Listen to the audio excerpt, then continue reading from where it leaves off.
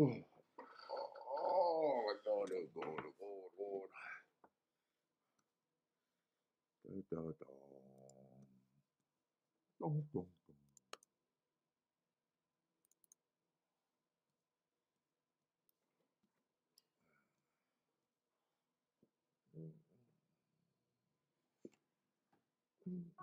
Where's this shit?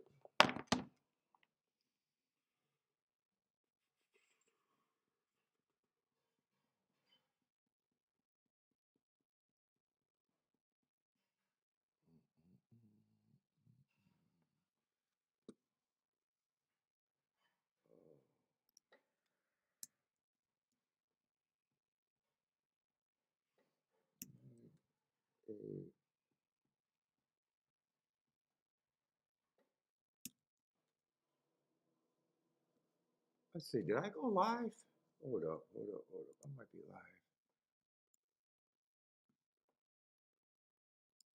live. Hey, what's up, everybody? Welcome to Shake Up. I'm Happy Easter, by the way. What's up, Owen? How's it going, man? Oh, well, unfortunately, oh man, sorry to hear that. House was broken into or property. Sorry to hear you, man.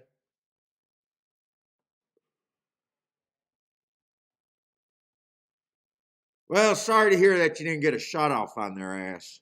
I guess is what I'm. That's what I'm sorry about. Kiki's like punk asses. Sorry you didn't get a shot off in their ass.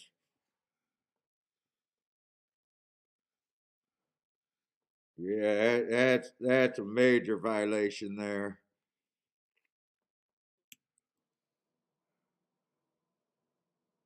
Ugh. Man, I drank last night and I am regretting it right now. I am fucking drunk. Well, I'm not drunk. I guess I'm hungover, actually. Man.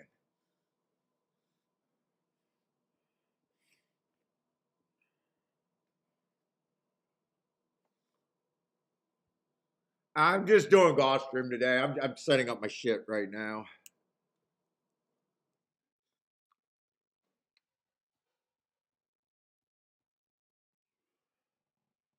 Looks like we got 10 races.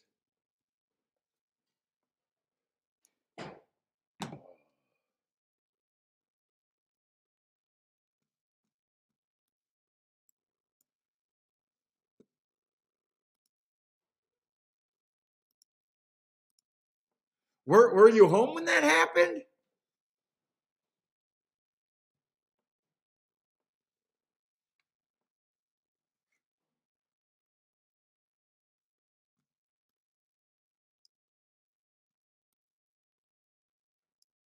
Robert, what's up, Robert?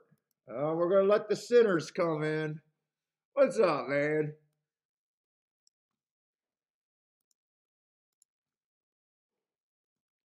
We're gonna do an Easter show today.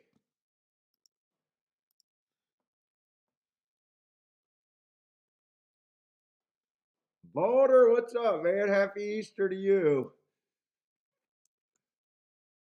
Let's see, I do Easter this week and next week.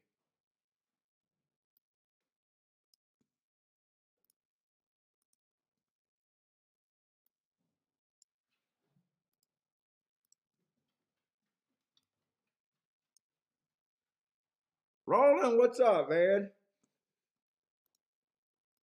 Yeah, I honestly was a little bugged last night. I had a really nice hit yesterday, and God damn, I gave so much of it back. I thought I gave it all back, but I still did not like my late play yesterday.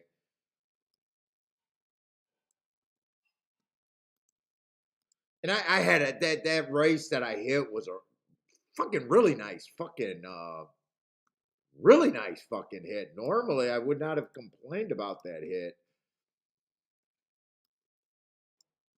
I don't think it was completely right for me to think just sit on my hands and walk away, but some of the plays were the amounts and everything was questionable, what I was doing in some of the spots later. I think that bugged me more than anything.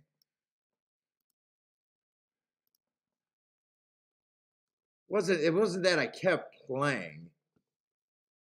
It was just some of the spots weren't that great and I kept playing.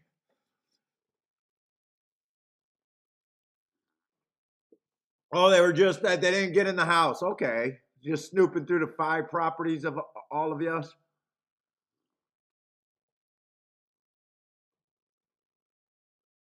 Greer is offering handicapping skill services from Greer today. What's up, Greer?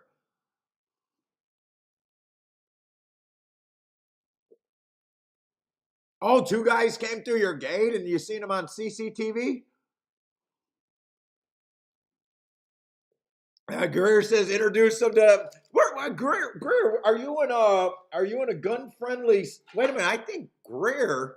Wait a minute, no, wait. Owen, I think Owen is in Owen, you're Australia, right? You're in Australia, is it? Or are you I think you said you weren't in Ireland. I think you said you were Irish, but you're in a different country right now. I wonder if you're even in a country where guns are okay.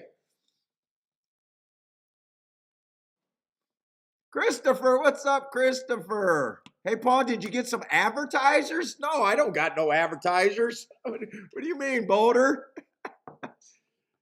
You know I don't got no fucking, who's going to advertise through me?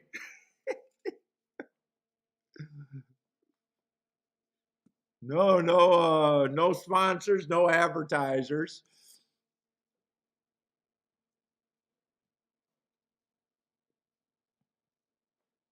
Christopher, what's up, Christopher? How's it going, man? Yeah, you're Irish, but you're based. Yeah, is Australia a gun? I don't think Australia is a gun friendly ownership country, is it? Didn't they get rid of all their guns in Australia?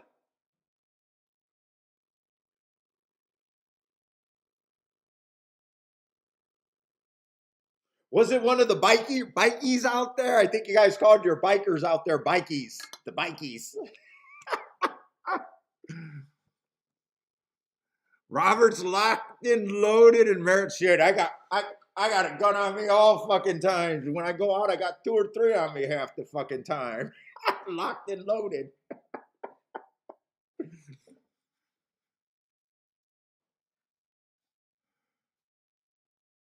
Yeah, enjoy your evening, man. You don't want to shoot anyone if they didn't do anything. Well, I don't know. Some psychopaths want to shoot them and pull their body in the house. What's up, Snooker? Let's not talk about shooting intruders on the day the Lord is risen. Although we're going to be doing some gambling, just like the Romans did.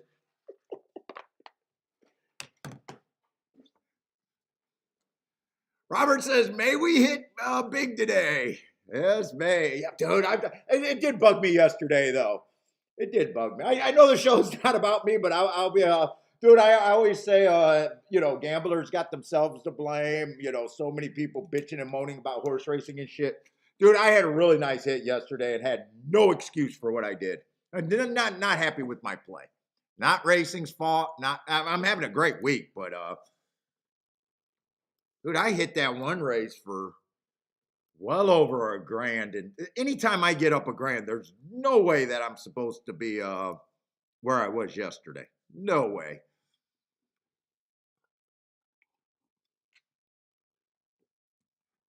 Leon says you only know the bikies if you own them some money for some goods.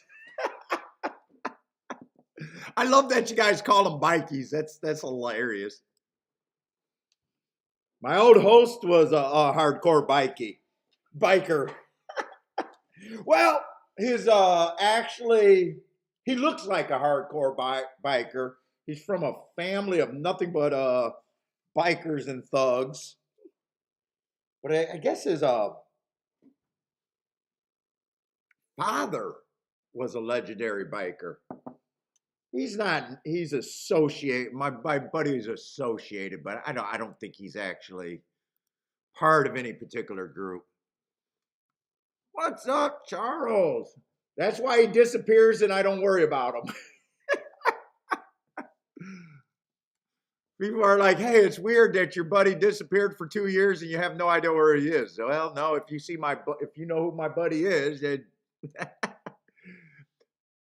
kind of par for the course for him to disappear and come back. All right, let's get our shit together. But I am ready. Just look at Gulfstream. Nice little slow day at Gulfstream.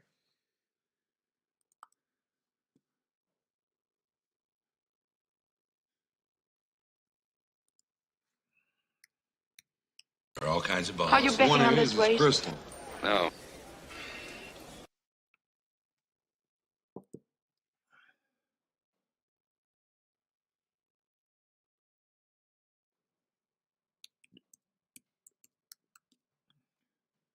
Let's see, we got 30 minutes to post that long?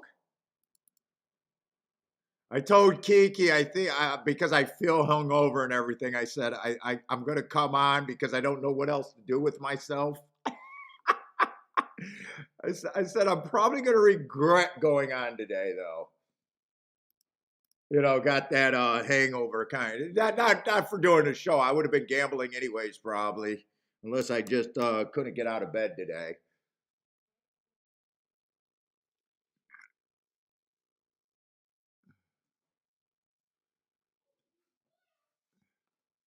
Great, going to be like the old days only. Yeah, because I don't think nothing else is really running today, right? It's not just Gulfstream. I don't think you got, let's see, you got Santa Anita coming on later and Hawthorne coming on later.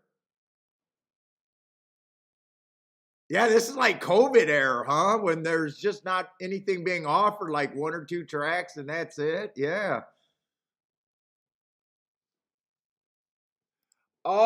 What did I drink? I just drank the Jack Daniels. I was sitting at my desk watching the fights, and it's a squirt mixed, and I just went ham on it. It was so good. I just kept adding, every time I drank it, my little cup, I drink it down and kept topping it off with more. So it was like a never-ending drink.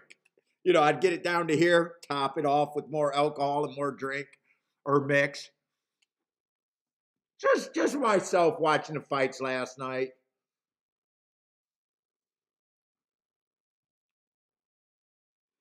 Let's see, Roland got a decent preview of the Gulfstream 10 race. Yeah, 10 races should be all right.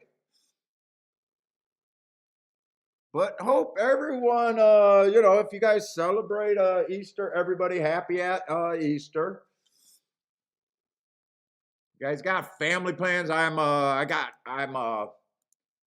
guess I baptized Orthodox now, so I think next Sunday on Saturday or on a Sunday we won't be doing a show because I'll be doing the family stuff next Sunday. I think is Orthodox Easter.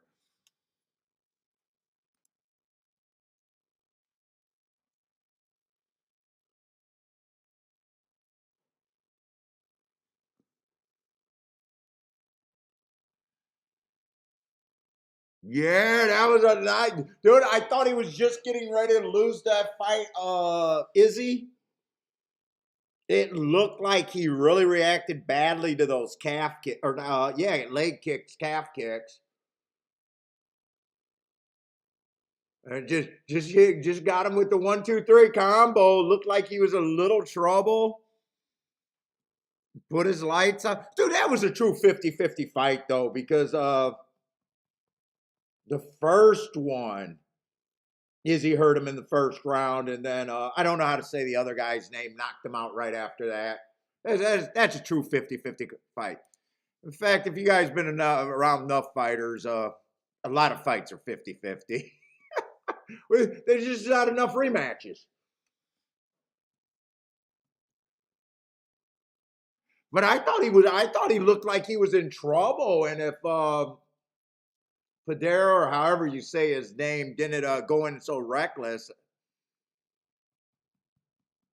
That was my thought. I thought he really reacted to those last 2 calf kicks, and it looked like, oh, this is going to be short. Yeah, it was great. I mean, it was entertaining. Dude, I was fucking drunk out my mind, and I was like, Jesus Christ, they're delaying the fight. It just those pay-per-view events. I don't think that fight started till almost 1 o'clock.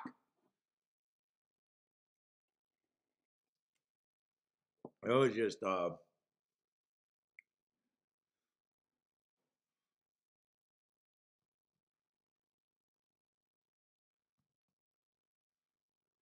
Masvidal fight. I see the Masvidal fight, and I was flipping. I seen this Shakur Stevens fight, boxing on the on another stream.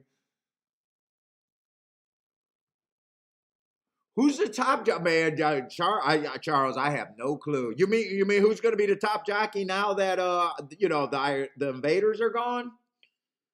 I really don't know. I never really follow that. You guys can fight that out amongst yourself. Is it a dominant person? Let's see. It was Tyler when Tyler was not shipping, but I think Tyler's probably shipping. It's probably what going to be between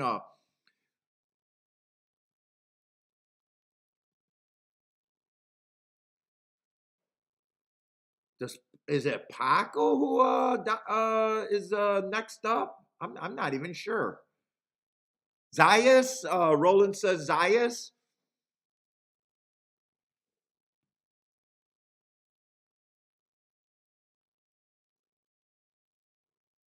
Yeah, I'm not sure who takes over when the big boys go out.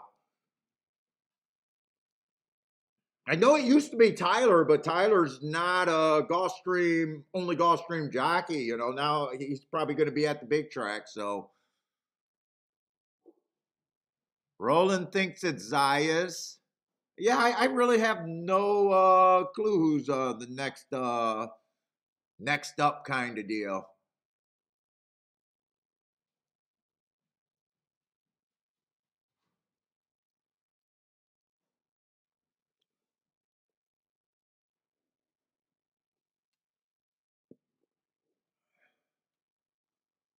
Let's say we got a Tapeta race to start it off. Get my pin set up and everything.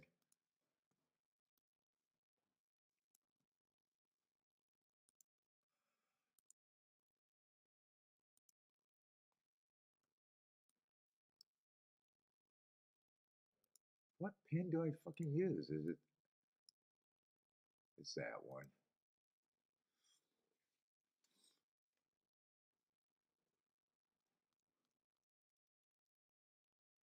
By the way, I was seeing something on Twin Spires. I never seen that they had a power box button. I wanted to see what that was, or am I in data or something? Hold up, let me see something. The fuck is a power box? They do. They got a power box button. Does anyone play with that damn power box button if you're on Twin Spires?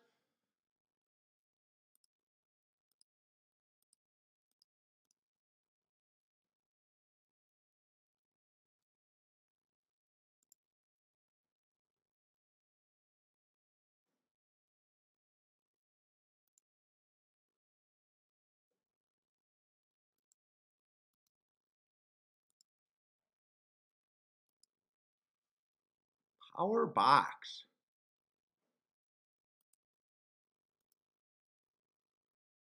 They got it for an exacta too?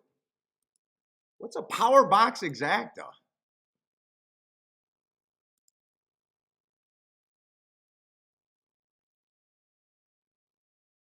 It's not on the I think it's brand new. I don't know. I might even have it might even be in a beta offered by some people, not others.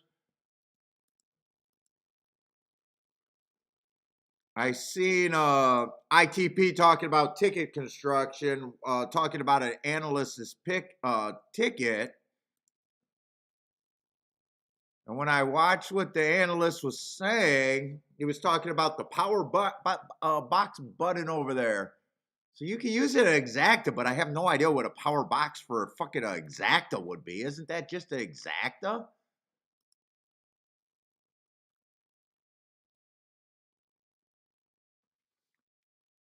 Let's see, Lloyd. What's up, Lloyd? Oh, Lloyd, those might be guys that you think are vying for the top when the big boys are gone. Paco, Zayas, and Hamario, or however you say his name.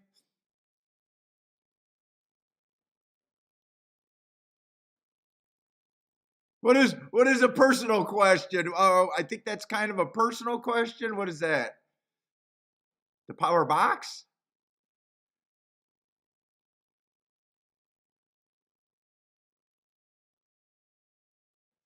Charles, here it is right here. I don't know if you use Twin Spires. So you go to, let's just say you go to Trifecta, right? And you see where you got straight, key box. They got this power box.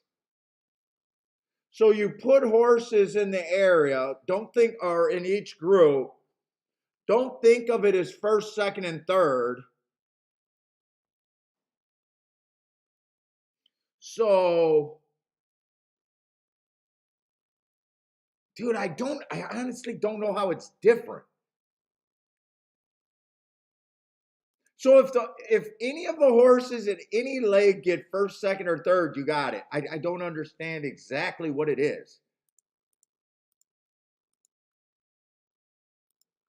And the guy's ticket came out to be $27.50 increments. He did a 1x2x6. I don't understand how it was $27. I don't understand.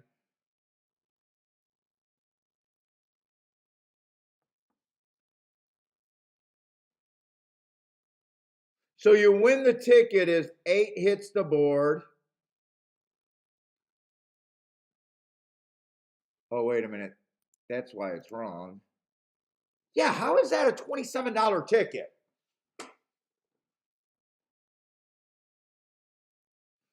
So 9 can finish first, second, or third.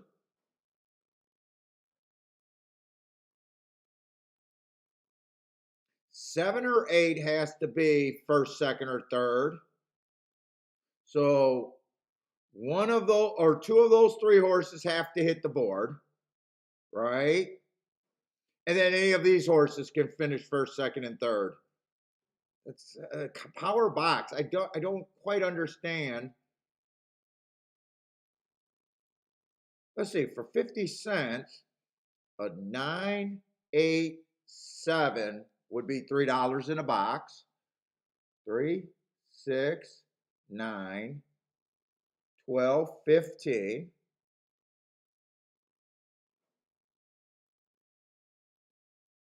18, 21, 24. How is that a $27 ticket? I don't understand the ticket.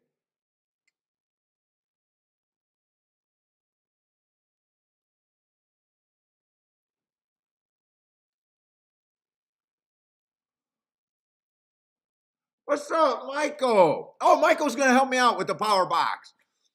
A power box wager wins if one runner from each of your runner position finish in any position of the bet. Okay.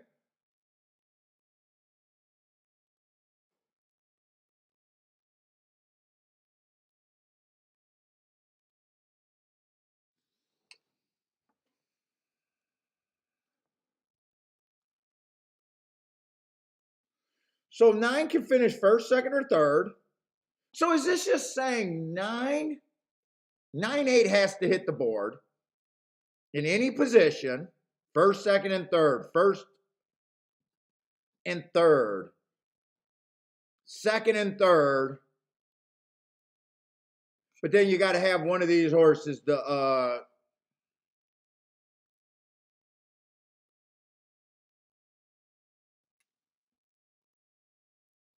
3, 6, 9, 12, 15. I get why that's $15. I don't get why it's 27. 3,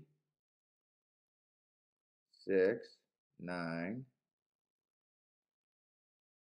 12. 15. Why wouldn't it be $30 then if that's the case? Why wouldn't it be $30? I'm missing something.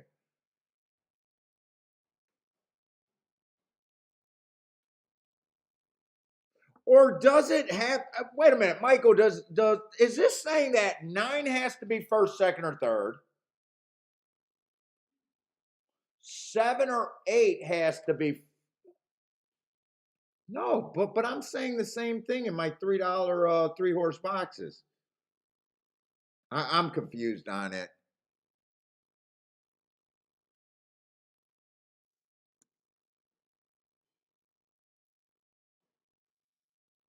You say the only thing certain is the takeout will be high and there's zero. Well, I think it's just a shortcut of constructing a ticket.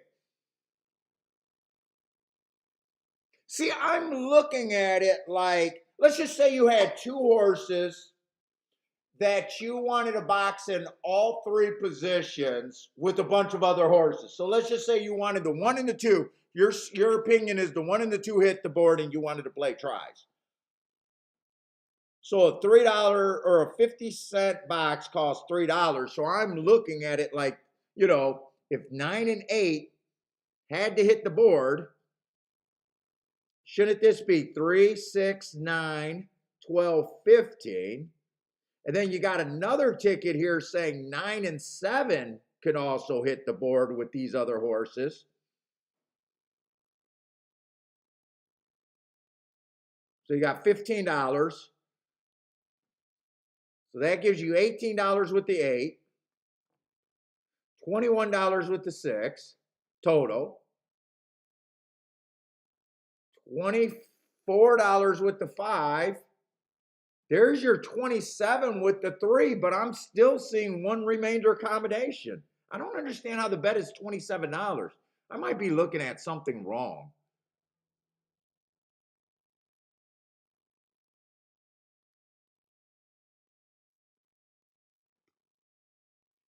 I don't understand it.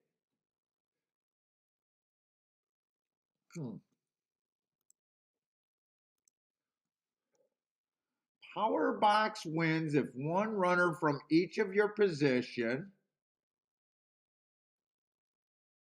finish in any position of the bet. Okay, I understand that. Top 2 positions for exactas. I don't get why you'd say it's a power box. Isn't that just a fucking box in an exacta? I don't understand. I don't know. I have to think about it on my own time. I'm lost on it, man. I admit I'm not the smartest guy all the time. Actually, I'm an idiot. I'm just good at horses. That's it, and barely good. Oh,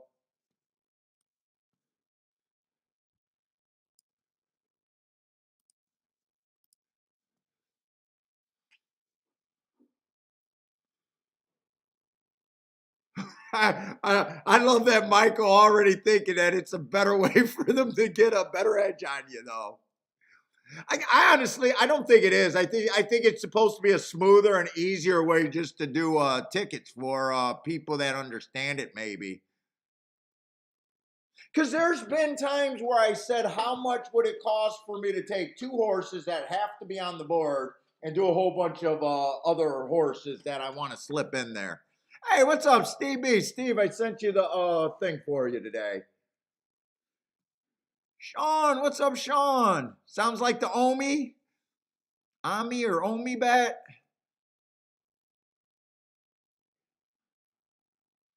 I only 38. Why? I expect less people to watch today with the holiday.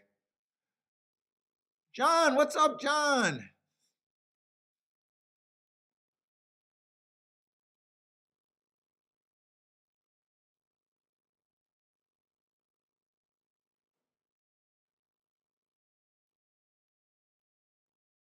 What MKT? I think it's just supposed to be a less clunky way, but I'm trying to figure out how they're voicing whatever the opinion of the bet they're doing. I think it's supposed to actually make if you now I'm not a try player, so maybe that's why I'm having a hard time wrapping my head about it. Only horse racing can find a way to complicate a bet when trying to make it simpler. Yeah, that's probably true. I think it's supposed to be smoother if you know what you're doing.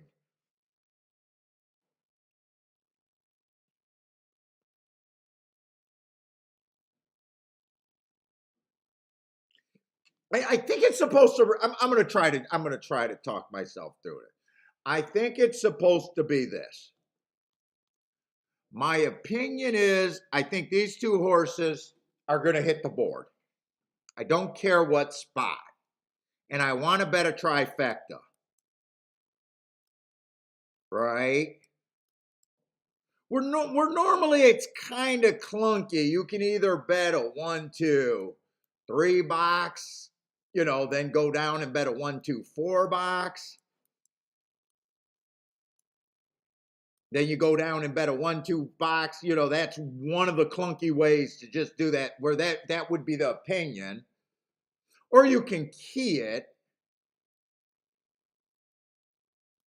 where now you're doing 1 with the 2, with the 3, 4, 5.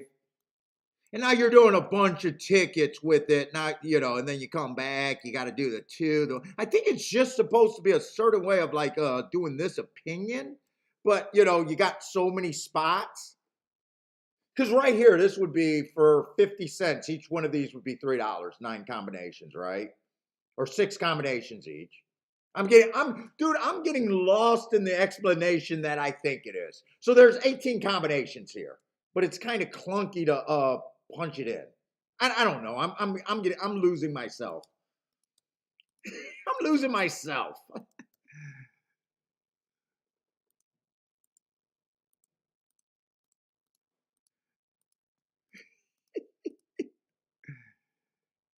Power box.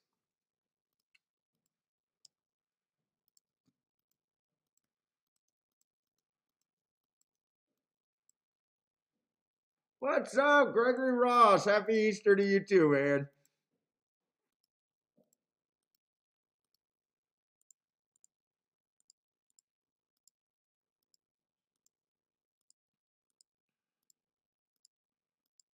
All right, I got to start looking at the race though. My stocks, how's it going?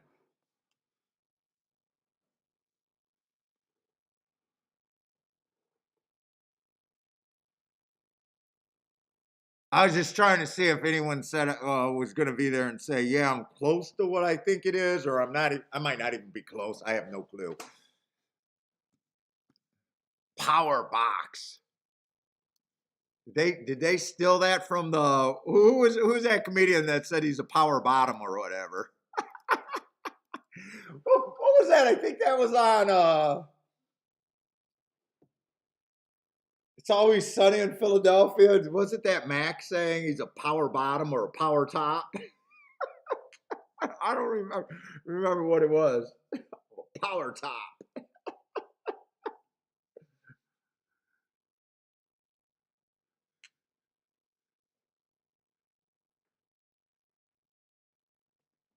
Bob, what's up, Bob?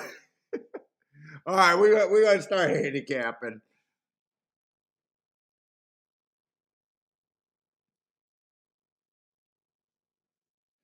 I did read the explanation. It's supposed to cut off accommodations for a full box ticket. I don't know. I'm lost. I'm lost on it myself. So okay, let's see what we got here. We got a Tapeta Sprint, Speed and Stalkers. Normally, what I'm looking for. Holy shit, that coffee got cold. 12.5. Might as well start with the favorite, the 8 horse. Early pressing day, average, 1 tick slower than the fastest winner. Just missed that a little bit higher of a level. Okay, I got no problem with that race. Comes back, speed favoring track. Even though he was 1 length off the lead, I think that everyone went wire to wire that day, if I'm trusting my notes. The fact that he was slow, match strides with the slowest winner, slow. And I see that he was only one length behind. Tells me on a speed favoring track he was chasing the slowest pace of the day. And if I'm trusting my notes that it was a speed favoring track, the horse also went wire to wire. So honestly, I got no problem with that race. And last race, he goes too fast to win and still ran a nice second. I have no problem with him other than the price myself.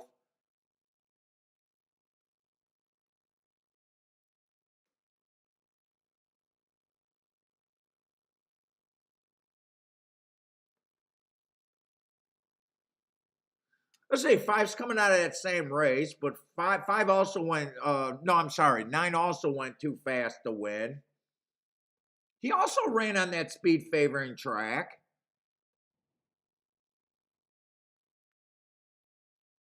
but nine's generally far back. But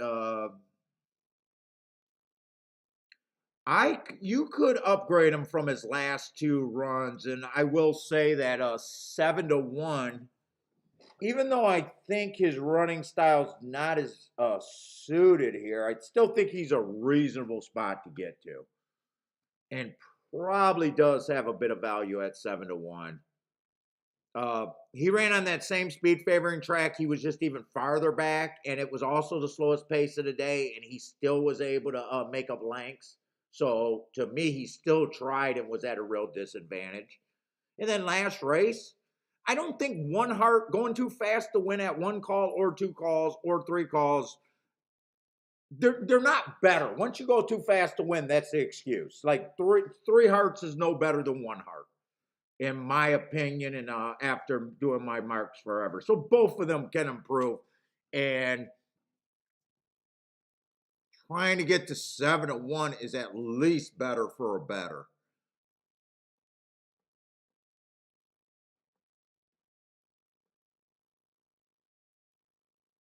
Probably don't like the 7.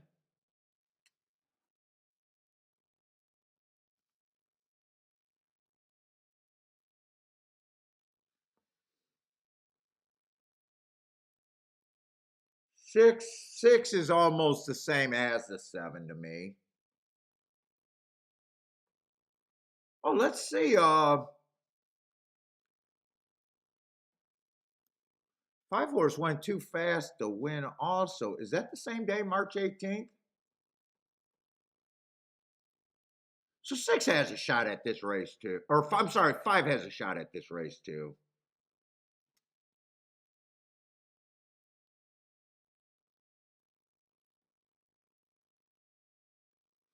Three's making a big drop, but I just don't like route to sprint myself. I don't mind his races. I just mostly hate route to sprint.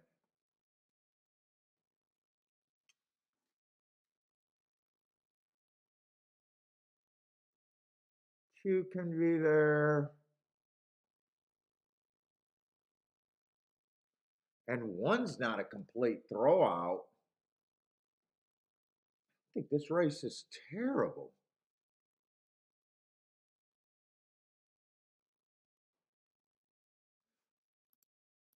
Three, I am not interested in the three at all.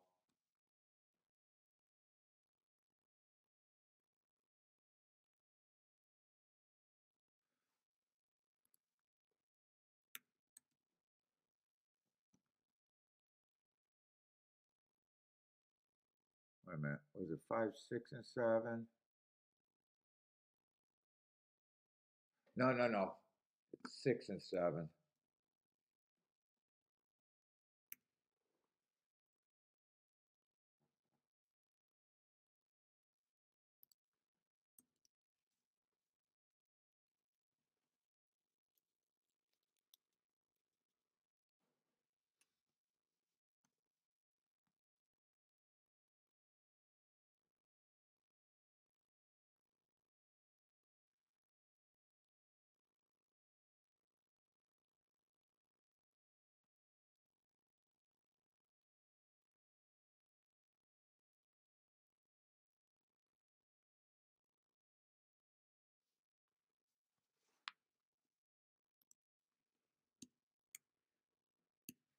I think everyone else is a grab bag.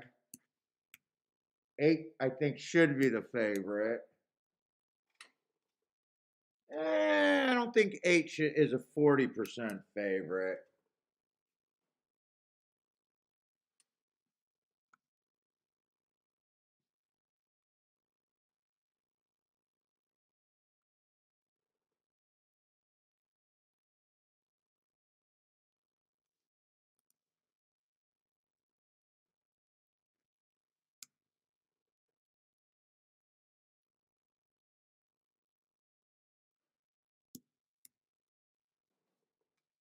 I think that's where I'm at.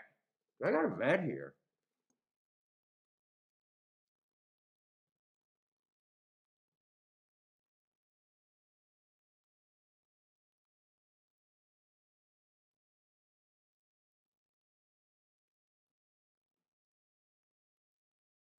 I probably do have to play a bit.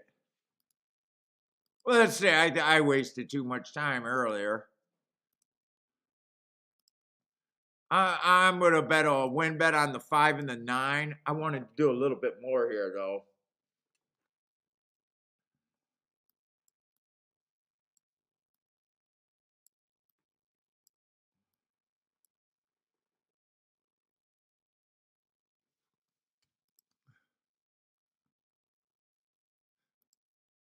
I'm gonna do a smallish exacta box too.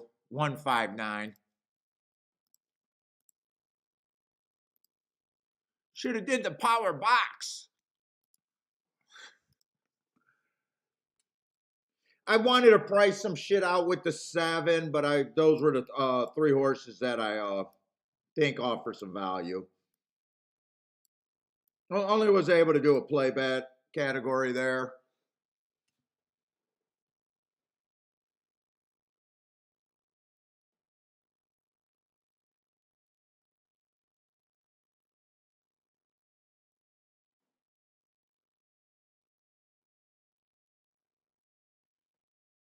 That's 7 or 8 in third. That's the 8. Eight's the favorite. I was thinking 7 was the favorite. Eight's the favorite. I wanted to price the combination 8 with my shots also. Probably would have looked at the same thing with the 2 with the shots also, but I don't think it's going to make a difference to me. It's going to be all the horses that I thought had a chance. But it doesn't look like this is going to pay anything. 2-9 or 2-8? 2-9?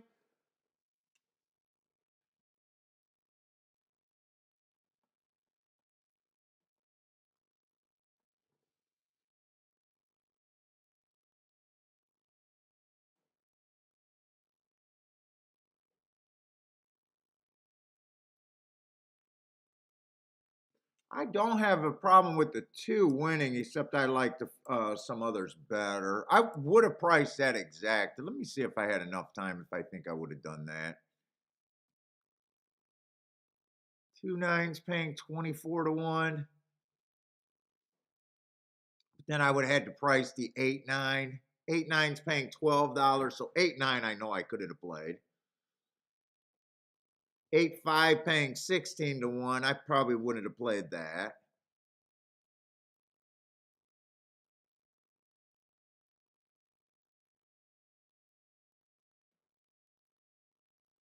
The only way I play that is if I looked at. I did want to price out the 2 chalks with the same long shots. I wouldn't have been able to play the 8. So maybe I could have played the 2. I'm not sure what I would have done though. Didn't have time, so it didn't matter. I got what I thought was the better part of what I could do there.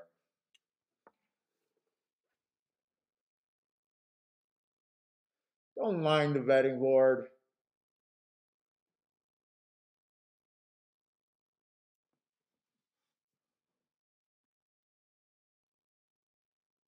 Andre, what's up, man? Rockin' Ray, how's it going?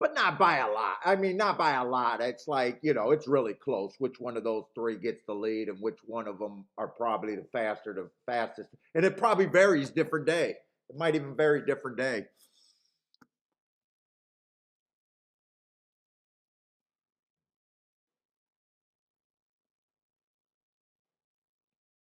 Nine was really the best thing I had there.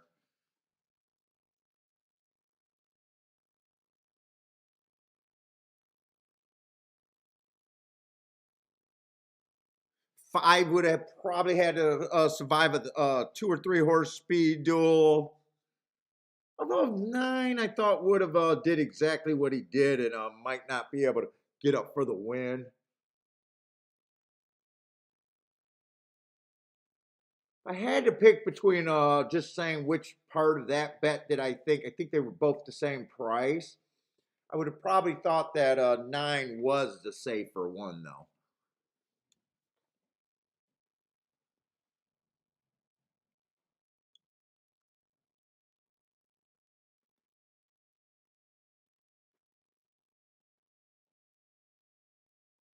Three was just too far back. Might have had some trouble also.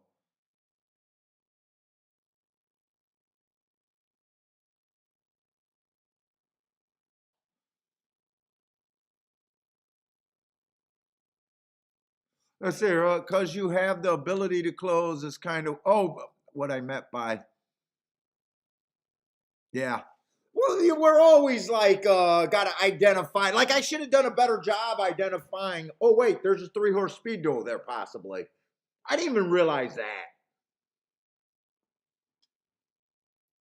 Like I put that bet on the five because I thought he was an overlay, but when you relook at the race, you're like, is he really going to outbreak the two and the eight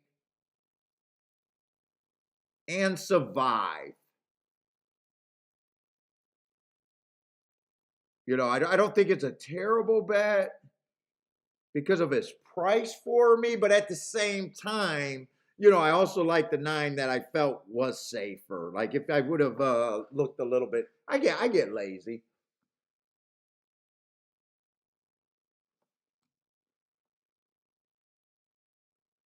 Although then I would have downgraded to two. I would have thought probably the same about the two, but two got some upside to stalk too.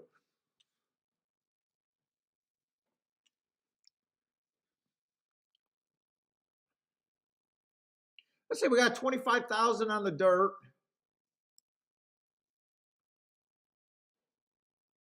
And I am not sure what I think they did yesterday because really it felt like Gulfstream. I didn't have enough time to look at a lot of races yesterday again because of Keelan and I was getting shut out a lot. I'm curious to see what they did on the dirt yesterday at Gulfstream. I honestly don't remember.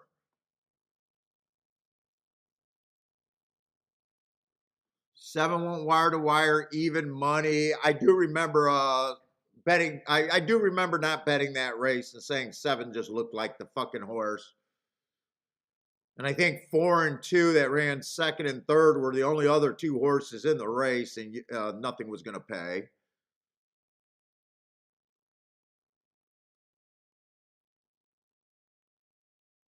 Six horse won the other race, stalking at 5-2. I don't think I got a chance to handicap that race.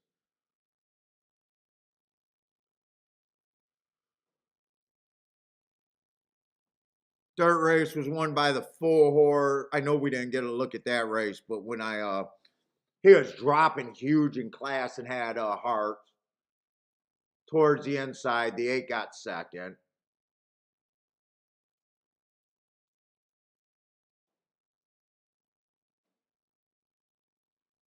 Full horse, the first time starter, went wire to wire from the three hole.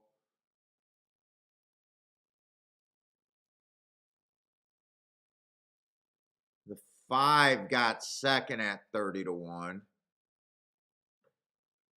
Maybe I'm not sure what I think. I'll probably just go to just thinking I want to be on the inside to start it off though. 10th race came in 6-3, but 6 was 80 cents on the dollar. 3 got second at 10-1.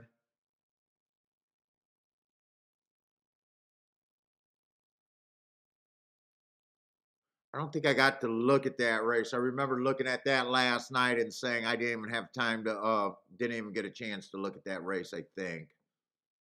I know I didn't bet it either way.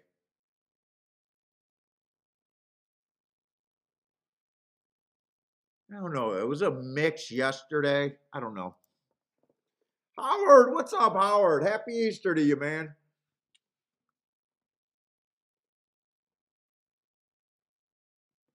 Oh, we got a 2-5, which is not great for a better.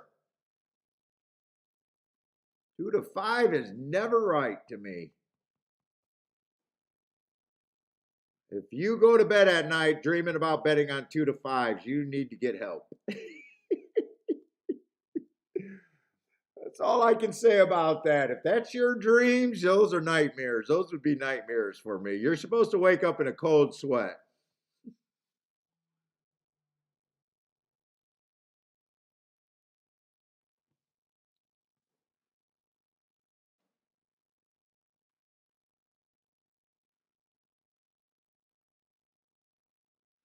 Let's see. What is Rockin' Ray? Artificial appreciating. The point of computers is getting more out.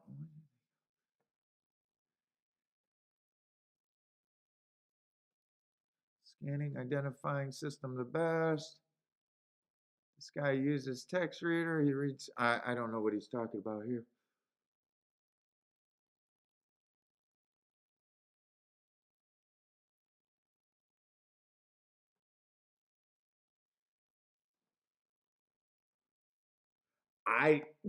First race out on the fucking 2-horse, nice third, just makes it around the track. I got no problem with that. Comes back, goes too fast to win. My best marks just missed on an inside day, going too fast to win.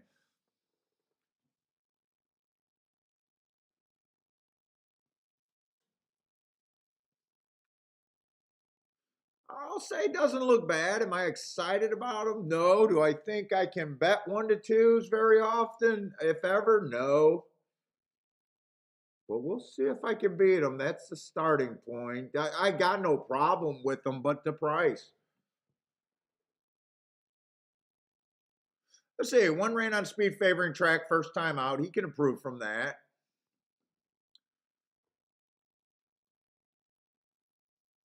Inside of track's usually good. But the 2 also has the inside and right next to him. One is dropping from maiden special weight. I mean, he can definitely improve.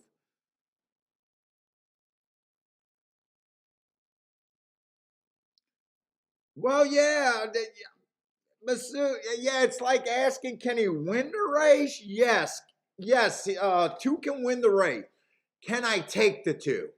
Is the real question.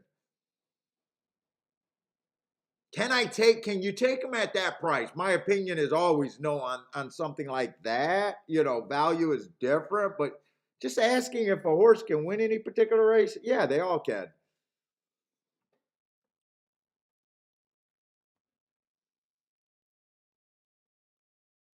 Are you gonna be able to get a score to make you survive in the game or be a winner? Probably not, is my guess with the 2. Let's see, 3 I can't get to route to sprint.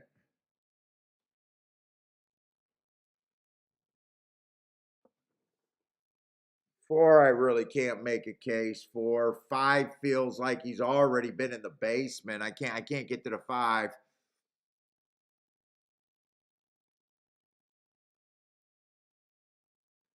7 maybe.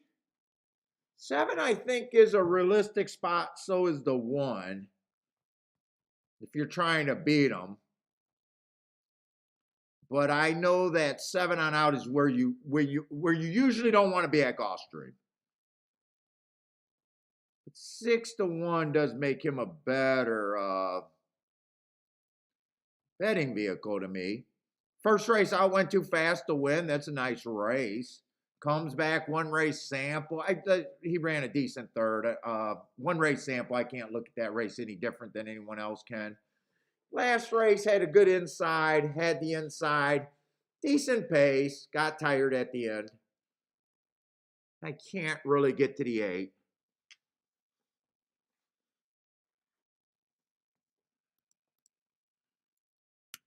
Eight's probably bet about right to me.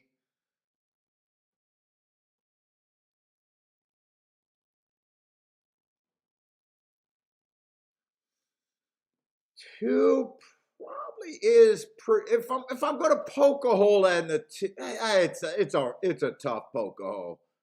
Because I was going to say he already made the class drop, but it's not always the first drop in class that you win. It's a second. And that race, I still think, had a good excuse. That was extremely fast, went too fast to win that day and missed by a head. It's not like he ran a couple races. I think this horse is pretty much a coin flip in my head.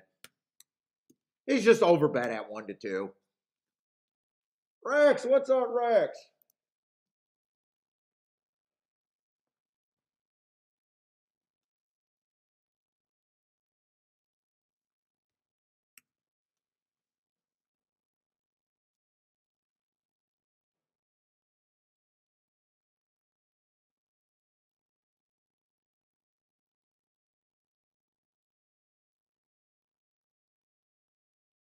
I think I skipped over to 4. I mean, 4, I don't like the route to sprint.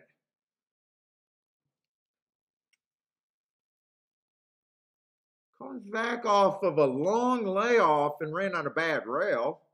Dropping a little bit in class. Was able to sprint and get the lead before at a sprint. I don't think he's impossible. But at the same time, I really don't think I'm that interested in this race.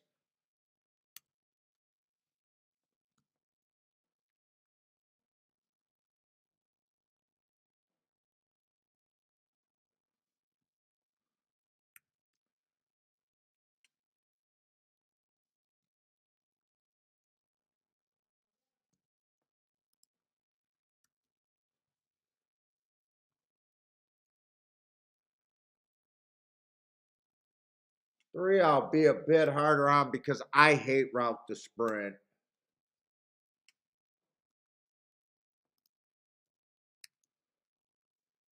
I'm probably there, and if you guys are brand new to the show, I gave the 2 a coin flip, 50-50 chance to win the race. That's the most I ever give to a horse, mainly because I don't want to be betting. I don't want to be betting favoritisms at all.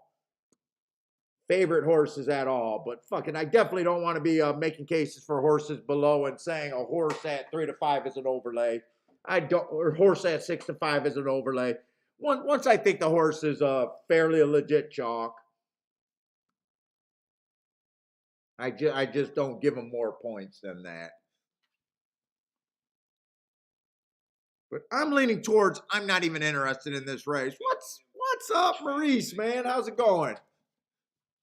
Mofo Joe, how's it going?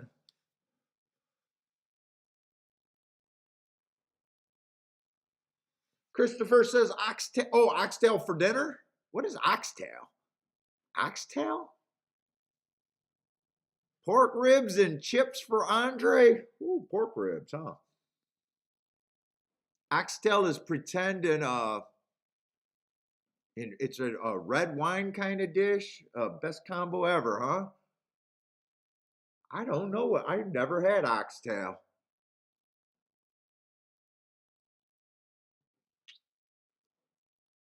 Let's see. So I guess on this betting line, that's how I do my opinion. So I will say that one's a spot that I could get for a win bet. I think should be better than 5-1 betting, if that's my opinion. 7-1, I could take it if I want. Part of me is just sitting out, possibly, because I do think 2's a legit favorite, and sometimes you just say, hey, do I want to try to beat a legit favorite? You're always in a better position in a bet, is if you hate the favorite and you know you can't use them. That's the best position, right or wrong. That's the best best position you can be in betting. I hate the favorite. I'm not going to use them. Here's a case where, yeah, I think the favorite has the best chance to win. I can't use them because of price.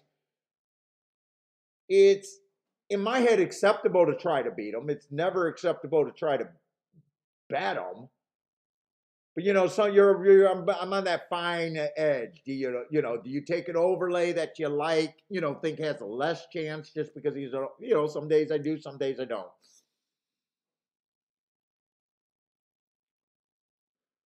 Three's technically an overlay right now, but 8% chance. I think you need better than 12-1. 3-point overlay is not enough for me. 4, 5-point overlay right there. That's a spot I could bet. It's just deciding if I want to try to beat this favorite or just sit out the race. I don't think there's a right or wrong answer.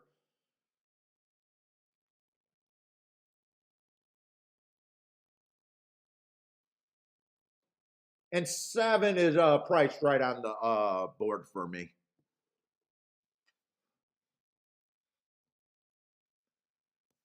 What's up? Click on Brian. That looks like a brand new name. What's up, man? Happy Easter if you celebrate it. Welcome to the show. Feel free to ask questions. We got a slow day today, so we only got Gulfstream today. Robert with the no bet. Yeah, I'm leaning towards no bet. Are you betting on this race? No. No, but there's, I don't think it's bad to even right directions you could go. Right here, I wouldn't be out of bounds betting the 1 with that opinion. I could bet the 1 to win. Bet the 4 to win. 7, I would be out of bounds betting to win, but 7 would not be out of bounds using in combinations. Let's see, if you wanted to take the 2 route, because you think you got a 50, by the way, we don't agree on the values that I give there. That's just my opinion. But if I wanted to go that route, is there any exactas that can be played? 2-1, no. 9-1. I don't play those little exactas. 9-4, 14-1. If that was the only combination, maybe. But soon as I start thinking other combinations, absolutely not. 9-7 would be a no-go.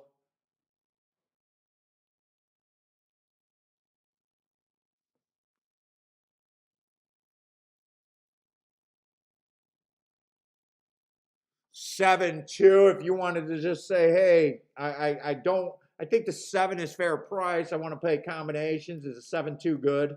No. It's paying 13-1 where you're basically getting the same thing for just the 7 winning. So why would I bet exact? I'd rather, if you're going to do that, I'd rather take the 7 with the other overlays that I got, like the 1 and the 4.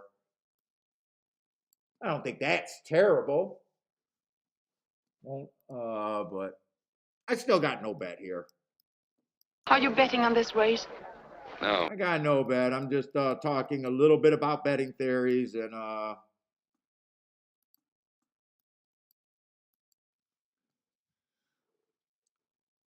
let's see, Charles winning place on the 4.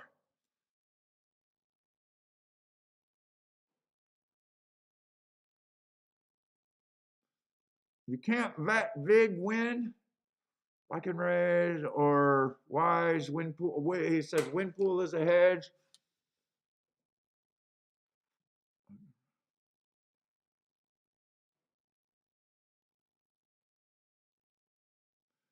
The Jedi mind betting is a teeter-totter. You get more second place losers due to expected losers to win. I don't quite get that question. I don't even know if he's talking to someone else either.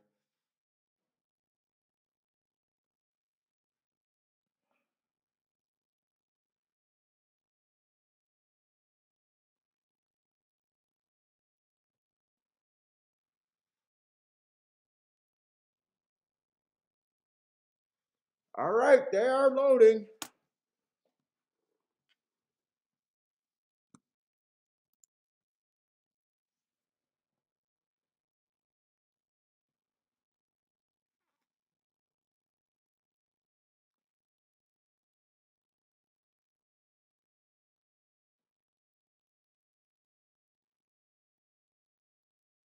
Oh, oxtail is a Jamaican dish.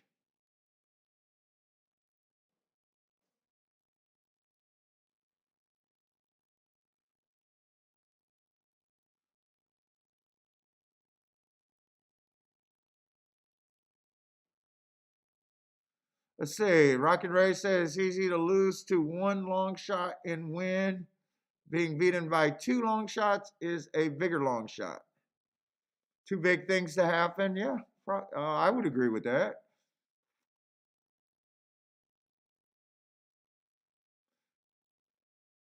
Let's see. Two got the lead pretty easily. Four's chasing. Seven's chasing. Seven's the one putting on the pressure. It's all the horses that look like they had a chance that's up there early.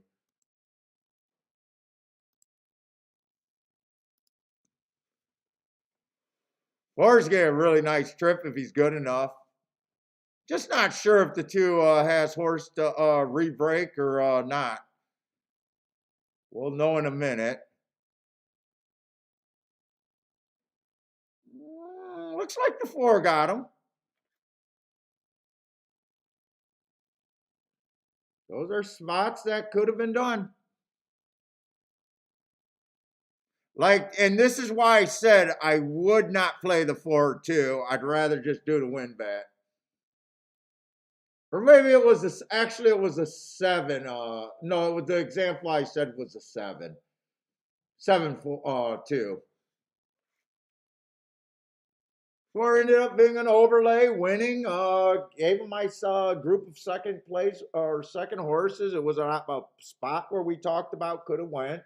Reasonable ticket. Charles with the boom, but I didn't play it. By the way, when I was going through here, I didn't write. I think I said, but really none of the combinations with the two winning were overlays.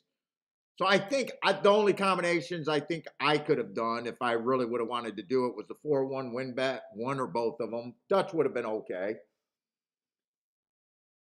And even doing this 3-horse box would have been okay. Any group of that I would have had no problem doing. Let's see. Click on Brian. Gave out the exacta. Well, you should be happy because that exact is going to be really nice.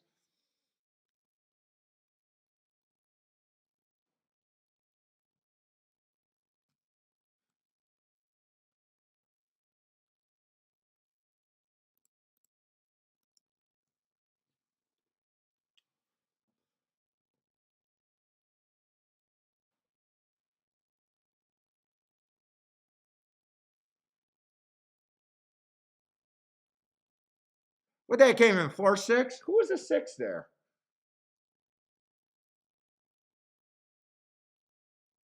6 I didn't like at all for the win. That second. Yeah, that's going to be a huge exacta. Oh, I thought that exacta could have been, I would not complain, but I thought it could have been a bit more.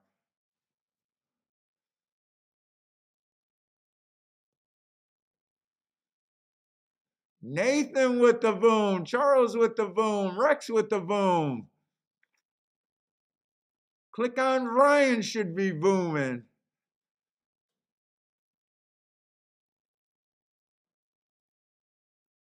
Vodrick, what's up, man? Little late to the party. Oh, crawfish boil yesterday. Oh, really? That makes you have a bad head day? Is that because does crawfish give you a headache, or there's a lot of liquor going on with that?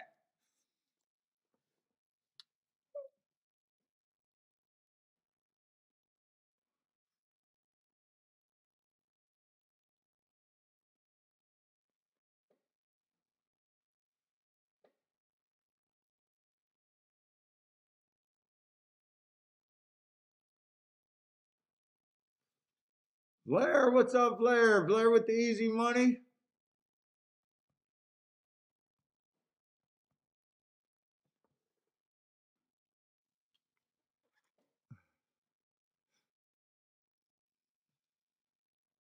Oh, the booze that went with it. Yeah, dude, I drank last night, and I'm feeling awfully slow. No headache though, but did not want to get out of bed. Did not want to get out of bed. Did not want to do the show. The booze and 53 years old, huh?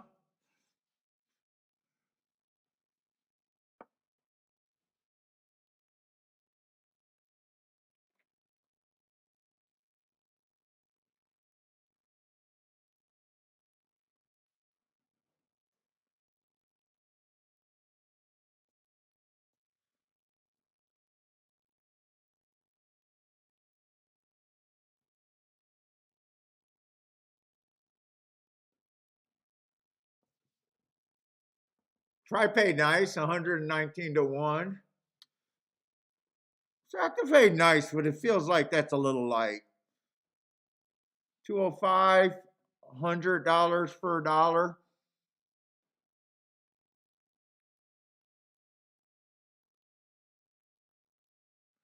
Yeah, I'm not against drinking. I drink. I hate beer. I forget to drink. I'm not against drinking. I'm a total lightweight. Dude, when I used to go to bars, I used to drink, but I get drunk after fucking 2 drinks. I just rarely think about drinking. When we go out to eat, I always have at least one drink. But no, I'm definitely not a drinker.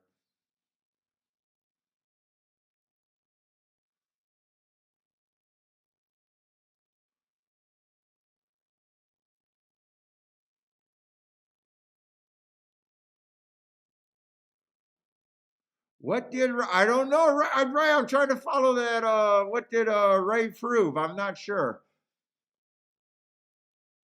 But the proof is that the horse placed behind a 60 to 1 long shot paid 70 cents. 70 cents to 1 to place? I don't even know what race you're talking about.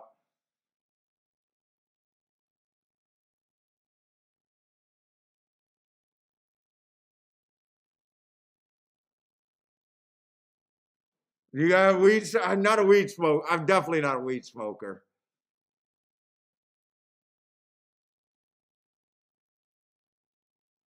Not against that either.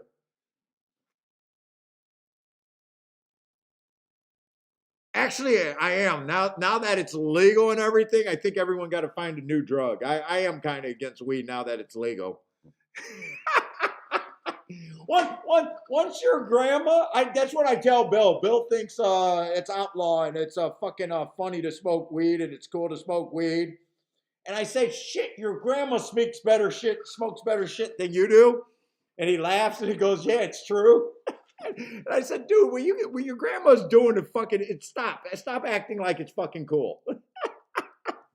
It got lame. I think it was cool like 20 years ago. It might have been cool. Now it's like, oh, you fucking doing weed? Okay, who's not? Who's not?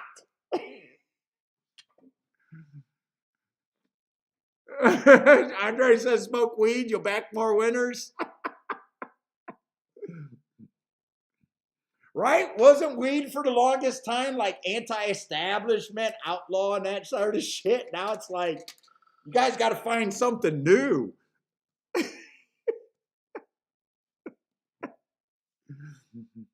You got to find something new.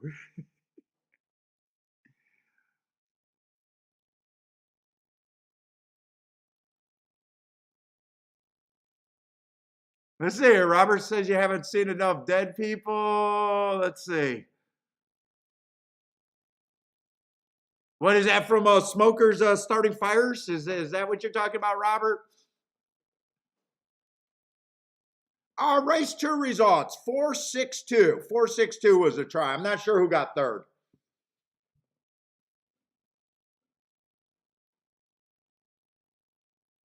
Here, I'll try to do a pick 3. Let me go to the bathroom real quick. We'll try to handicap in advance.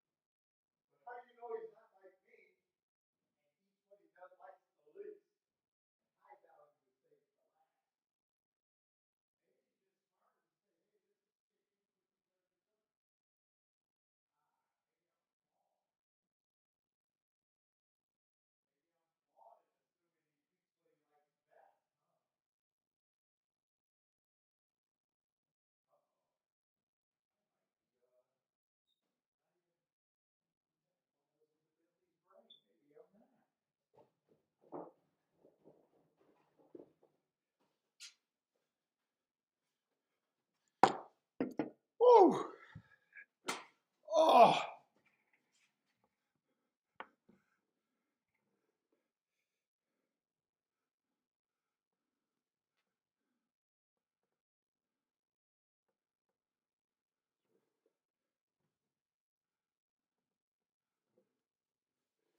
Robert was a firefighter for 42 years.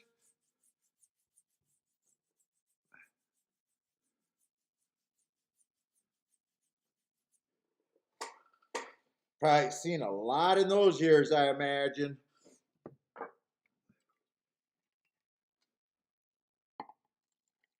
Let's see if I can regulate. We're going to try to regulate. Told Kiki it's a holiday. Yeah, a holiday. All right, let's see if we can look it ahead.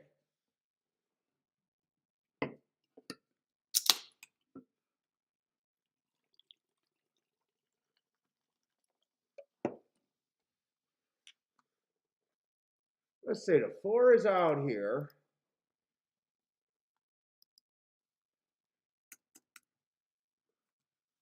That would be the 3rd race.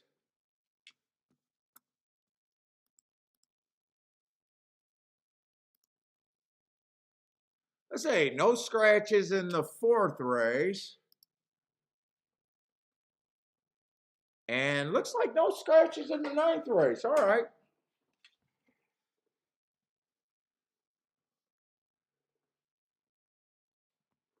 5th race. 9 horses, no scratches. Jesus Christ, Paul.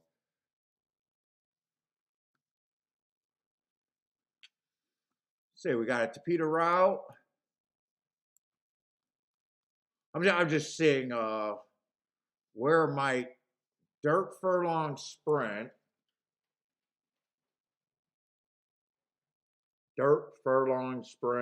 Jesus. And a toe. Oh, we got a little bit of everything. Fuck, got the least work in the last leg. Okay, least work.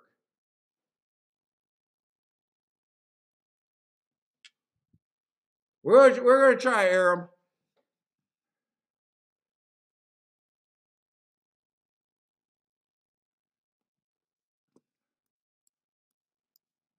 Since I don't have as much work done, I'm gonna try to do some things right now to speed it up. Let's see. This would be this 5th race would be the ending race.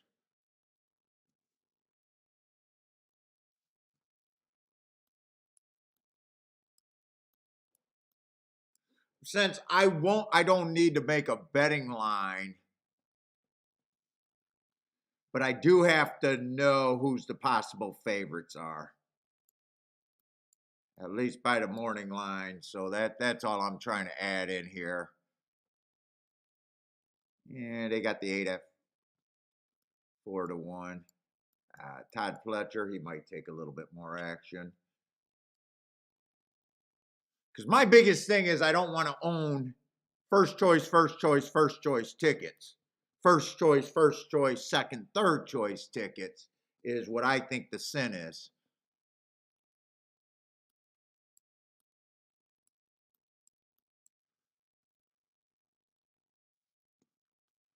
So I at least want to, even if it's by the morning line, I want to make sure I cannot own a first choice ticket. If you play for that and then you say, hey, I'm wondering if I'm going to make money, that's your fault. There's no such thing. You're not supposed to hit a wager and lose money just to be able to say you hit a ticket.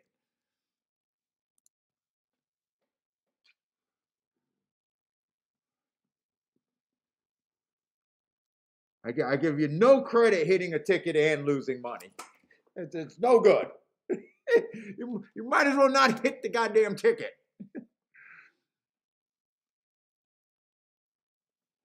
All right, now we can start handicapping. Okay, so I'm anti-speed for the most part, unless they get that crazy 25-50, which for some reason the last couple days they have seemed like they've been getting on my ass. So soon as that, I do make my betting line like it's going to come off the pace.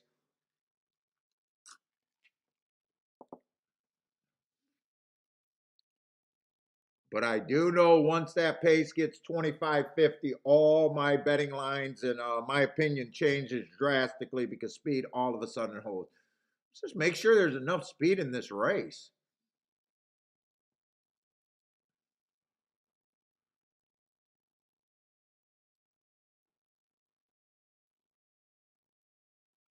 Let's see, I got to get to the right race on here.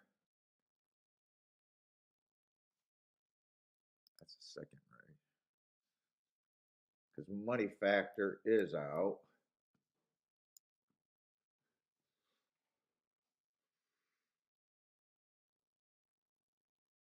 Oh, a little bit of Jack in a squirt. You know, there's no horse here that has to have the lead. I probably think 6 is the most likely, though. But even he stalks. 6 and 5 are probably the most likely. Yeah.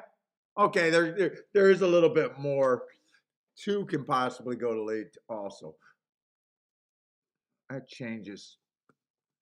Let's see, I want to grab this one race here. By the way, I know I don't have my form completed today, but I just got enough done to do a show.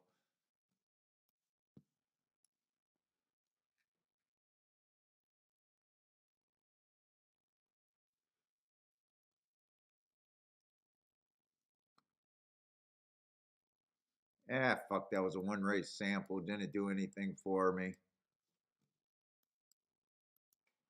All right. Let's see, $16,000 claimers. Yeah, 4 races ago, right running style, but was average slow on the pace. But managed the important thing, got in a position at the top of the stretch. A little bit higher of a level, but not crazy high. Comes back a little bit higher of a level. 3 races ago, stalking closing day, average. Got in position at the top of the stretch. Only lost by 1 length, so fine race.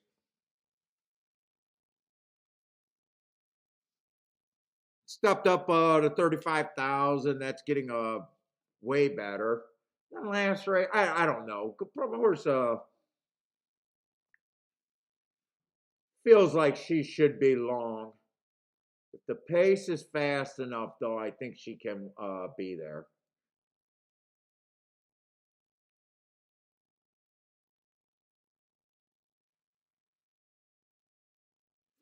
2 maybe on the lead or may be able to get first run. It just depends on what they're going to do. I do like that race 2 back.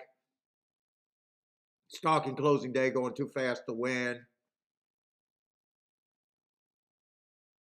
Last race on a stalking day, she chased the slowest pace of the day. My marks look terrible on her. Max strides with the slowest winner, slow. But she chased the slowest pace of the day. If you think she was rating, looks like she had a pace that she couldn't cut into. I'm guessing the winner came from 1 length off. She also got checked there. I think that race is better than I think it looks that I got it marked.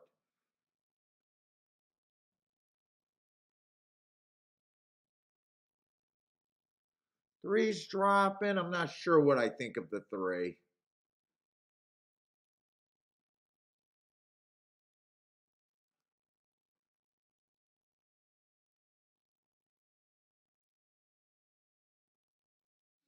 Five's probably going to lead.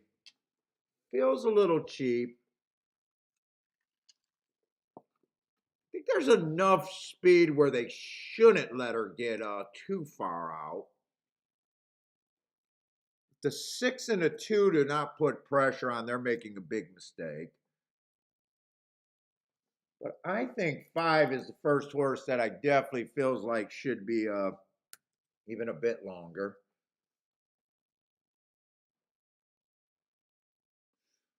6, I do feel like 6 is a solid favorite.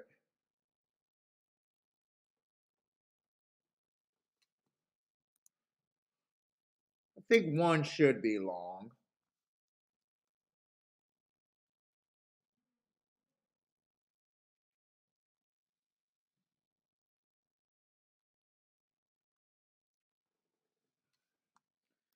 I probably think 6. It should be the favorite, but is overbet in my opinion.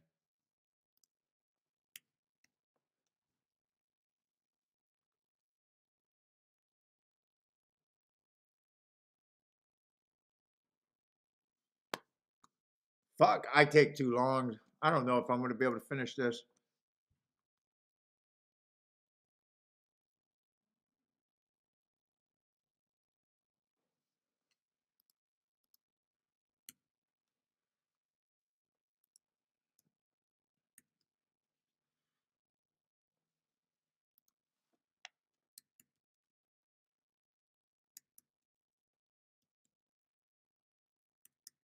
None of these horses are huge overlays there. I got 4 horses, a big 4 that I think can win that race. And they're all pretty close. 2's a little bit of overlay, but only a half a point overlay. Not that interesting enough. 6 is overbet. 7's pretty much a little overbet, just a half a point overbet. I guess 3 would be the overlay there, and not by a much.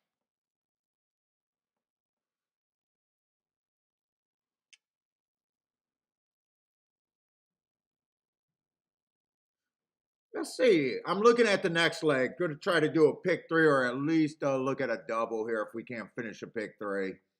Let's see. 1's going to take money, but a first time starter. That is a dirt race, so I'm usually trying to get to the inside of the track. Also got a first time starter on the inside. We got 2 first time starter and a horse that only ran 1 race. That makes it really difficult. We got a turf horse that only ran 1 race, not dropping in class, but this is well below what they usually do, unless that day was extremely soft. That's bad. But after 1 race, I can't jump on it.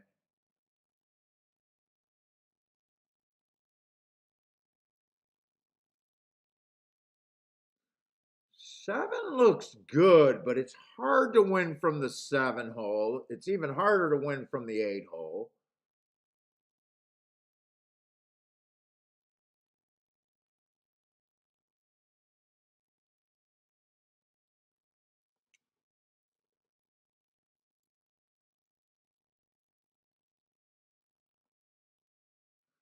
I would be interested in 4, 5, 6, or 4, 5, something like that. 4, 5, 6. I'm not. This is not a ticket. I'm writing down horses that I think I can get to reasonably. It's not a ticket so far.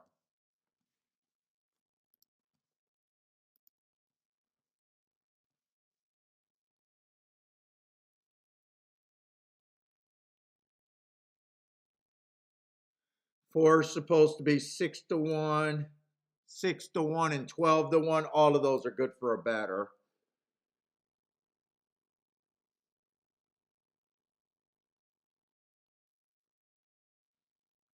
He's the best for me as a batter. And so is the 2.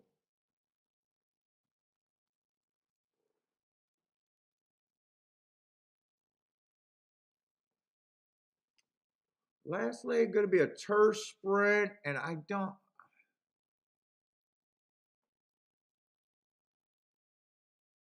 I got a feeling this might be a good race at Saratoga.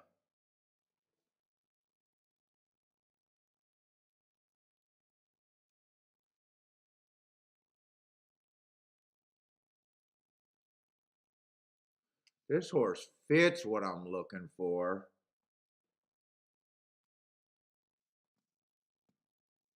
What kind of horses I got there? 9 would be a big price.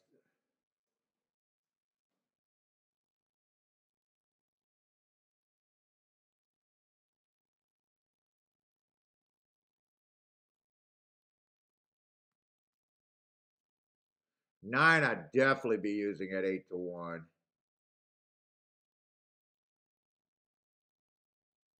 I always say you look at your keys and they'll tell you what you can do.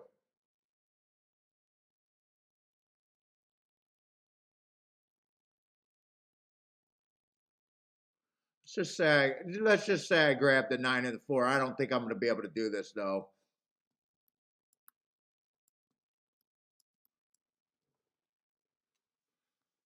I'm going to do some quick doubles and write down the pick threes that I could do.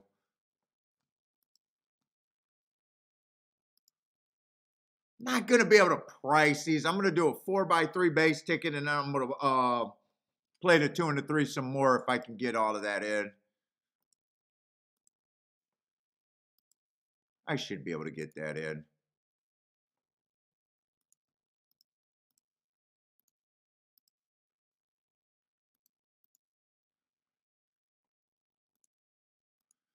I'm not able to go crazy here, though.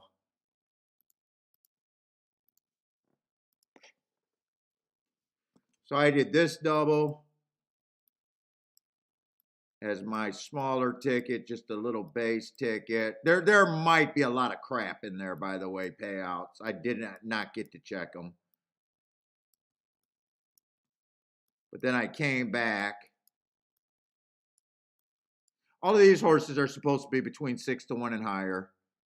Then I came back and just got the 2-3 for a push ticket.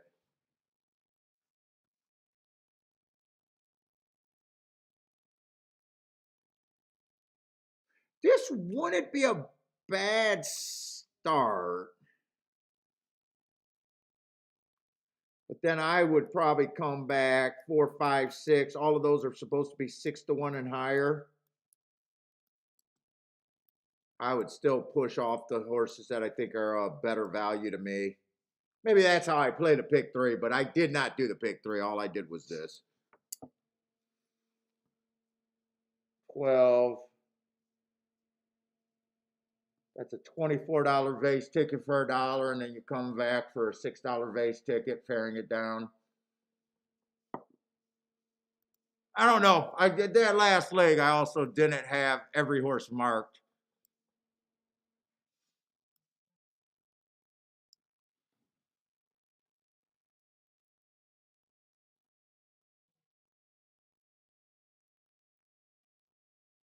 Come on. I prefer the 2 or the 3.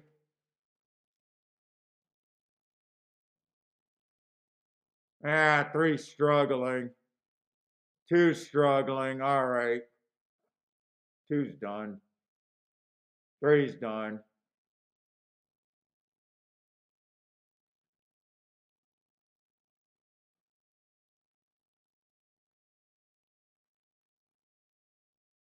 I'd rather if the 7 get there because I did not get to check my doubles, and I'm worried about if they're going to be any good. 7 would be nope. 7 didn't get it. I'm not sure this ticket. This is a $12 base ticket. I'm not sure I would have if I would have looked at that. I'm not sure. Let's see if I had anything good there. If I wasn't messing with the pick 3, I would have definitely looked it up though.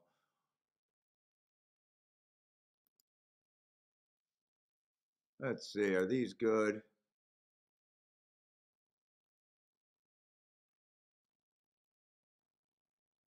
They're not terrible. That's not terrible, I don't think. 6-4 would have been the worst thing I can have, 30-1. 6-5 is paying 64-1, and you know what? Those aren't bad. And 6 will pay 78-1.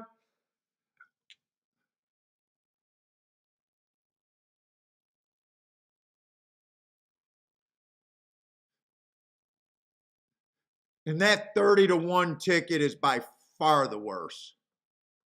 The next lowest one of that $12 base ticket is $47. And then they get higher up until 178. And you know what? That's not terrible. It's not terrible. It's not great, but it's not as bad as it could have been without checking.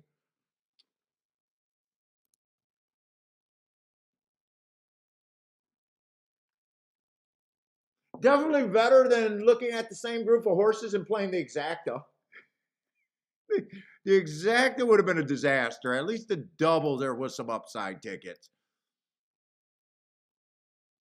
We're at a 6-7 exact is paying $9.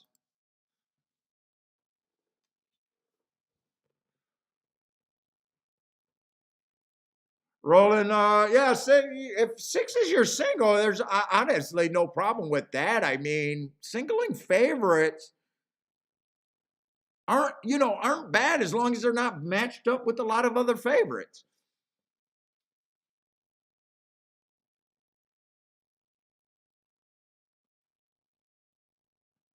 Now, I did just put this in blind because I knew all three of these were over 5-1, and I knew there was some favorites that I was, the second leg is what made me be able to do anything. I keep writing right here. This is just where I wrote the opinion, but these are the horses. I'm gonna leave the pick three up. So I don't think if I would have checked the double, I would have realized that even if you got through here for that base ticket, it's probably not terrible. And then I think this one's good.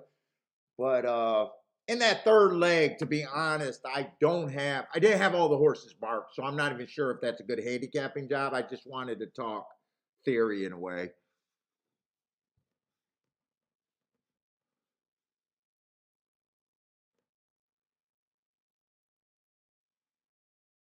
What's up, Vlinky? Vlinky? Barrett? What's up, man? Bet a whole dollar in that race. You're not going to be worried about that. Gabriel, how's it going, Gabriel? Hawk Rivers, what's up, Hawk? Jeff, what's up, Jeff? Sean.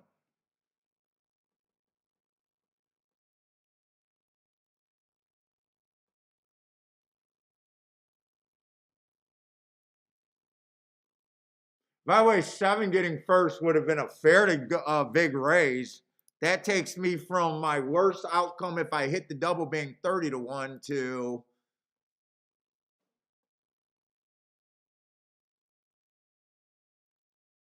looks like they went away. They don't no longer have that up.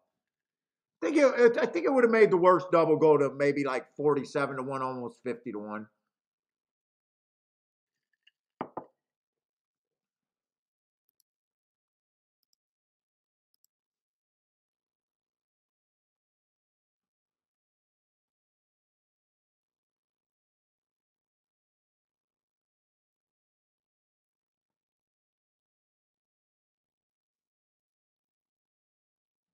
They just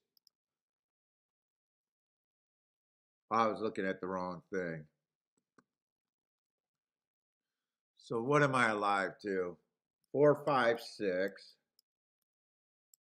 This is just what I'm alive to. 30-1 bet. 64-1 on the 5. And 78-1. So they're not terrible. They're not terrible.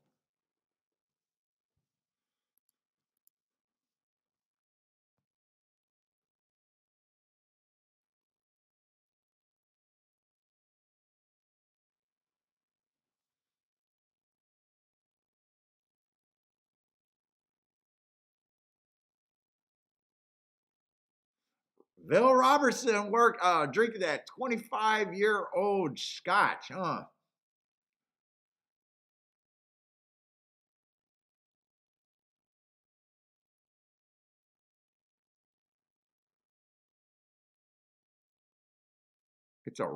It's a racial convent. Soon if you don't move, a cross burned. Wait, what are we talking about?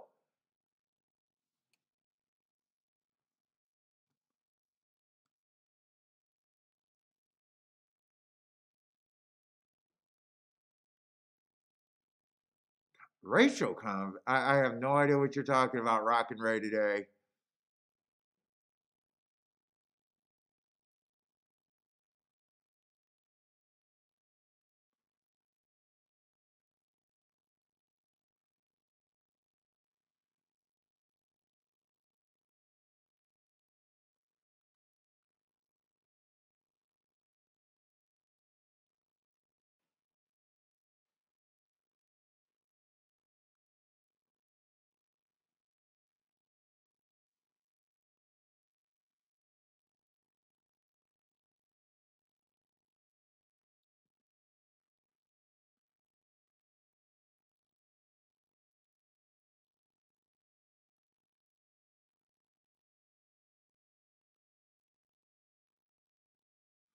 Oh yeah, Charles called that yesterday too.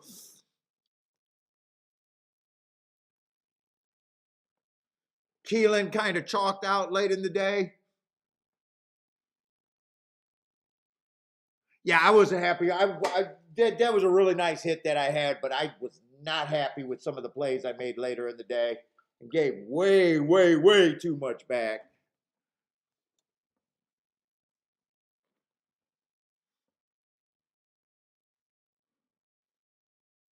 If I went wire to wire, what was the pace there right away? I'm sorry, 6-1 wire to wire. I did not realize what the pace was.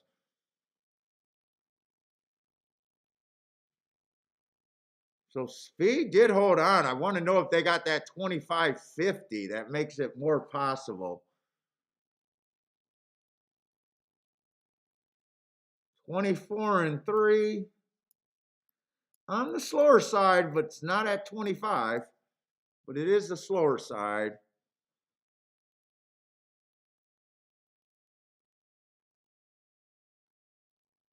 What did they get at the second call? Was it sped up or slowed down? You know what? The second call, I'm just going to say speed held there, and I don't think that was an extremely slow pace. That 48-3, 24-3 was questionable, but the 48-3 just they sped it up at the second call. So not a pace that normally I think they're gonna go wire to wire at.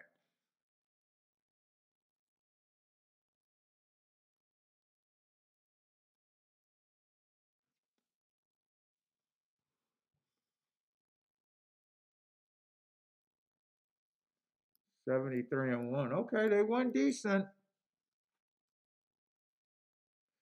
I did think 6 deserved to be the favorite. I thought it was over bet, but I thought the play was not terrible just because, well, I didn't get to price it, but I knew what I was using in the next leg. That I wasn't on the favorites next leg.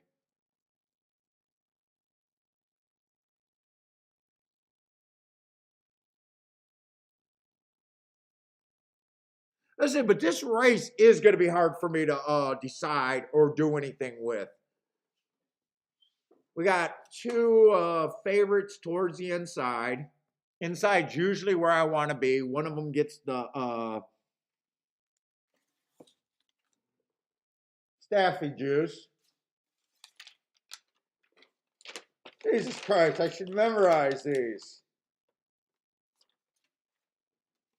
I need them for next time. So it would be hard for me to price the 1 and the 2. I just knew they were going to take, or the 1 and the 3, I just knew they were going to take action.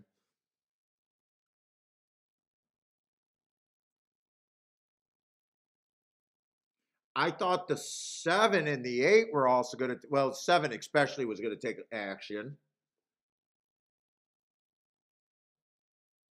But I wanted to get alive to the 4, 5, 6. What's up, Jaddy? How's it going, man? Oh, not me yet. I don't know if I played anything so far today. Did I? Oh, I made a little bet early. I made a little bet early, and I'm alive in a double.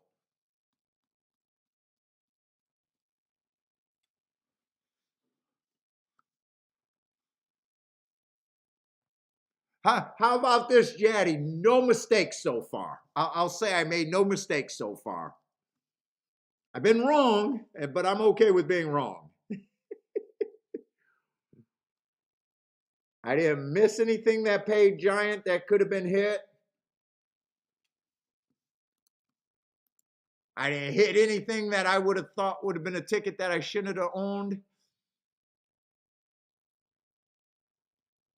I did sit out of a 4-horse that could have been played at 5-1 last race, or 2 races ago, but that was a no bet for me. But we talked it through what could have been done.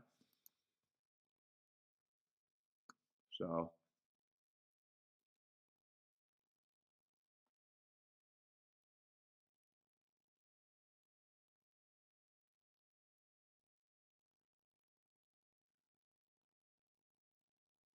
Let's say Roland's Bosun making notes for himself. Oh, I read that. And then he thought yesterday was going to shock out. Oh, we got a lot of races. They just started. They're going in the fourth race. I think we got 10 races today.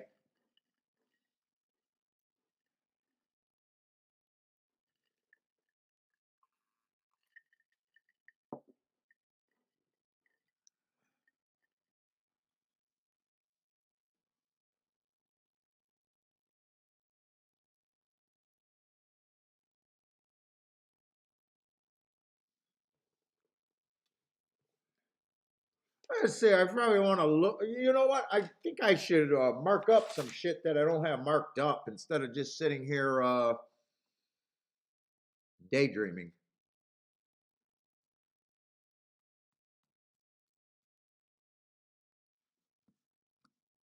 See if there was anything on the two.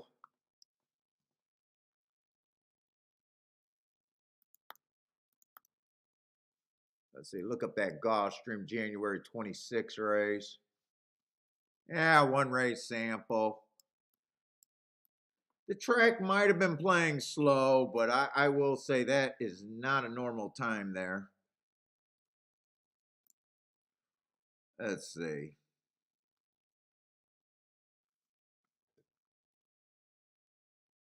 I'm just gonna mark up because I know I didn't get everything done yesterday. I wasn't sure if I was gonna do a show or not.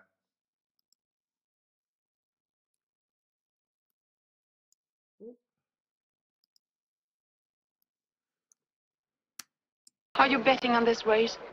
No. Are you not entertained? Are you not entertained?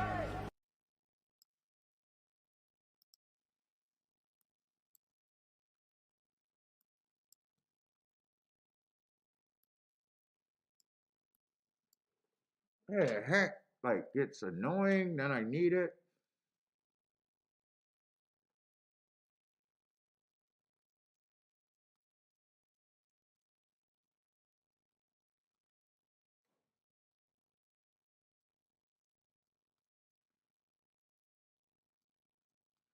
I try to do enough where I didn't want to be too annoying having to get too much shit done.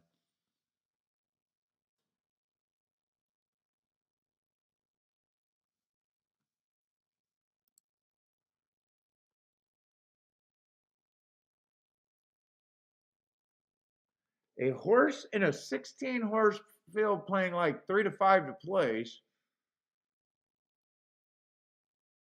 is just about the same. Oh, same as 100 to 1 winner.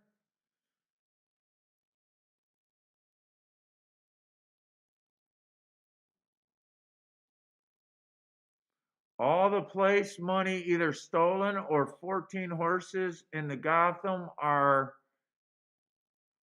unsupported, unplaced pool. Dude, I heard what happened at a Gotham. Supposedly that was not the CWs that bet down that exacta. Supposedly it was a giant better that was a big fan of Andy Sterling that hammered that combination that he gave out. And supposedly it was all on track that made that exacta page so badly. I think that's been debunked that it wasn't the speed. I might be wrong, but I thought I heard that was debunked, that it was one giant better.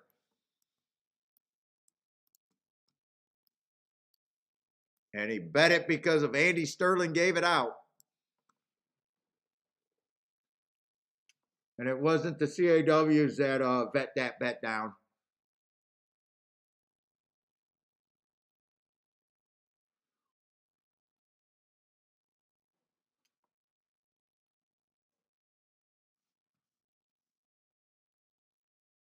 If you're talking about the Gotham, right? The Gotham was the 25 to 1 where the exact underpaid.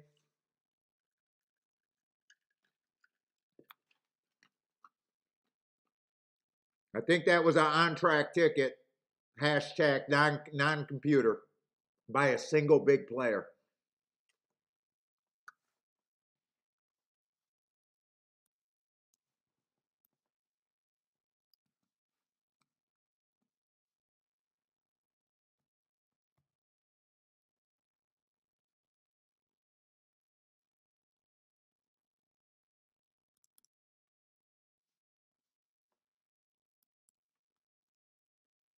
Although I could probably get my information from wrong sources. I will admit that that could be happening.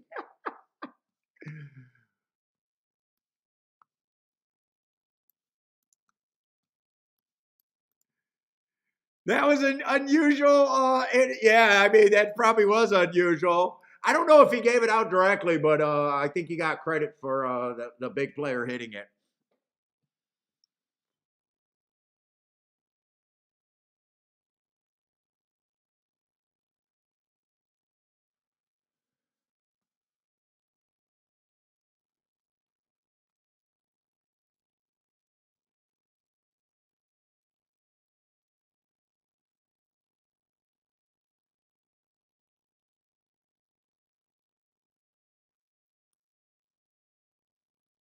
Oh, is that the horror series?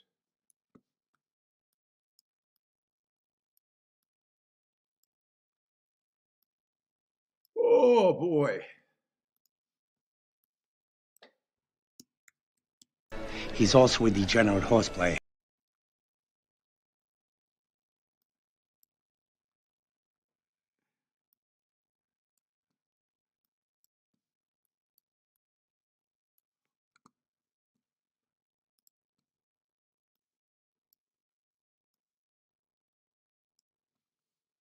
Oh, looks like they're out there in their Easter outfits.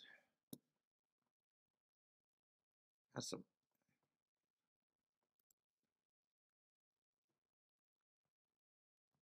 Let's see. Michael says CAW. I don't know. I think they playing all. I think they just bet a ton of pools. They're trying to get in as much as they can. I don't know. I don't know if they're all the same either. Now the win pool would be the easiest to calculate how much you need to bet based on your probability.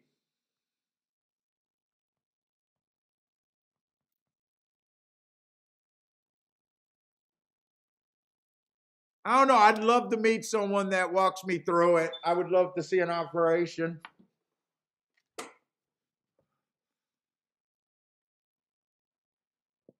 Let's see, Jaddy giving us the tip, vanishing interest. I kind of got vanishing interest in this race because I can't price this race with the first time starters on the inside. I kind of think I'm just in a spot where I'm alive to 3 horses in a double and I'm just trying to ride it out. I got 3 horses. I like my position, and that's all I can say. If the 1 or 3 beats me, or even the 2, I really can't complain. They're either lightly raced or first time starters. I'm kind of ignoring them. I know why I'm playing against the 7 and the 8 because normally I don't want to be on the outside of the track. So I like where I'm at, but I don't think I want to do anything else here. What's up, Theo? Happy Easter to you too. Let's win some money would be nice. Let's see. Roland was just about to post the Jaddy tip. Who does Jaddy like? Vanishing interest? Is that in this race?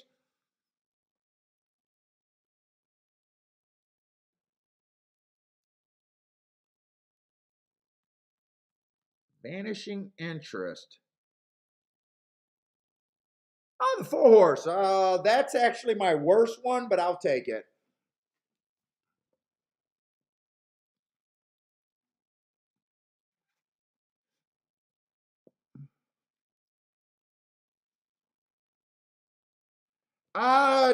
Jaddy, that's what I'm having a hard time with. 1 and 3 are 1 and 3 are first time starters, so I have no clue. 4 and 2 only ran 1 race, so yeah, you never know first race out if he has speed or not.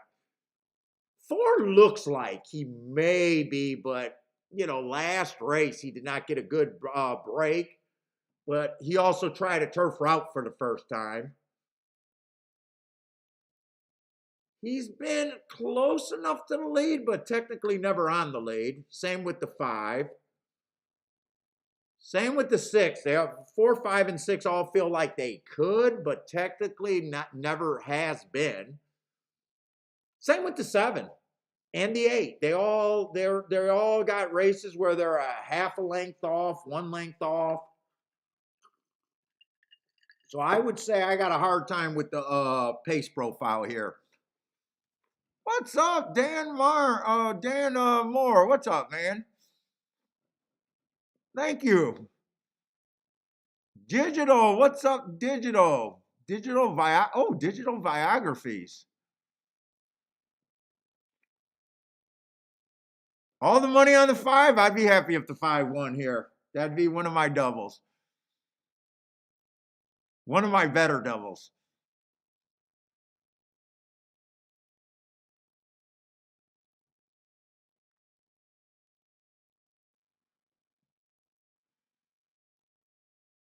Charles is talking about the Staffy Jew. Who is Staffy is on the 3 horse, right? That's his. Yeah, that's the horse with the stimulants.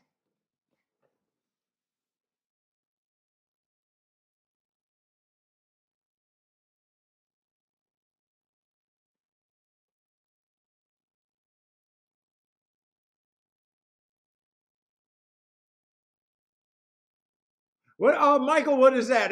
They won't reveal themselves. Talking about the CAWs. I don't know. Maybe I am one. Maybe I am one. But yeah, they're not playing publicly.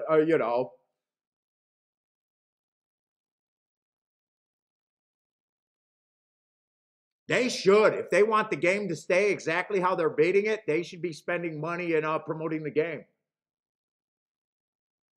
Think about it. Think about it. If you had an edge and you were raping the players and you were putting hundreds of millions or whatever they say they put through the windows, I'd be doing something to promote the game, to keep my little fiefdom going.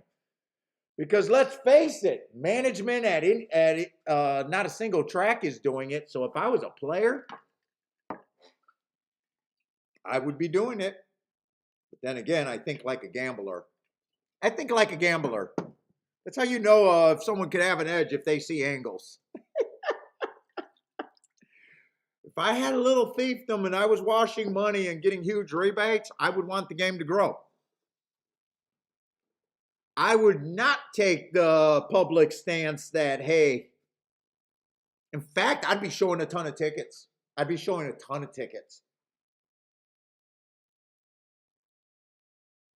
like, hey, I can win, you can too.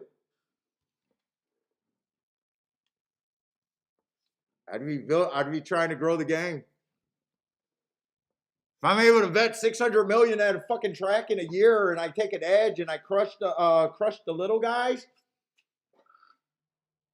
I'd be spending a little bit of money trying to get more people into the game.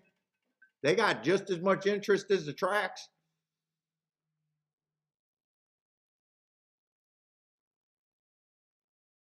Yeah, I know, but I know, but think of all my hits, how efficient the market still is.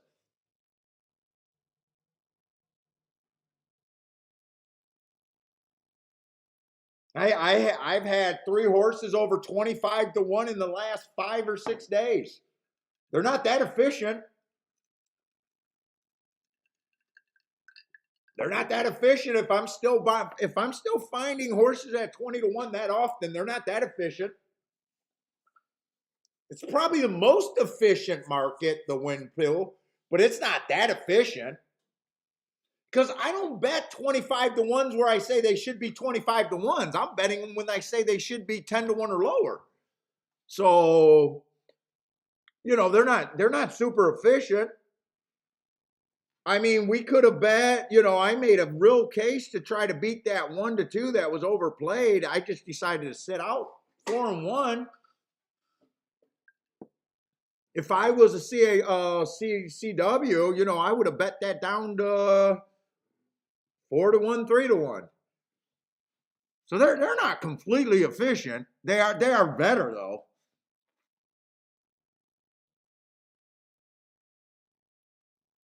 Well, no, but no. If the market was super efficient, there wouldn't be value on anything, right? If the market's super efficient, wouldn't that mean that there's never any value?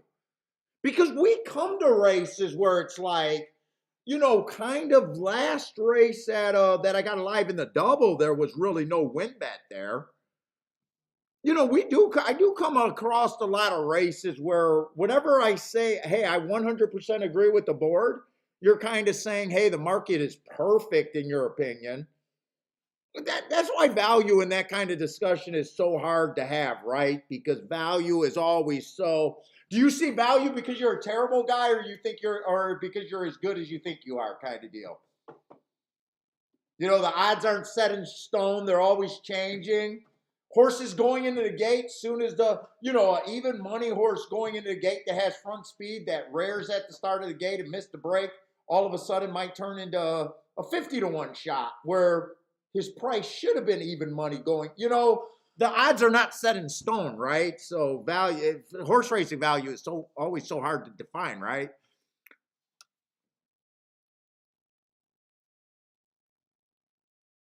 Where, like in poker and blackjack, they're the odds of the cards are the odds of the cards, right? Horse racing, it's perceived value, right? It's not set in stone. Even after a race, it's not set in stone. Well, he had trouble. She missed it's never set in stone. We think a horse should be even money or whatever we think it is, but just because we think it doesn't mean. So it's just so hard to define, right?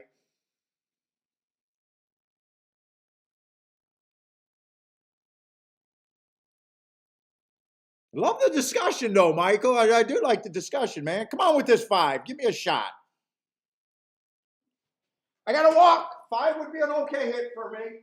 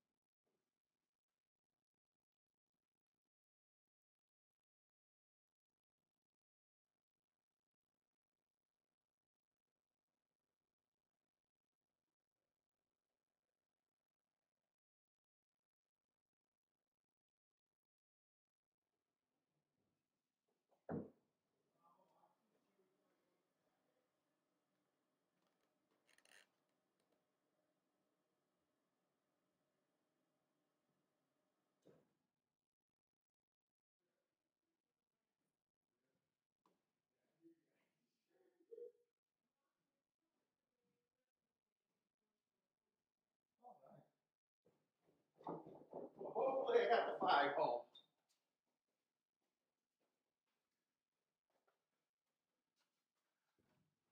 Ah, the 3-horse one. Okay. Up the rail. I got no problem with that.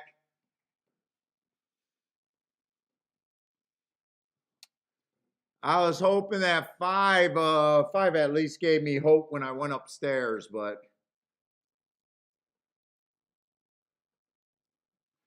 first time starter, I can never complain when the first time starter win though.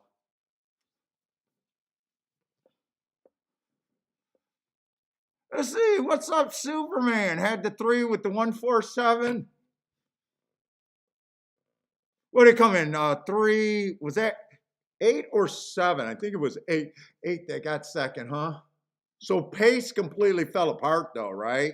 Because I think 2 and 5 had the lead. Yeah, pace had to completely fall apart. Not the fastest fractions there.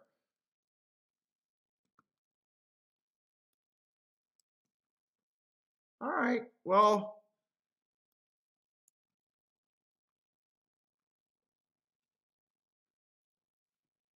the juice. You got to bet the juice. Jaddy with the easy money.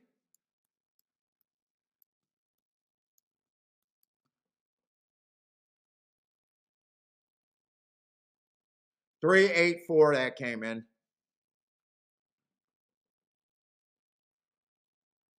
Yeah, 8 was second. Now 8, I was hard on for the win, but they can still get second. But I'm anti-outside there.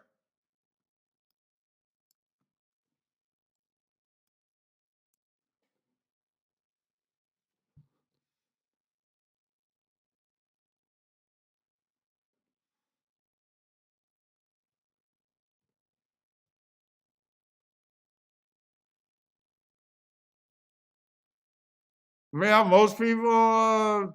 Well, Michael, I think most people. Most people. How do I want to say this?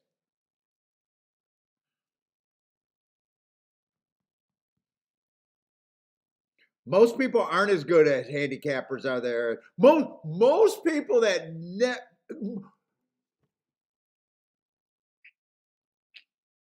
most people think they're really good at this game and never even want to meet a season or a year. Let's just put it that way. There's an awful lot of fucking experts that haven't won anything in horse racing. Whether they got a better overall opinion they think they have or a better ticket construction. Most people do not deserve whatever they think they are in horse racing.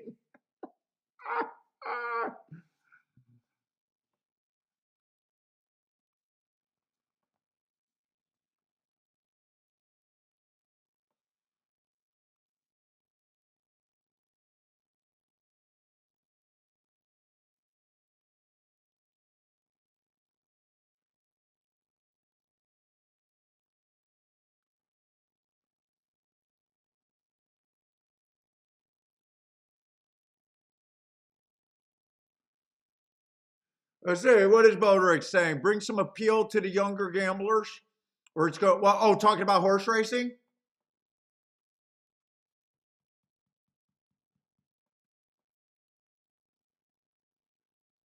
Yeah. You definitely got to figure it out. And the only way, I think the only way fucking horse racing just buried itself by never fighting the rumors and never giving any fan education and never hiring anyone that's good.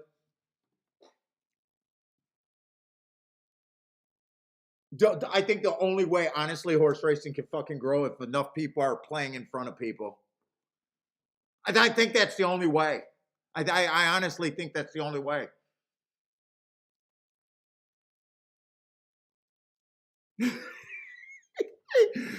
Because I know that I got 90% of my audience claims to be experts winning, but I don't understand why we're not bringing millions of people in the show and bringing them all to the track. I know why my friends don't come with me to the track year after year and quit their job. Paul, I bring $300 to a track. You fucking bury me. You lose. I got to stop playing, and then you hit something that makes everything right for you. Well, that's how horse racing works. I'm sorry. Well, I can't do that every fucking day. They don't got the stomach for it.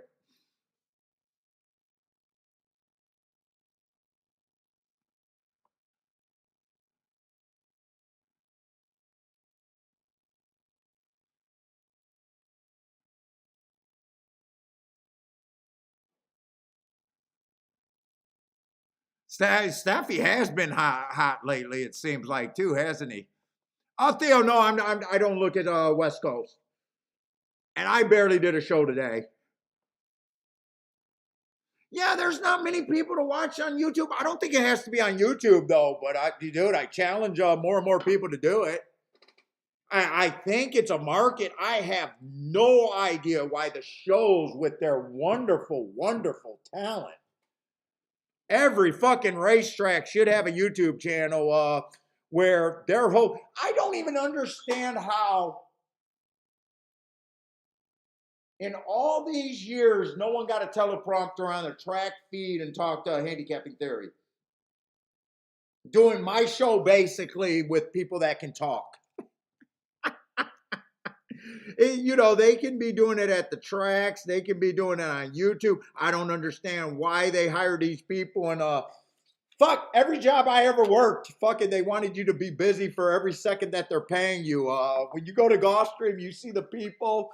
They walk to that little enclosure between every races and then they leave. It's like they clock in and they clock out. They race one, they go in there for the the hour before. They leave. They come back on race two, talk for 10 minutes, leave. I don't understand why they're not constructing tickets, telling people, answering questions. I don't understand why they're being wasted. At the very least, they should be answering fucking handicapping questions for new people.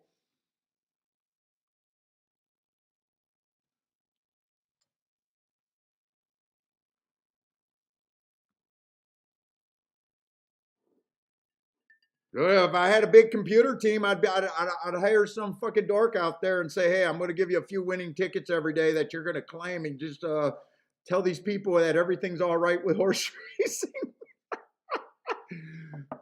Dude, we're getting a lot of negative press on Twitter. I need you to counteract that. Horse racing got no fucking clue, man. Three card Monty game knows that they need to have plants in the crowd to even get anyone to fucking bet that stupid ass game. Horse racing has no clue.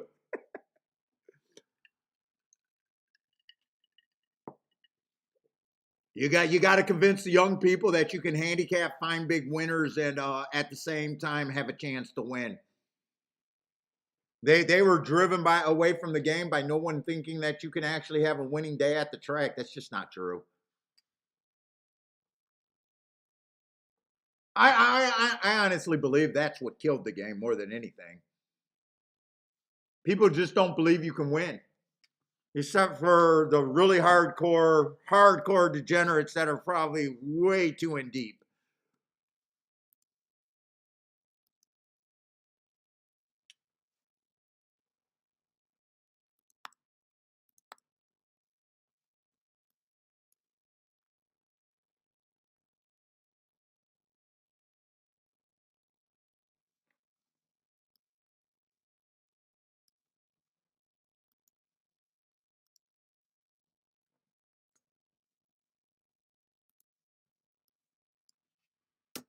Are you betting on this race? Let's see, No. EP. I'm still trying to get a little bit more races here. I think I got a couple more. Oh, wait a minute. Jesus Christ. What?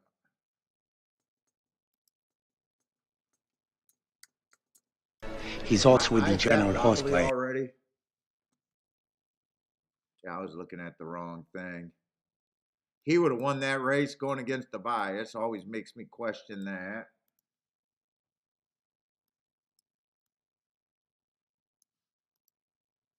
He did have to slow it down quite far, though. Nice race. And I'm supposed to be looking at the 5th race, so I looked up the wrong horse.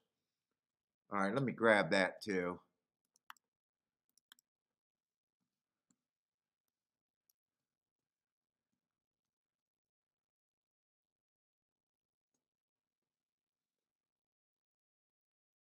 Long layoff on this 5.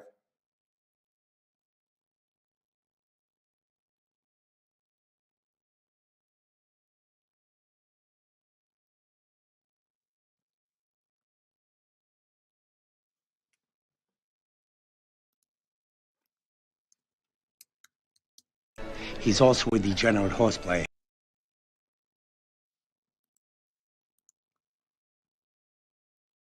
Oh, actually, that's a nice race. I said I thought that might be a nice race because I remember that we had a good, I had a good Saratoga, all because of that turf course. I thought that was going to be a good race there.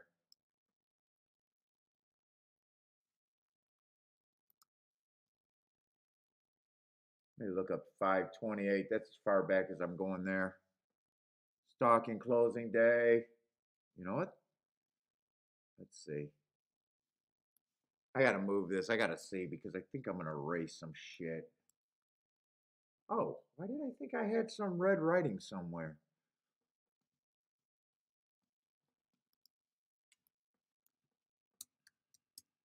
He's also a degenerate horse player. I did have some red writing there. I knew I slipped. Oh, that's just a year off thing. Okay, that's not that big a deal if I lose that. That's not that big a deal. You know what? This horse got a little bit more there.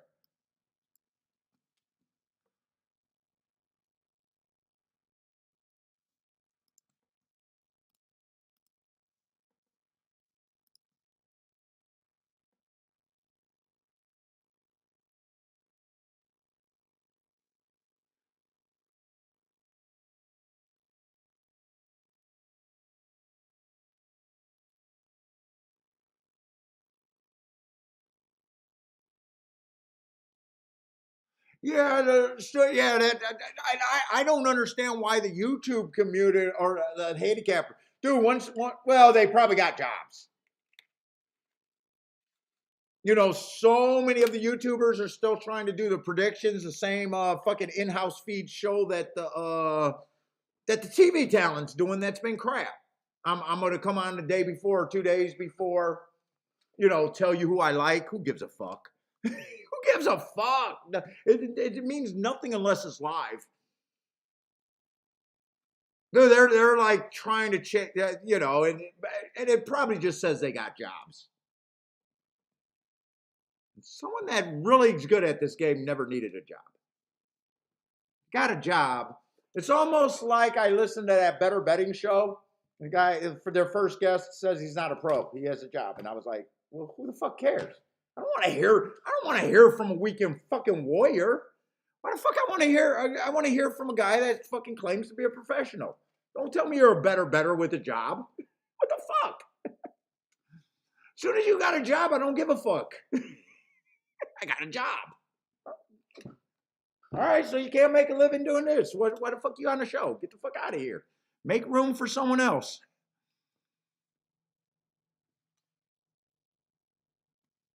Now, the next show, they had a real professional, a guaranteed real professional.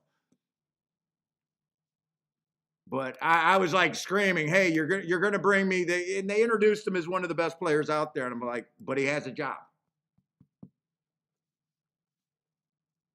He might be. I don't know. He might still be that good, but he has a job. He has a safety net. So you're going to lock yourself into a position where you got a job where you're playing a game with unlimited income. Just bet more. You're wasting your time on something that you could have unlimited income.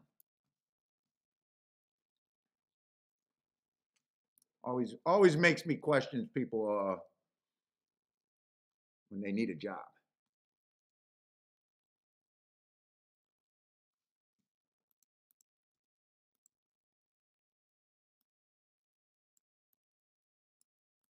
I don't need a job. Don't need a job.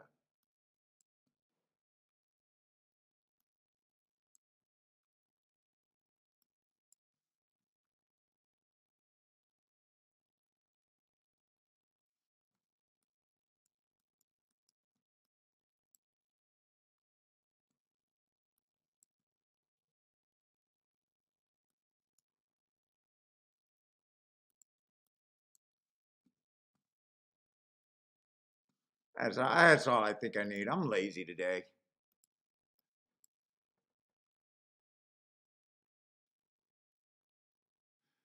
I don't know who is Miss Holly. Is that a horse? No, I try not to even know their names. I have no idea if that's a horse. I have no idea who Miss Holly is.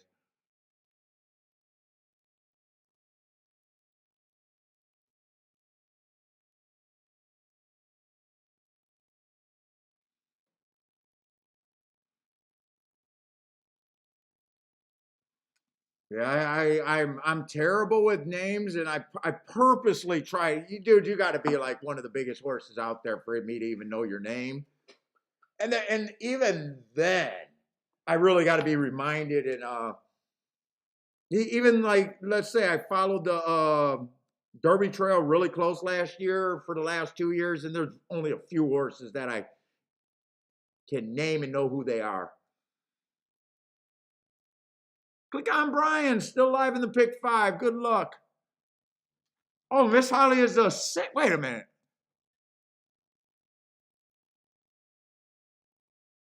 Miss Holly is a 6.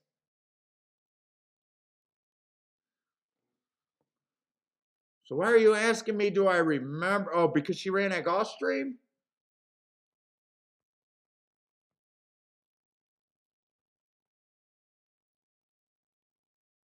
No, I do not remember this horse at all.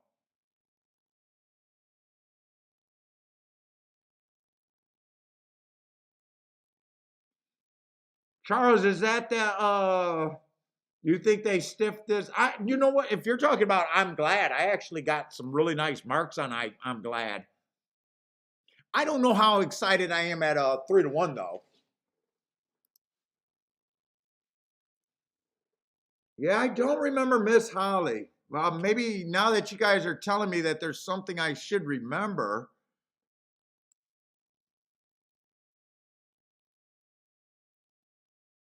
Let's see. I mean, first, yeah, that's fine with that. I just find it funny with, but you're not. I don't know who you are. I just know I noticed you recently, but you're not. But if you're not out there claiming it, I'm talking about people that are like asking for jobs, begging for jobs, selling shit on the side, doing interviews, doing shows, and fucking. I went down that route because I said the people that are doing a lot of YouTube content or doing the shows and can't do it live, probably because they're working. So that's what I was getting at. If you're not trying to fucking, like, I'm putting my face out there. I'm putting my dumbass face out there. The people that are saying, hey, I want a job for TVG. Well, why? I'm not talking about a player that plays and mind their business without ever saying, hey, I can do that job, or I went in there and applied for that job. I'm like, why? He's making bad lines. I could go make a better line. I want to be your line maker and get paid. Why? Beat the fucking game. Why?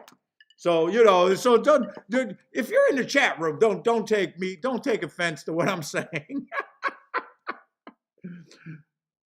Most of you guys are big enough losers to decide to go this route. No one was going to pay me anything to work.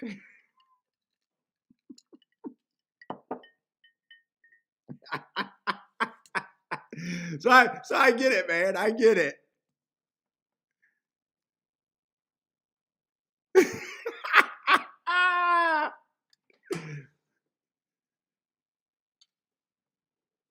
And I'm not saying you can't be really good without it. I just found that episode funny. I just felt that was their first episode.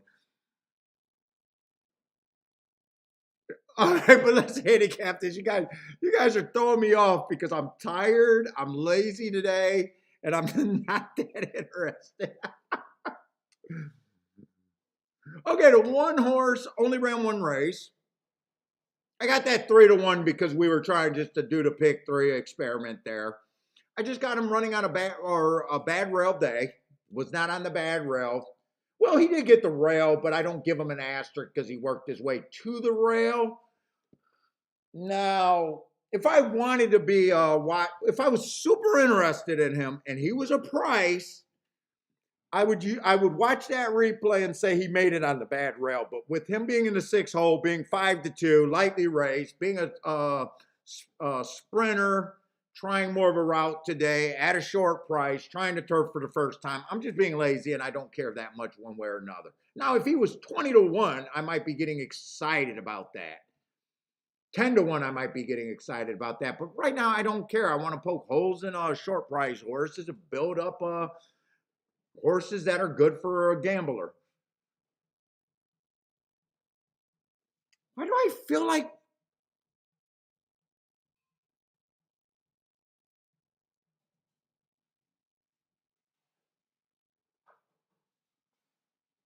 oh, you want to know why this the form, the first 3 horses look exactly the same as in the race before.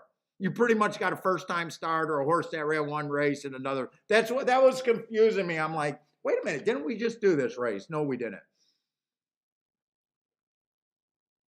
2's not a bad price, but a 1 race sample, and I have no real story to get to him one way or another. 3's a first-time starter. 4 short price, been off a year layoff. I don't mind the speed figure. I honestly don't mind that race after a year. That's probably a pretty nice run after a year. But short price 2-1, I'm normally trying to beat 2-1s. 5 got really nice marks. But we're talking about another, is it really a big pay raise to try to beat a couple 2-1s to get to 3-1? Not in my mind, really. But I could get there. I got no problem if you guys got better opinions than I do here. I just don't have much of an opinion to justify a bet so far. But I do think those are really nice, Mark. Now, the 6 horse at 25 to 1, I don't mind reaching for shit. Because I know that it's good to get outside the box. I do like the bad rail last race.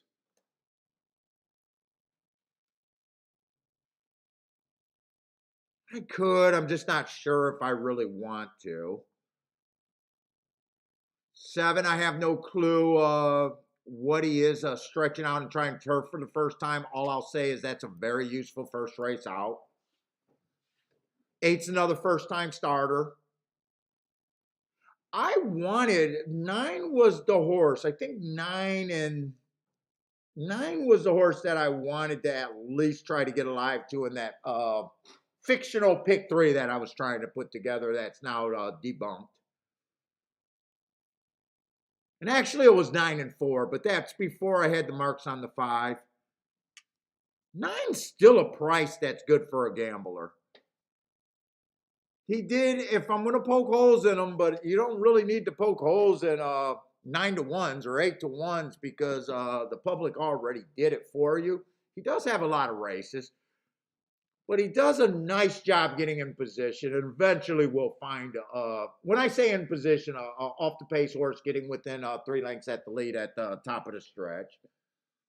He will eventually find a field he can beat. Maybe this one, may not.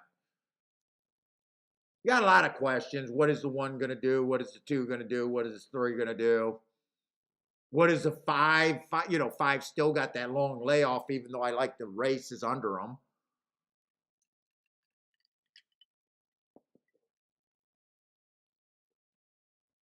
The more dangerous I think a race is, for my opinion, the more I need to get paid if I'm right.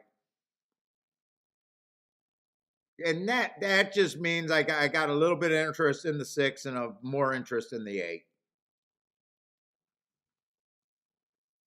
I don't think I can really need to waste time doing a betting line because I know that those would be my keys. So 6 to win. I would put more on the 9 to win. 9 I might keep first and second with just a group of horses. I will keep this relatively reasonable. I would use the 5.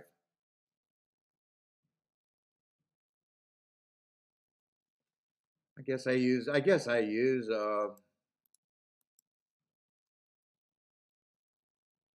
either I do this or I sit out. I guess I'll even use the 1.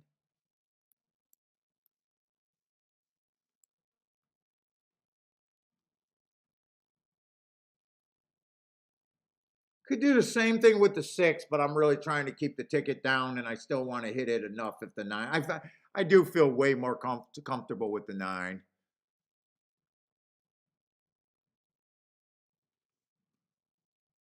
Fuck, I'm not even in the right race for the bet. Let's see.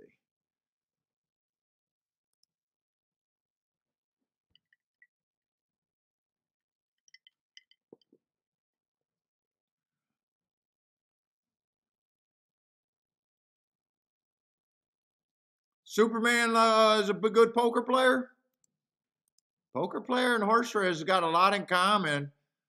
That's where I would be.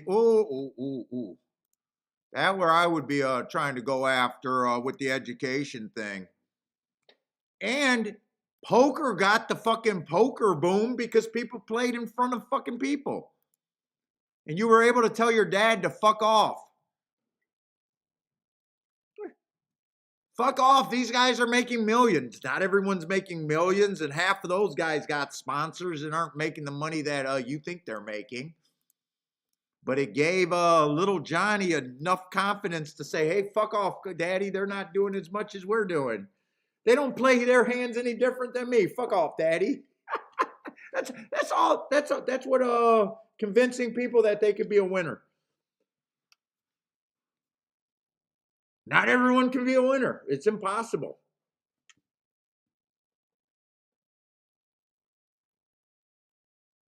What's up, Ryan? Elliot, how's it going?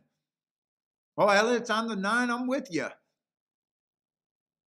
That's how poker got the boom. All they did was fucking glamorize it on television and fucking people played in front of people. And you say, oh my God, Daniel plays rags just like me. I can do that. I want to sit at a couch all day and have a girl massage my neck and go to a casino every day. I can tell Daddy to fuck off. Daddy's right, you shouldn't be chasing it, but I can tell him to fuck off with confidence now.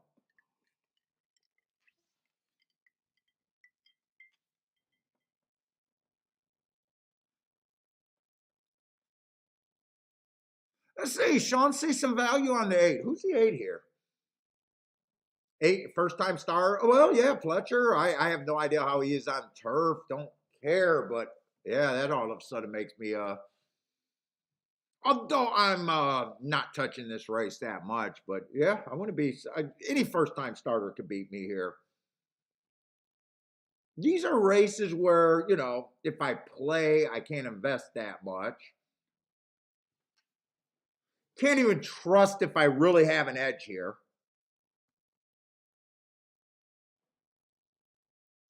5 might have been a little more tempting for me at a win bet at 4-1, though. I will say that.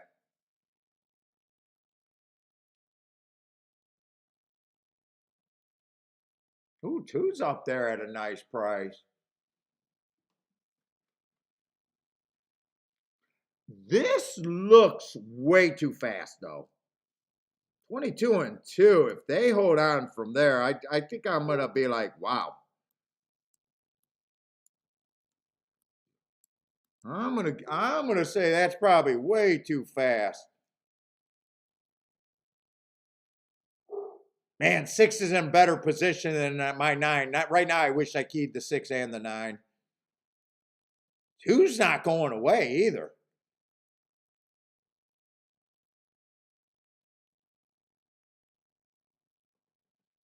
They should go away, but that 9 got nothing.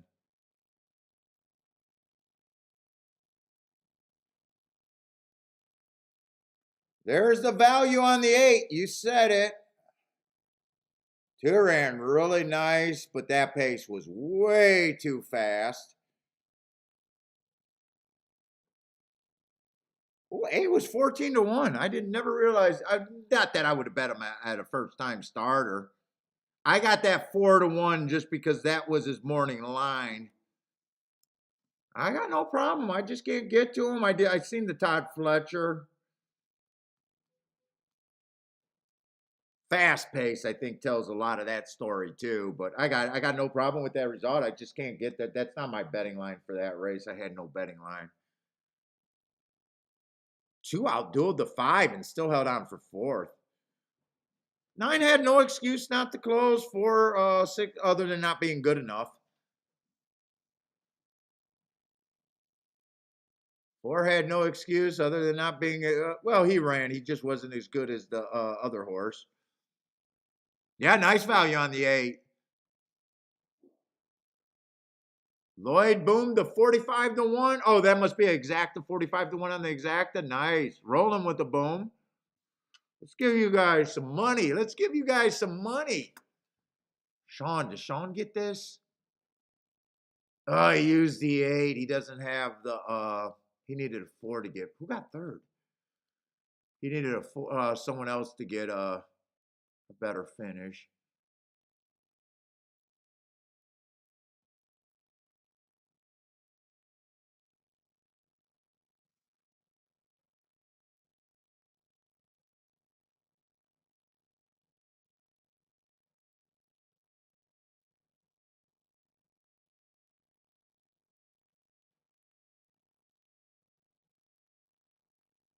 First time starter with the 4 with first time starter.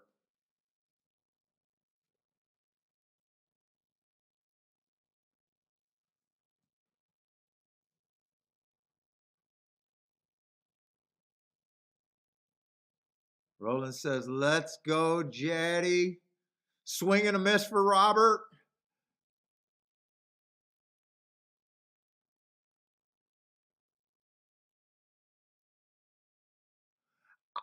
I don't know if the 9 was pulled up. He finished 5th, but I gave up watching him. I knew it was hopeless for it didn't seem like he was ever going to be there. Oh, that is a Starship horse, Elliot. Oh man, Elliot's screaming right now.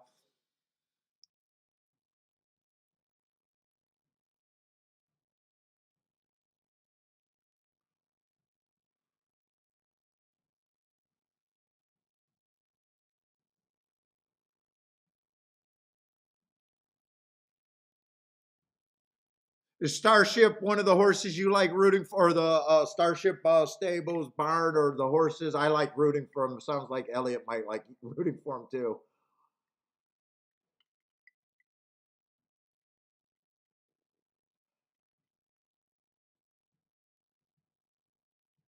Roland says, Fletcher, yeah, I don't think you get Fletcher very often at 12-1.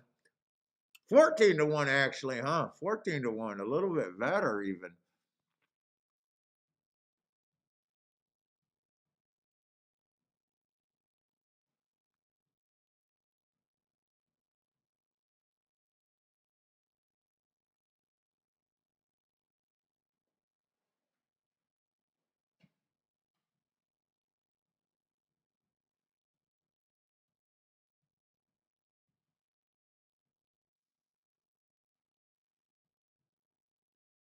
What are your thoughts of people that play jockeys? Just unsophisticated for the most part, Theo. Theo, I ask you this in a par mutual pool. Take a buddy to a racetrack and time how long it takes you before they say, as you're trying to explain to them the game of handicapping, take any first time person that you're trying to do that to the racetrack. And I guarantee after 5 minutes, they'll come up with a betting theory. And they'll say, hey, who's the leading jockey and the leading trainer? I'll just bet those. If that's the first thought of 100% of everyone that ever been to the track, that by itself is not going to get you anywhere. I guarantee that by itself is not going to get you anywhere. The work has been done on that. I mean, it just, if that's the first thought in the par mutual pool, the price is priced in. Not saying you can't have big days. Not saying you can't, but if that's what you're betting, it's very unsophisticated, first of all. And 100% of the work's been done on it.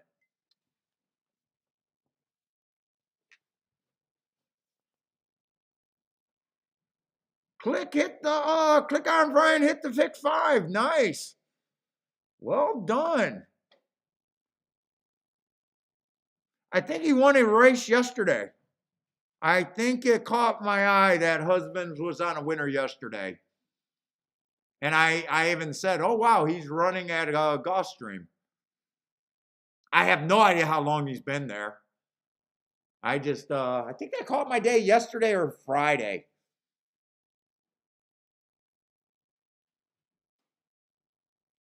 Greer says, Todd, motherfucking Fletcher. Hopefully that's a good thing, meaning that you hit the 8 horse. And not that the 8 horse beat you, huh?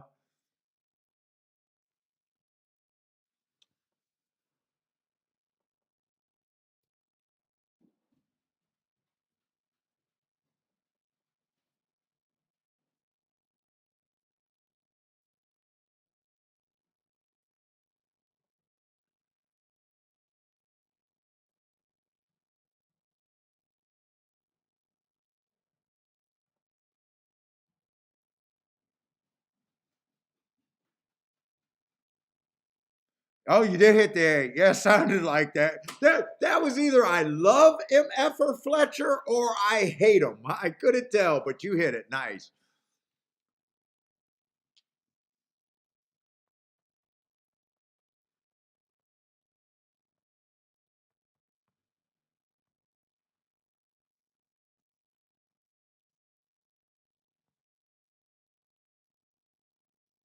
Sean always plays Fletcher no matter what the odds.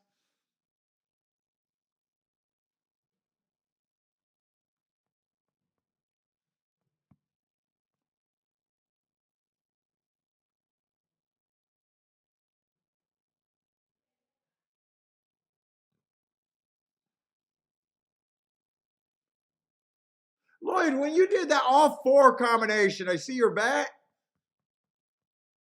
You took all the combinations, just not the good ones. I mean, you got a good one. I'm not calling it bad, but just a question. All with a chalk. That's against the rule, Lloyd. That's against the rule, Lloyd. You could have threw out the crappy ones and doubled down on the good ones.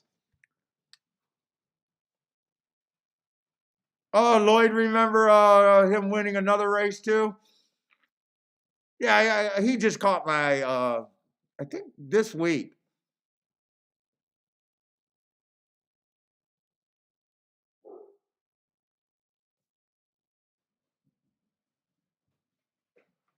There must be a lot of activity outside because I just hear Bentley above my head just running to window to window, window to window, window to window.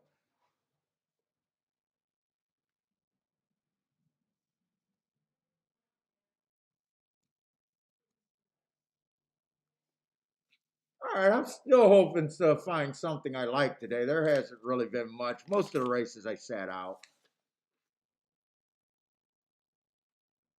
Or put in bets that I thought could be okay, not really knowing,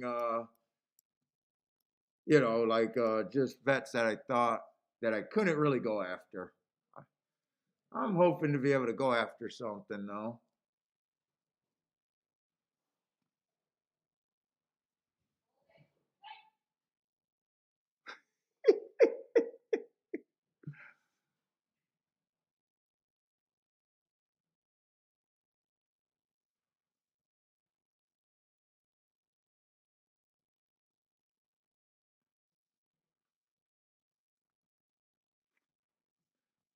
Let's see, we got a $60,000 dirt race. We still got 10 races today. What is that? 4 races? Are we in the late pick 4?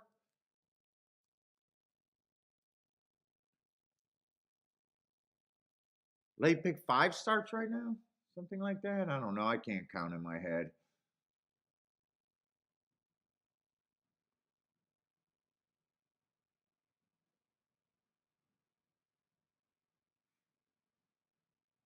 Let's see, 7 horses, 8 to 5, and a 9 to 5. 3 horse did win the only other dirt sprint today on the inside. 2 and 5 got the lead. 1 got up for third. The 8 got a second. I think everyone came off the pace. Too many first-time starters and lightly raced horses for me to think that anything helped all that much.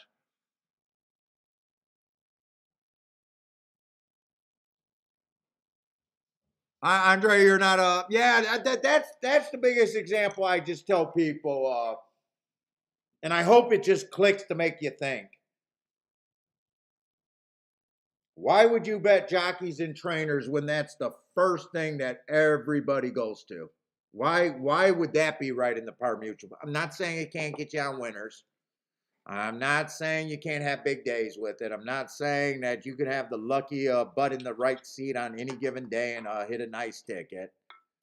I'm just saying, why would that be a handicapping factor that's been poured over probably more than any other handicapping factor in history?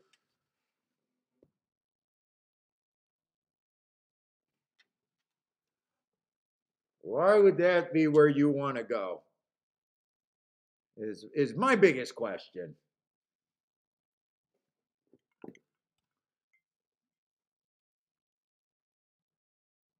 Oh no, I'm not. Actually, I'm not. Parsons helps me get my data and preps my data where I can do a lot more tracks easier. And what happened is he's bought a new company and he's super busy, so he can't help me. So I got to go back to doing everything by hand.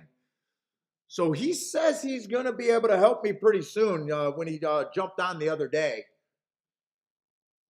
If he's able and I'm able to get caught up, you know, I was trying to get West Coast this year, but that's one of the big reasons. If I got to do it by hand, I can you know, I got to do less. So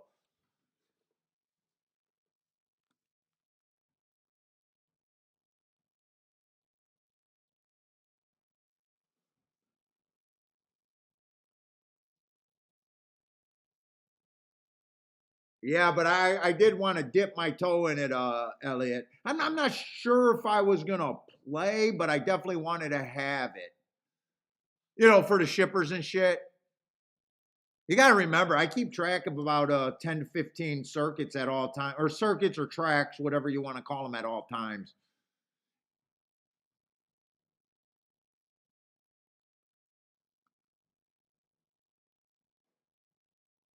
Jetty tipped that horse?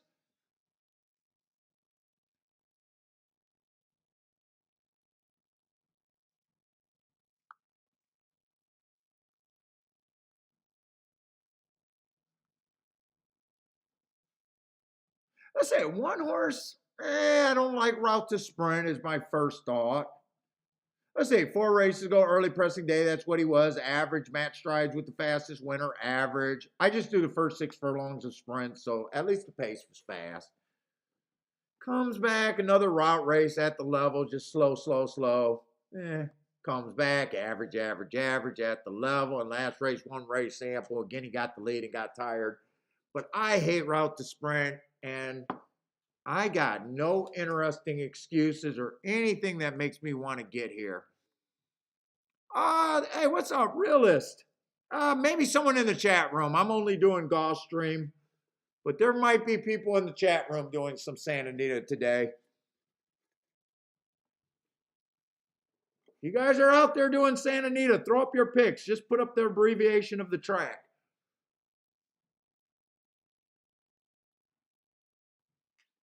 Or any other track that you guys are playing. You guys, most of you guys know that it's definitely okay on my end. I just can't do anything that I don't keep track of and having a handicap.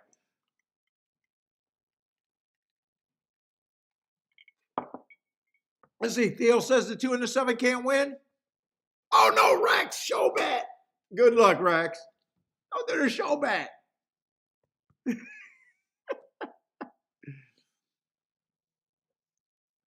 What's up, Rex? Let's say the 2-horse stalking closing day 3 races ago. He was a closer if he was anything. I don't know if he was a closer. He was definitely slow and should have closed. He did come back and win off that race. Slowest winner of the day while closing. Actually put together a 2-win streak after that race. Which is weird because he closed 1 race, slowest winner of the day, and the next race on a stalking closing. Whoa, okay. That was a rout, so that makes sense. I was ready to say it was weird that he wins closing, and the next race he wins wire to wire, but he did go to a longer distance. So that makes sense to me. Probably doesn't have real speed to be a sprinter, but can take route horses wire to wire.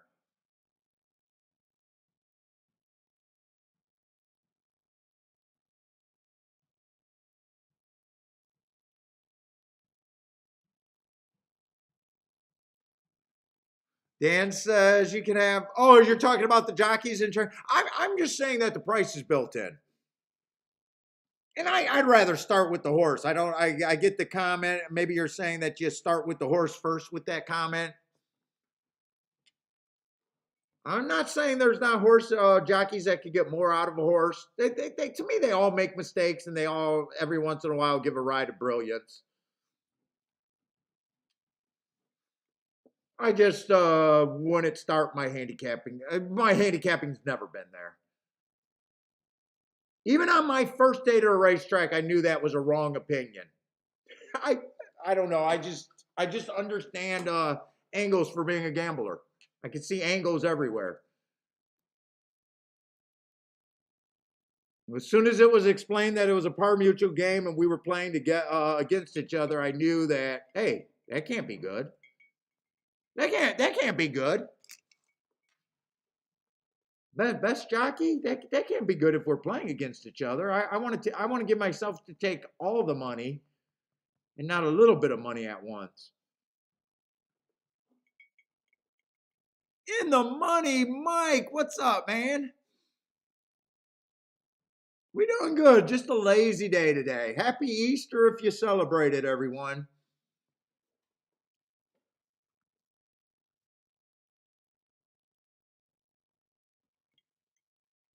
Bradley says stay away from gold jockeys that don't end. If they can give me an opportunity, I can get to the horse, I'll take it.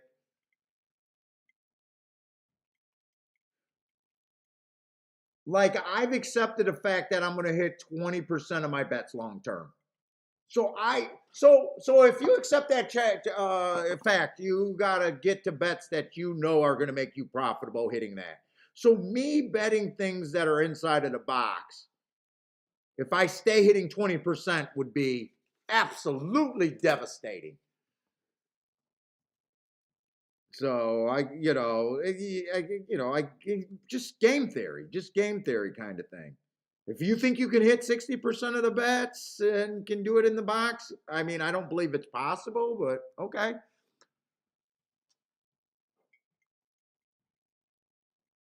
I say 3 is the favorite or one of the favorites. Inside of track's usually good. I don't see a lot of pressure on this race. 3 races ago, I liked that race. It was an inside speed day, and he had the 7 hole going 1 tick slower than the fastest winner. I think that's a super nice race. Comes back, fastest winner of the day, 90 cents on a dollar. Fastest winner, but not a good betting thing. And then last race, tried a grade 2 race.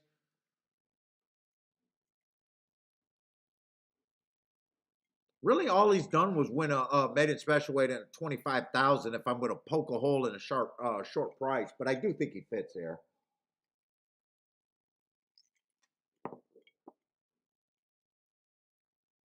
In fact, I'd say one horse who I don't like. Well, no, that's right. One I don't like because of route to sprint.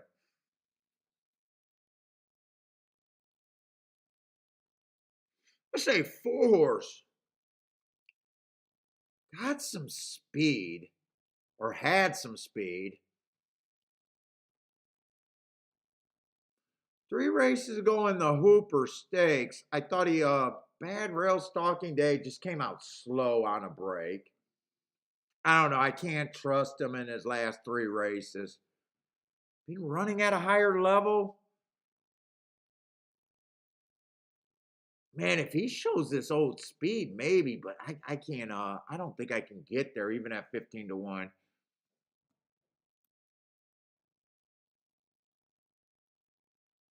5 got speed, but mostly at a route, and I hate route to sprint.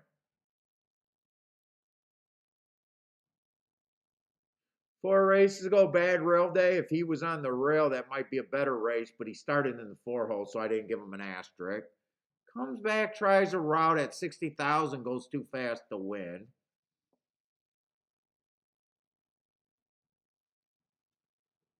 Five to one, probably priced right. 6 is another horse that well, okay, 6.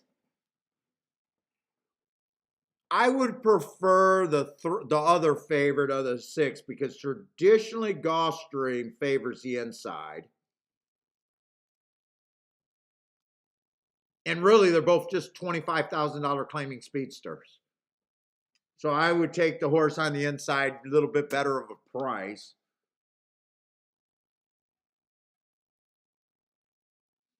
6 also doesn't always go to lead. Dude, man, I feel like the 3 horse should be able to get beat here, but I honestly don't know where I could go to beat him.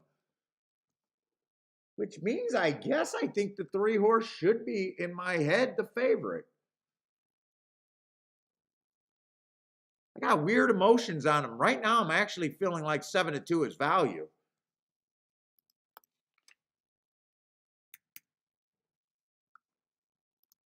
One, I hate route to sprint.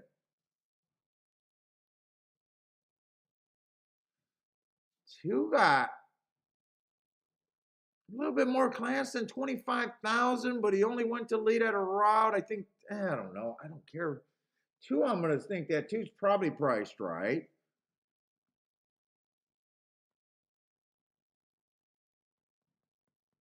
Four horse, I might be able to use the four horse a little bit.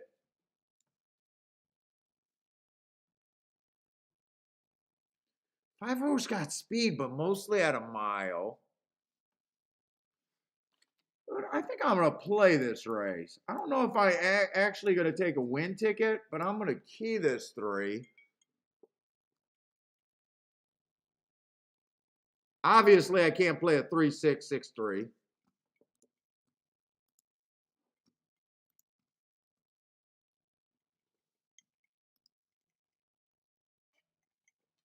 Three one, 3-2, 3-4.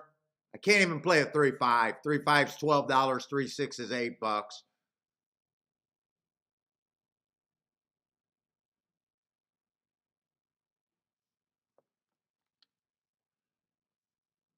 Can't play a 3-5, but if I wanted, I could play a 5-3. I don't even know what I like here. I don't have to like any of them. 7-2, I might do the win ticket.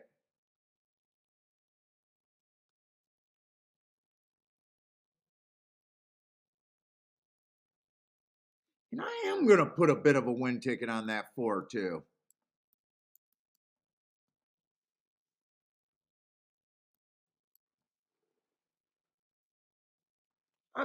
I may or may not do the win ticket on the 3. 3 is the last thing I'm going to do. Definitely putting a win ticket on the 4, though.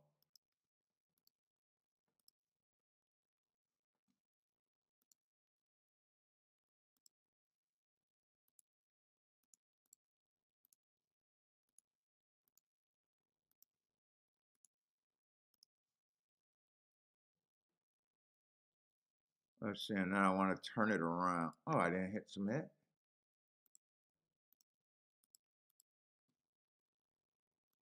I want that for less, though. Then I will take a... How much is a 5-3 paying before I do that? 23-1. Yeah, I think I do that. I think I do that.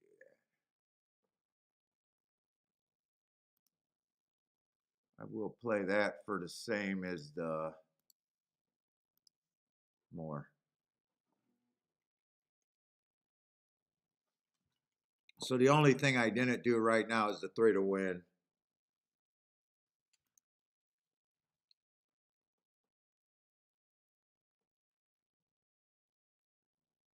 If I knew for a fact I was going to get 7-2 or 3-1 on the 3, I bet. But I got to worry about getting 5-2, 2-1, or fucking 8-5 by the time the gate opens.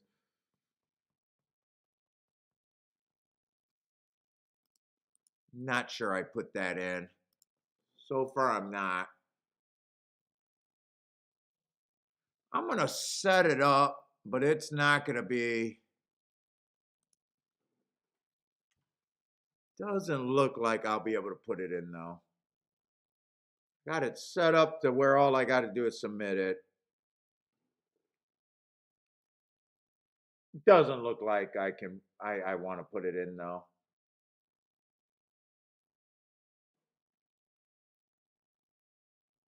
If I knew for a fact I was going to get 3-1, or better, I put this in, but I don't think I put that in.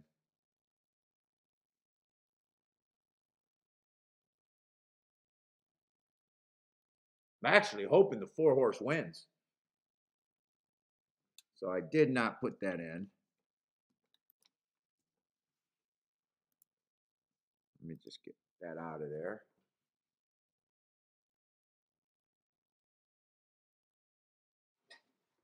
Give me this 3-4-4-3.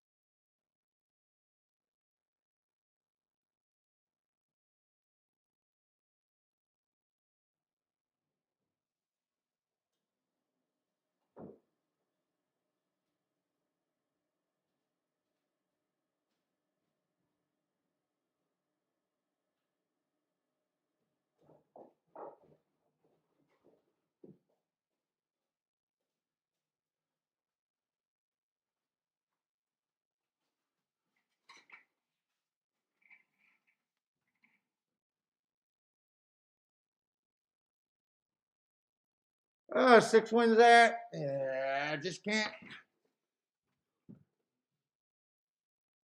Who got second there?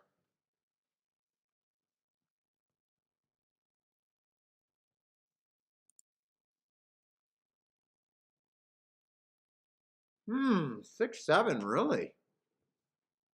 Kind of outside. Although six, I do think should have been second choice. Six, I did think is second choice. I thought if the inside's usually better. Wow, that came in 6-7.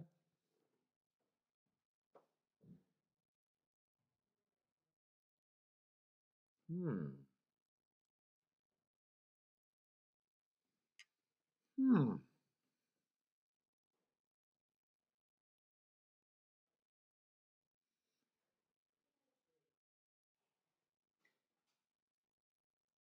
What was the other dirt?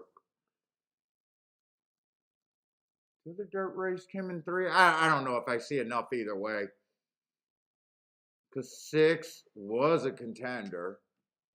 It's not like 6 is not a contender. 4 and 1 did outrun their odds. Okay. It's not like I could play 6, 7. Yeah, I guess I am. Well, I know I'm supposed to lose that race if I'm in it. Andre with the boom, huh? You got 7-2 to run second, huh? $9. $9 to run second, huh?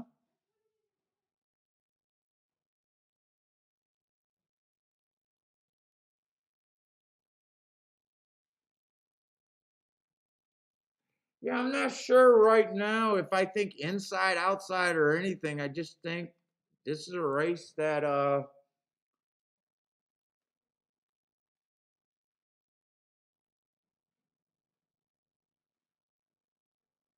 I don't like the 7 horse, but if the 3 and the 4 hooks up and duels, that's what happened. 6, I have absolutely no problem because it's close between who should be the 6 between the 6 and the 3. I gave 3 the edge because of the inside, but if 6 was on the inside, I would have gave 6 the edge.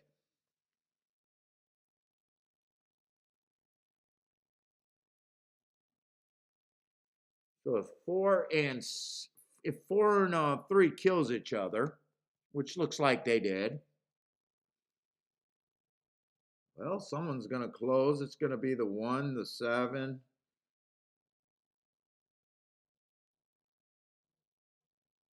The 5. Who's the 5? I honestly have no problem with that result other than I didn't hit it. Or the 2. Yeah, someone got to get second and third.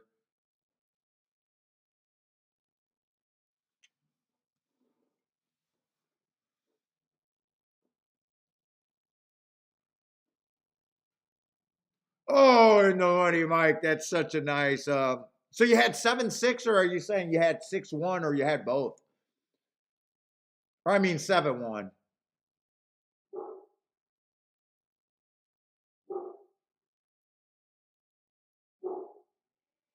Yeah, really. That's where I'm at. There's races that I play that after that result, I'm not supposed to have that ticket, and I'm supposed to lose, and that's fine.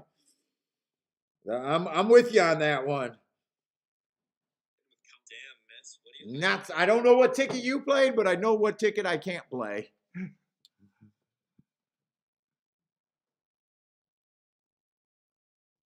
At the same time, I could have said 6 was a very likely winner and sat out that race too. But I thought 3 could have had the edge. I hated that the 2 horses that I wanted to run the most were the 2 horses dueling. I should have known that.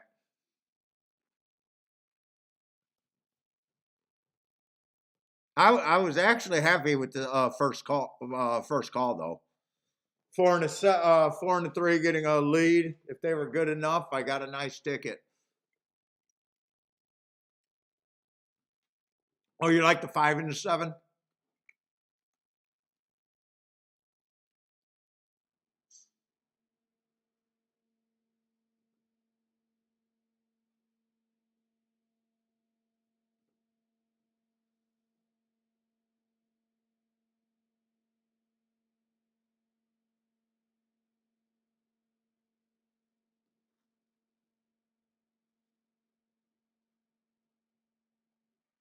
And I wasn't sure if 4 was going to completely show speed either.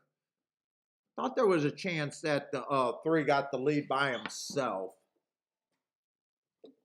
4, I like dug more on the 4 to decide 4 could be the horse pressing, and I wanted to do a win bet there.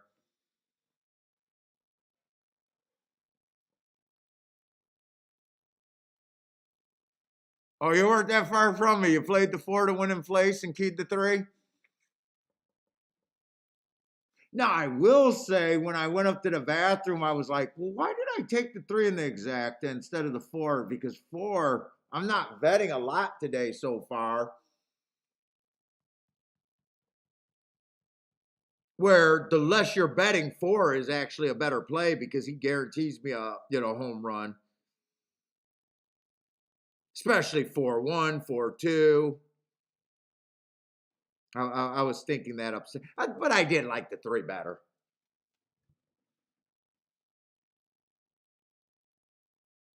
Yeah, I liked where I was here. They're just dueling. I want to see how fast the pace was.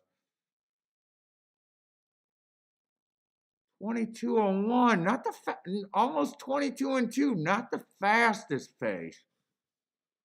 I noticed that the other race earlier wasn't the fastest pace either. I thought, wow, that was kind of slow. No, don't let my video die. I want to see. Okay, there it goes.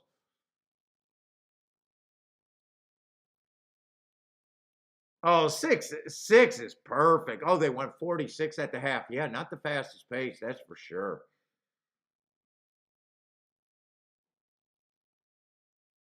Oh, right here, I would have been pissed that I did not have the 1 with anything else. 7 just comes flying late. Okay, 7 just goes 7 to me. 1-4, and everybody ran a better race than the 7. 7 just closed on tired horses. I always prefer horses that are in the pace or closer to the pace, and think that horses coming off the pace runs inferior races, in my opinion.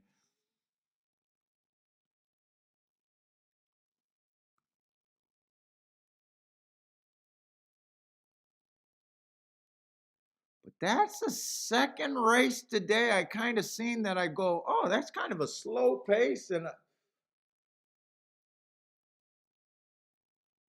I feel like the 3 and the 4 died a little too much on that pace, really. 46. These are $60,000 claimers, and they died pretty good.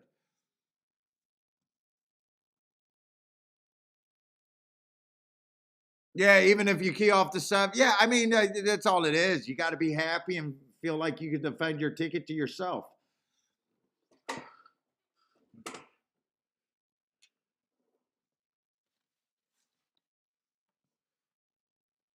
I'm right there.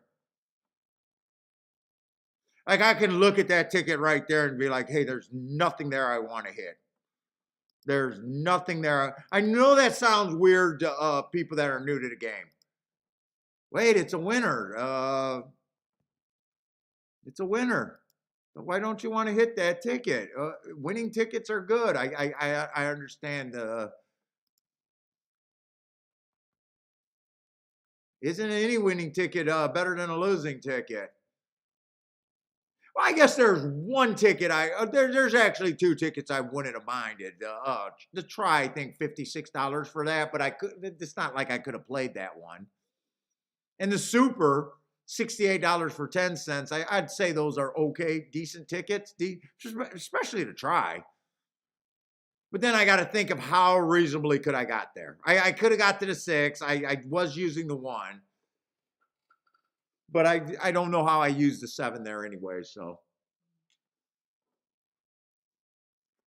But exacta, there's no way I want that exacta. There's no way I want a win ticket on the 6.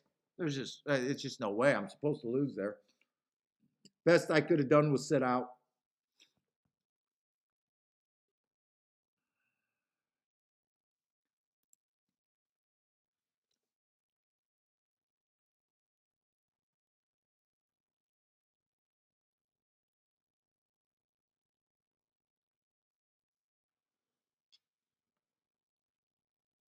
Nice big field here in the 7th race. Chief horses too, $10,000 claimers.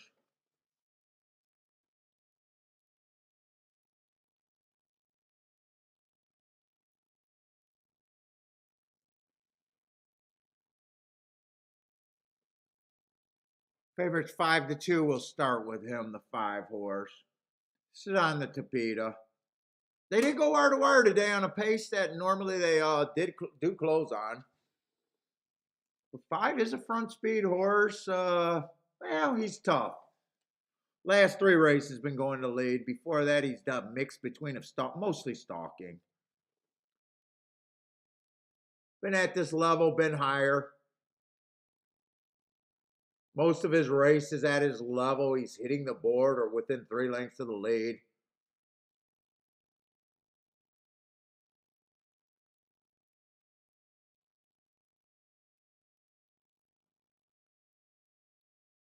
Six horse probably going to show some speed. Dropping a little bit in class. I like his races. Went too fast to win. Closing day went too fast to win running against the bias. And I wouldn't be shocked if last race was another race going too fast to win. Really nice marks, but PETA just traditionally, ever since they started, have been unkind to front runners. He is capable of rating. Stalkers do win there. He is a nice price.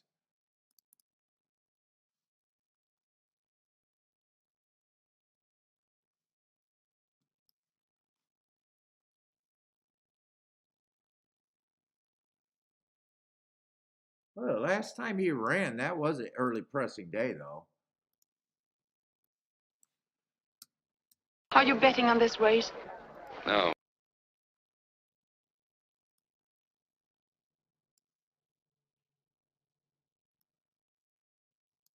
Got a little bit higher of a level, but that's at Tampa Bay. Tell me there's more speed in this race. I kind of want a layup or something I can hammer. When I say layup, I don't mean a short price that I like. I just mean an easy call, win or lose. Prefer to win though.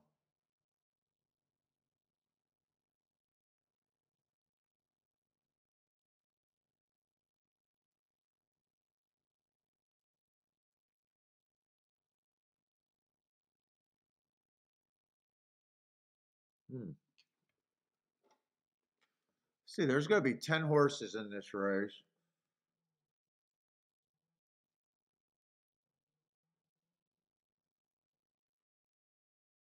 One fits, mostly get in position. Just depending on pace and trip, he can get there or not. Just blah. Depending on how the points work out, I think he's right now anywhere in my head between 5-1 and 10-1. Let's see, 2 might go to the lead. Tough because he rates. That's what makes these races tough. Could also get first run. Him and the 1 are coming out of the same race. There wasn't that much difference until the end.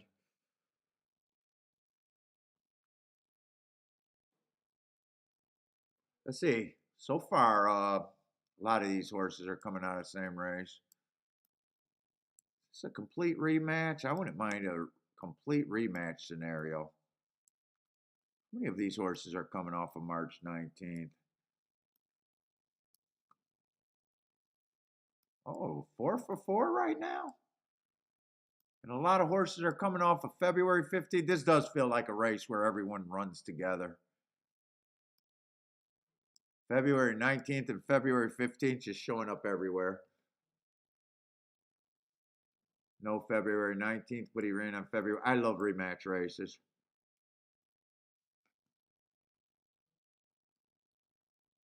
March 19th, February 15th.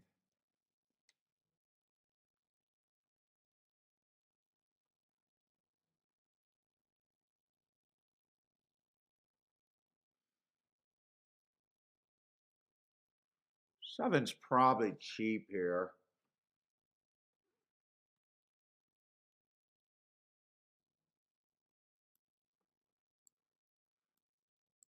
March 19th. So many horses are coming off that same race.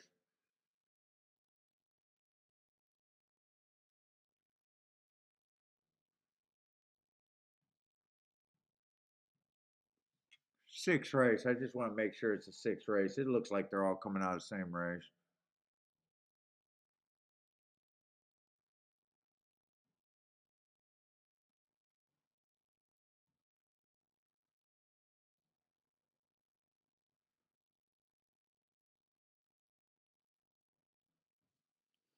Let's see. I wish I had a bias note that day, but I don't.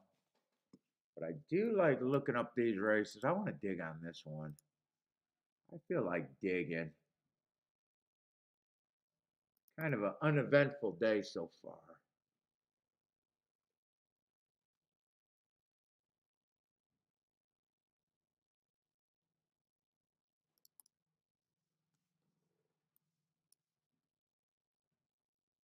Yeah, it's a fucking race where everyone just ran 2 race samples every fucking race.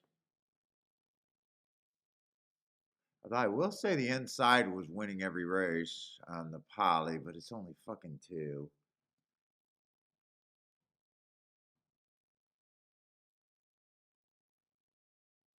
The race that they're all coming out of was a lot slower than it's so hard to only have a 2 race sample though.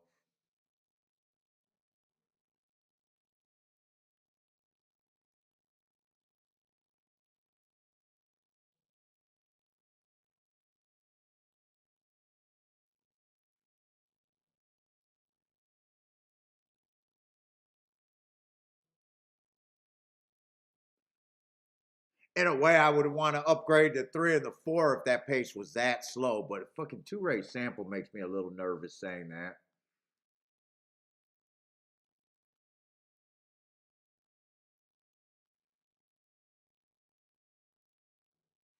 Eight was close to the pace, and so was the 2.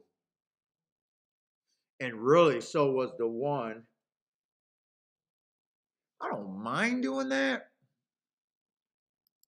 But let's just handicap this without thinking that. All right. 1 fits. I got no problem with him. Probably do think he should be a bit of a price, though. I will say, just my immediate glance right now, I don't have a real opinion in this race. Doesn't mean I won't have bets, but I don't think I'm going to have, like, I love anything one way or another. I don't know what I would want to exploit here.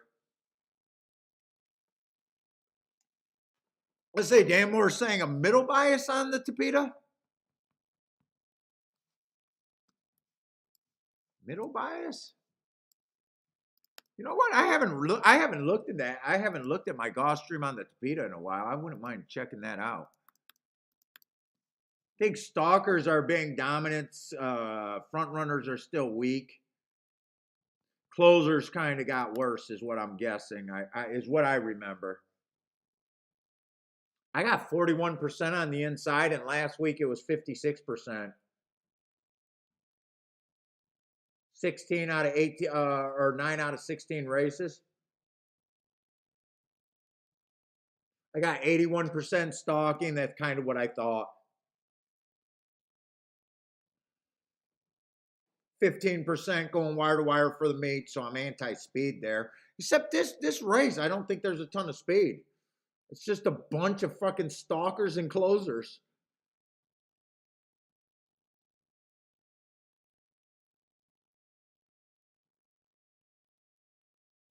They did go wire to wire on that first race today. I think the 4 went wire to wire. Was it the 4?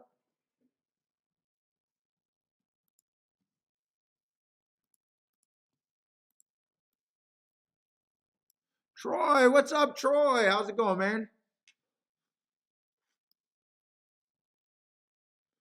5 is a favorite. When I was glancing at this race, I didn't see anyone that I think should be the favorite.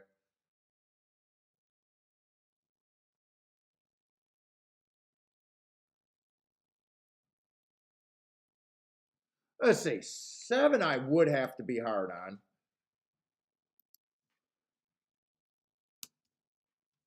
7 does feel a little bit cheap here. Not by much, but enough to where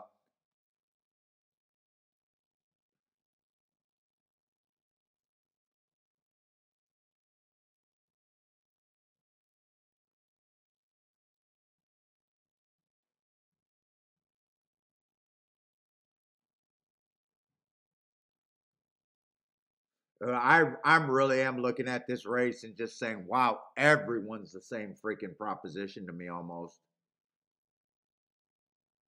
I'm even trying to look at it like, well, who do you hate? Who can you not get to and just get there? Can't completely get rid of the one.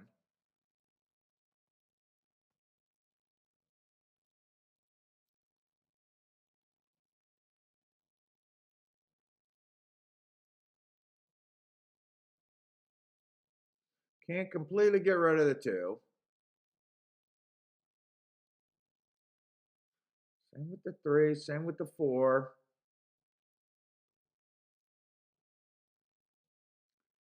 Same with the 5.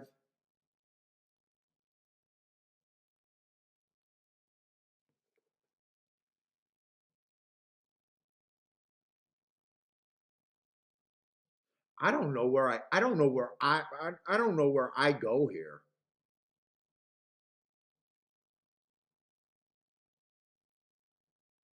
I wanted to play this race, but I am wanting to play a race and knowing where I can even go is kind of yes, Christ. Right now, this is what I got.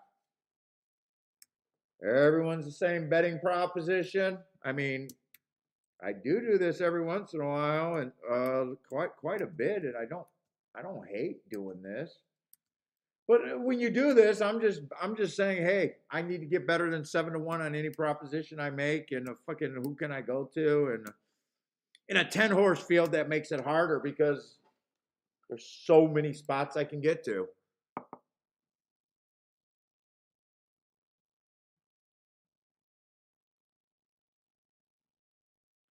9 and 3 would be the long. Although I was trying to make a case to get to the 3 and the 4 earlier.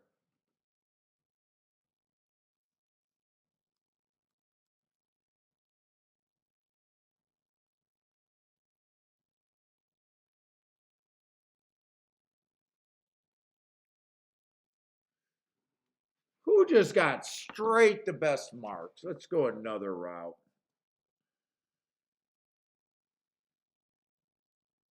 Four has a lot of excuses, early pressing day excuses. I think I'm going to have to sit out this race, though. 3 and 4. Let's say 5's one of the best marked horses. 6 is one of the best marked horses.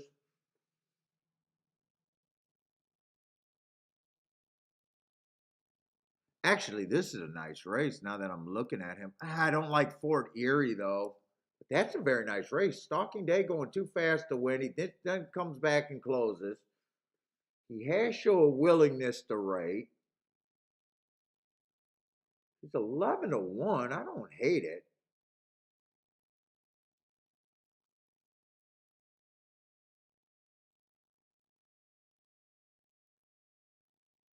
Eight at 7-2. I just think that's too low for a race where, if I'm saying this race is hard, why would I be at 7-2?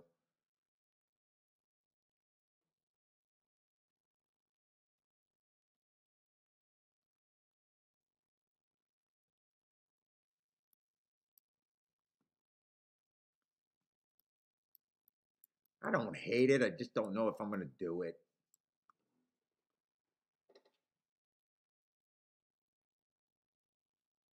Three at 16-1 is probably getting ridiculous, though.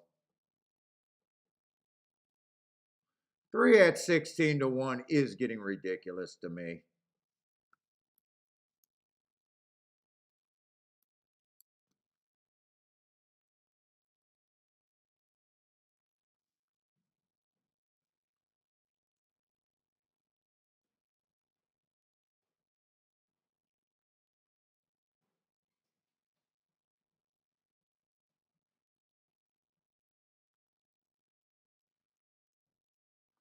Ticket does have upside.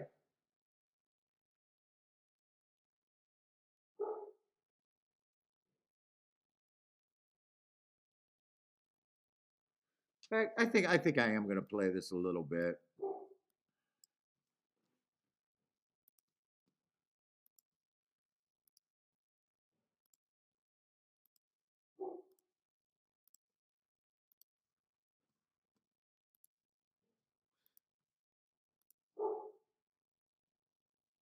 Let's see, just a full horse box. If I did that a power box, what does that mean? I just want to key it in as a power box. I want to see if that's just the same as a box. What does that mean?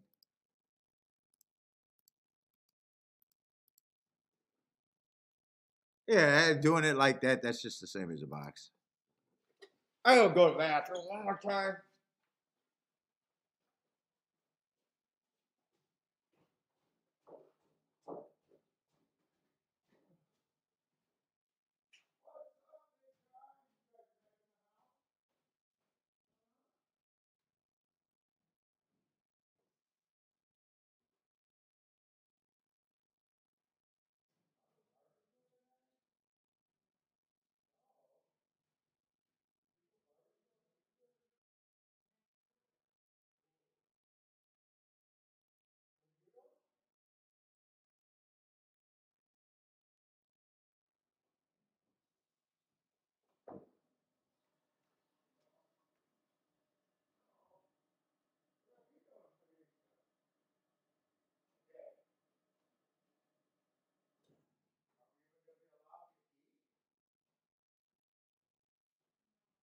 No, we're not even going to be allowed to eat. We're fasting.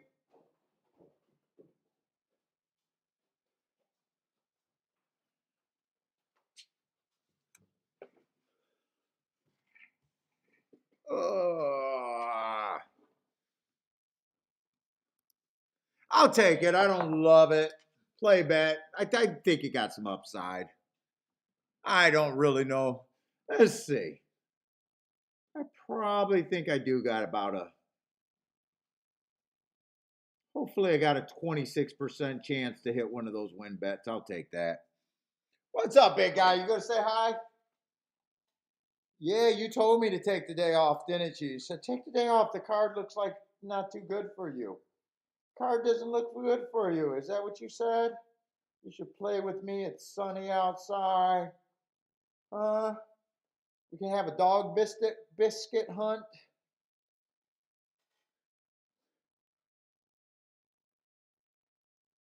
I didn't get an Easter basket this year. Fucking jelly beans, Kiki. Where's my jelly beans? Let's see. Thaddy, what's up? On the 6?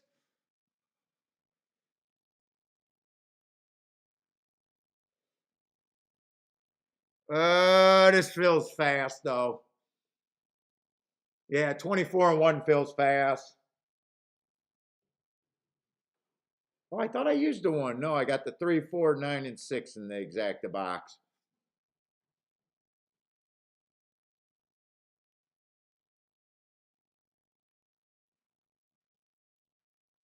And I did a win bet on the 3 and the 6. 48 and 1. I don't think they can hold on from there. That's way too fast. That is way too fast. 6 would have to be so much the best. Come on, 3. Let that 9 squirt away, but I need this 3 to come with them or someone else. 3, 4, 9, or 6. 6 is not going to be there. Who's that outside of the 1 still running? 8. 8's up there.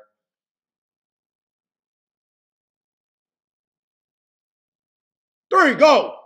Go with the 3. Angle out. Angle out. We got this. Easy work. Easy work. Easy work. Easy work. Easy work. Easy work. Easy work. Easy work. Easy work. Let's go. Easy work.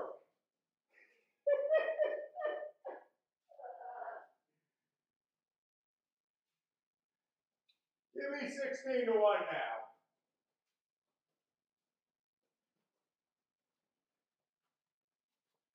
$18 to 1. Well, I'll definitely take it. I'll definitely take it.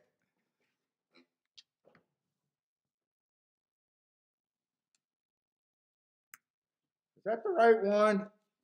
Why do I not know these? S. Did I hit F? What was F?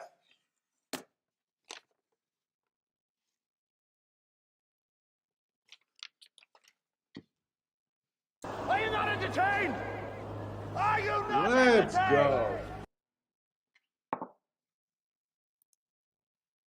Tell ya, you don't have to have an opinion. You just got to get lucky and recognize the overlay at the right time. Fuck.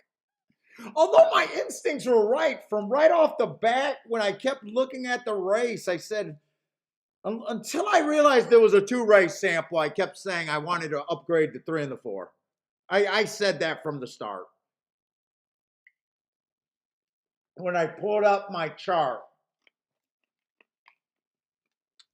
I said that was slower by the other race by a lot. I think I said I wanted to downgrade the 2 and was it the 8? It was a 2 horse that was 2 lengths off the pace. I think it was the 8. Yeah, it was the 8 that was 3 lengths off the late. I wanted to downgrade the 2 and the 8 and upgrade the 3 and the 4 from the start. Yes, that definitely helps today right there, right? No, by the way, nothing brilliant there, obviously. Really no opinion, Matt, but I don't know. When he went up to 16 to 1, I'm like, yeah, I got to do the win bet. Would have loved to squirt away and got it exacta there, though. Would have loved.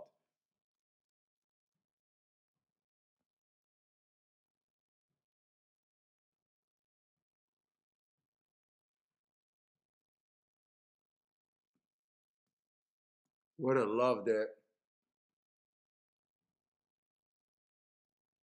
Kind of sucks when you're like, yeah, the 5, when you had no problem with being the 5 being the favorite. Thought the 5's the best marked horse on paper. That kind of sucks. Oh no, 6 is the best marked horse. Hearts. 5 is right above him. Yeah, that kind of sucks that everyone sees the 5 but you.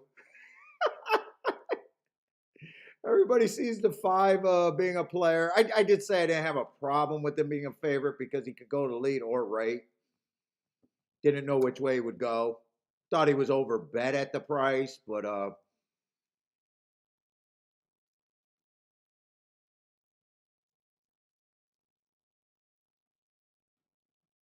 yeah.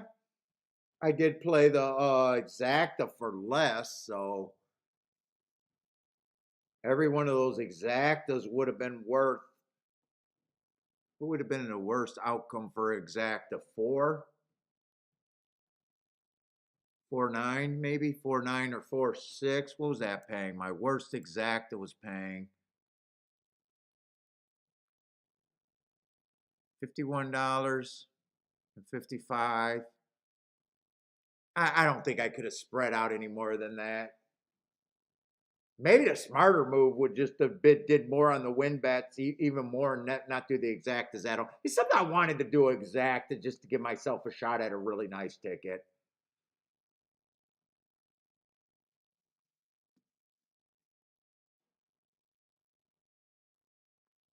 So, Bodrick, how did you do this? You did a cheap $2 exacta play in the main ticket for $10. So what does that mean? Did you hit the what part of the ticket you hit? I don't think you hit the $10 exact. No, you couldn't have hit the $10 exacta. There's no way you get 218 on a $2 exacta.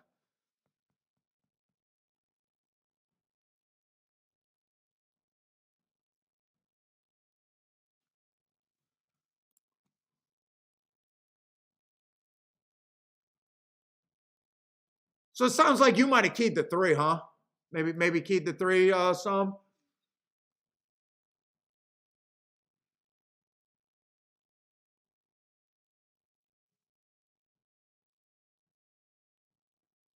Okay, that definitely helps. Another $40 horse or close to $40 horse is never bad. Got very little invested in today, so almost sat out that race. I don't know if it's lucky, good math on that one. I have no idea what it was. That was a tough race for me to go to. Maybe I should have not did the exact at all and just put more money on the win ticket. It's easy to say what you should have did after the race. If the exacta comes in, I'm not complaining any of that group. So I don't know.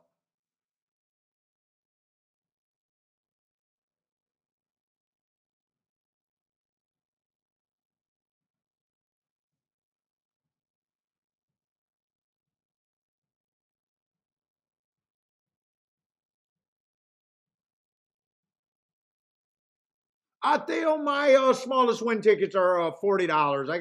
I'm sorry, $20. I got 30 on these 2 horses.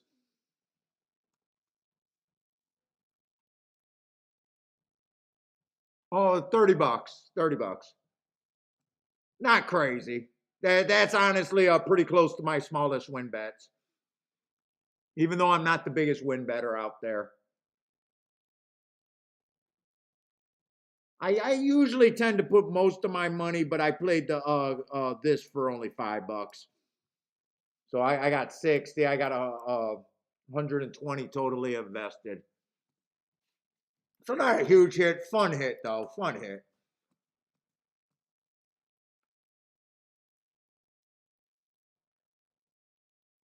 Put it this way: the hit that I had yesterday on the ticket I had was way bigger.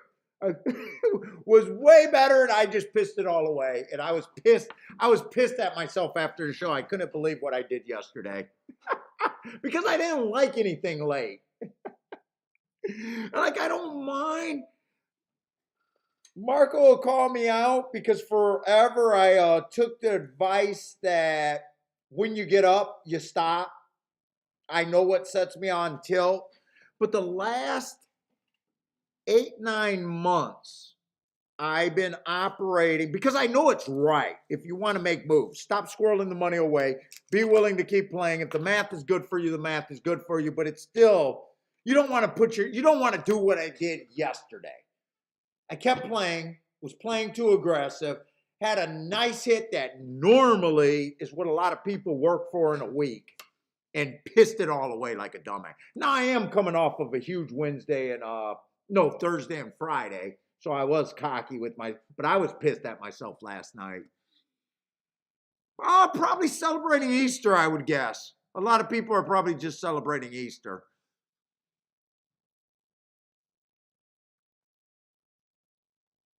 Boulder, he does not want to be one of the Romans gambling at the cross. He's probably doing the nice thing, celebrating with his family.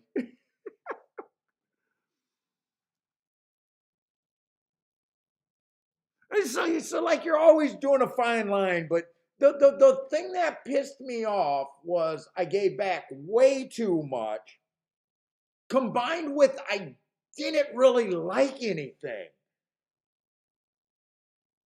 So I couldn't make the argument like, hey, I thought the math was really good. I'm supposed to be playing. That was the worst part of it.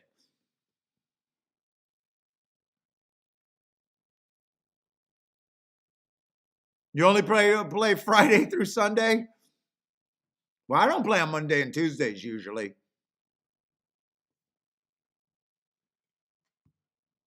Did I drink all that pop?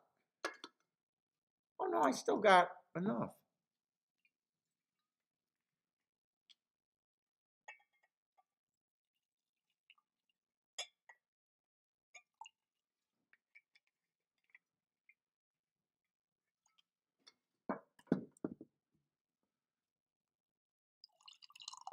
Like I was listening to a guy that I know is right. If you want to make strides and get to higher levels, like I've been static at the end of the year. You don't need to shut down. If the price is good, if the math and your advantage is your advantage, you should still be playing. Now, if you don't like anything, shut it down. And actually more days than not, it's been better for me. Keep playing. It has been actually for the last 8 or 9 months been really good since I've been doing that.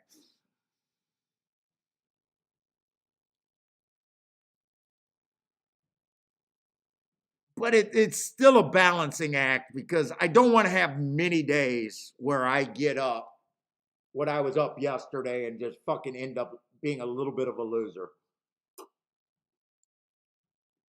That's a huge that was a huge what turnaround or whatever.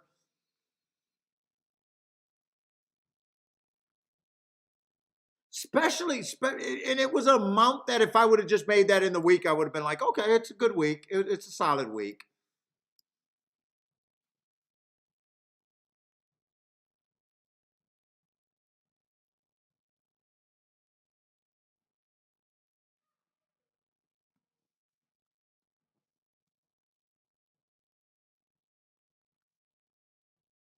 Brooklyn Strong? You guys are bringing up names, man, and I cannot follow their names. Let's see. Turf race? Is that a Gulfstream Brooklyn Strong? Why does that sound like a big horse?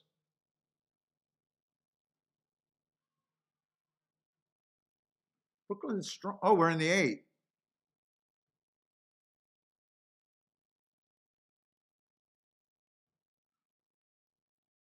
Is that Naresh? Naresh, maybe?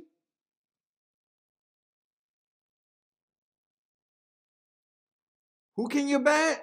We'll see. Well, I don't give picks. I just handicap. Take it for what it's worth.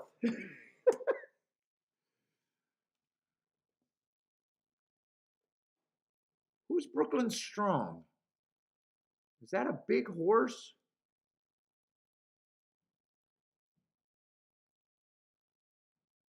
We got another Tapeta race back to back.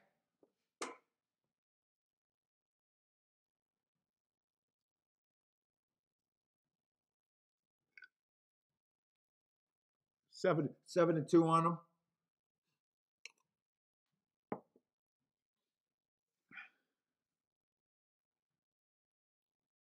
Why do you like call court? The 5 horse? By the way, I kind of missed the fractions. Well, no, I did see the fractions. I don't remember them, but I do remember saying they're going way too fast last race. So another Tapeta race. I'm gonna be, same thing as last race. Hoping that they back up a bit.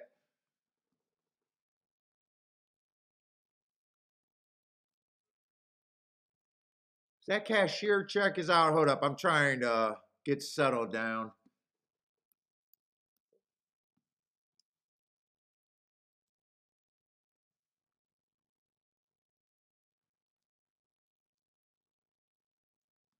Looking at the wrong race. All right, the favorite is a 9. Let's start with him.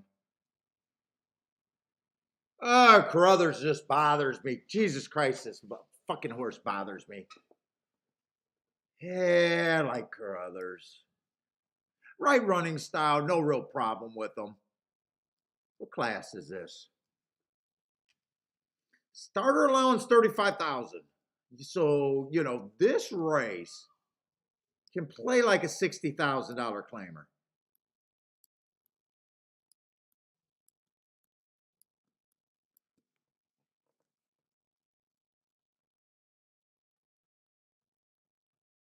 Which Carruthers just won. Right running style. But should he be even money? Right now I see some bold type horses that ran with him. Brooklyn Strong, it looks like. $50,000 race 3 back, $25,000 race 4 back. Overall, right running style. We'll see if we think he should be even money, though. Let's see, 4 races ago, stalking closing day. That's exactly what he was. Average, average, average. Didn't quite get in position at 25,000. Laid him off, came right back. That's really a layoff. Light layoff. Made a little middle move on a slow match, slow kind of pace. Comes back, wins off of that race on a stalking closing day. And wins last race. Stalking. We'll see who else is in this race. Well, Brooklyn Strong was in that last race with them, and there's not that much difference. They both came off the pace. Carruthers got first run over them. But being 1 length off and being 3 lengths off is almost no freaking difference. It says that Brooklyn's Strong if you want to watch the replay. I'm lazy, so I don't want to. But if, depending on how bad that check was, I mean, I would definitely be upgrading Brooklyn Strong if that's the case. Although I will say 7-2's not, super exciting, but it's useful.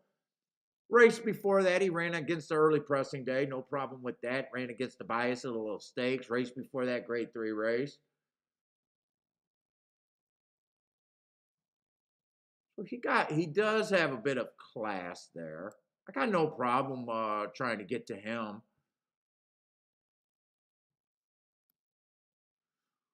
Let's see, I'll work from back to front, I guess. 7 horse is probably going to go to lead. Not bad marks. 4 races ago on an inside speed day, I gave him an asterisk. But that asterisk might not be anything because it was an inside speed day. He had the 4-hole. He got the length lead instantly. Probably ended up being on the rail. I might even make the argument that he probably shouldn't have earned the asterisk there. I'm not going to take it away. But that he could have been on the rail that day, and speed was good, and he went wire to wire, and his speed figure ran a top that day. But if I think a track is backing up, I don't mind route to sprint, but I don't like the route to sprint angles on a track that I think is backing up. Because normally when I like route to sprint, I'm taking advantage of the speed. So I do think he deserves to be long. Last race he ran at this level and was around to the top of the stretch at a 6-furlong race. The pace is not going to be that slow, but I'm going to be hard on him.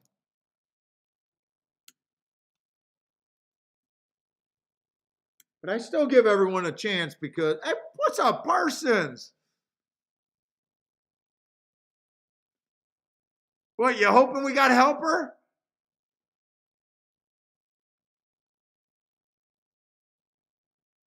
Smith, what's up, Smith? I know, I don't place my bet. I know, Smith, I know.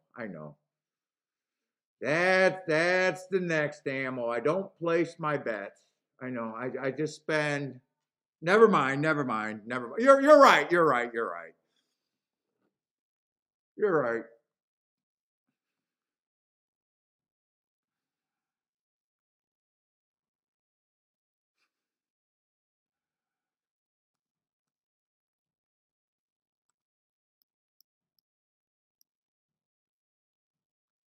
Let's see. Oh, we got another one? That's not even the one you're talking about? Oh, come on. I can't get distracted by haters.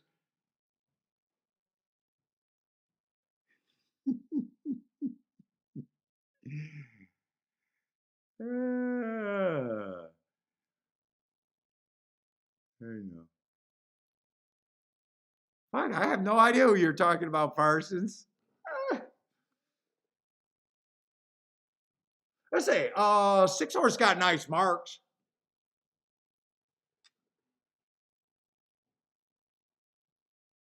But 6 feels like speed.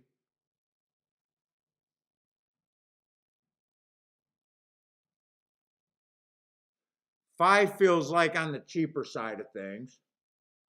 Oh, there does feel like there's speed in this race. 4 got a lot of speed. I am going to build my betting line. I am going to build my betting line like I'm anti-speed. There does feel like there's a lot of speed in this race.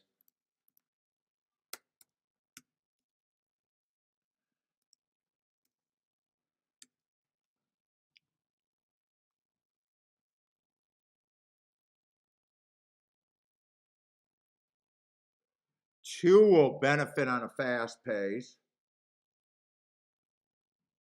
One will benefit on a fast pace. And so would the 8 and the 9. I think mostly the bookends benefit, right? The first 2 horses, 1 and 2 and 8 and 9, I think get all the benefit.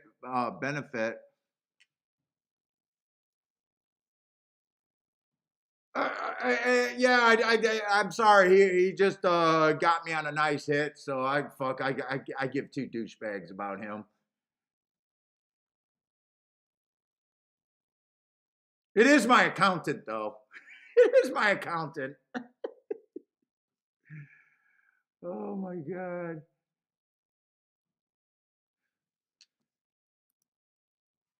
Let's see. 7, I already reflected his odds. Oh, I kind of missed the 5. 5 also benefits a little bit. I am going to be hard on the front runners, though. If they go wire to wire, I would not think that I would have a shot in hell, though. Wait a minute. Why did I think there was a 7, 6, 5? Oh, 3 I might not have had. Well, no, 5 I think, man, 5's tricky. He might be close to the pace.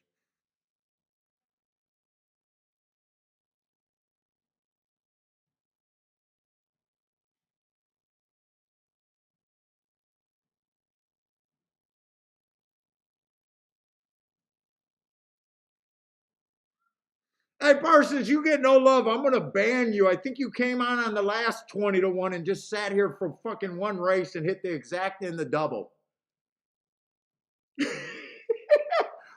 Parsons, you're getting fucking banned, dude. You came in on a fucking Friday and jumped in on our nice ticket at the end of the fucking show.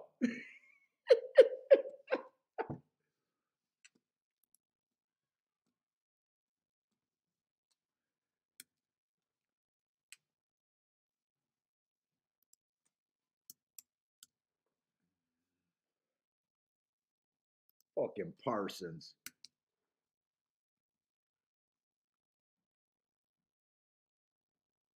I'm pretty close to the way they're betting this race, by the way. I'm really hard on the front speed. I think the bookends have the advantage. The 1 and the 2 and the 8 and the 9 will benefit if the pace is fast. Right now, those 4 horses would all be at 24%. 24%.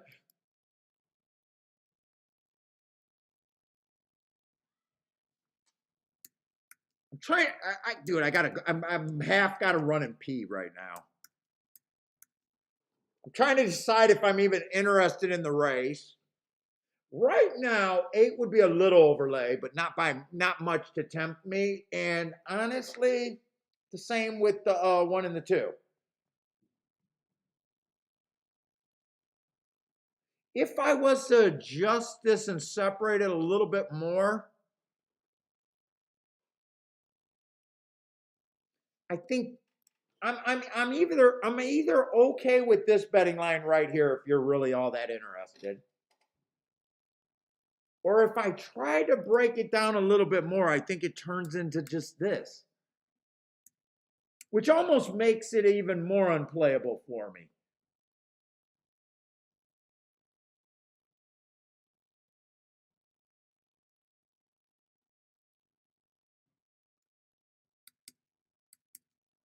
I think that's what it turns into. So it's either I think all four of those horses are about the same thing, or I give a little bit of an edge to the 8 and the 9,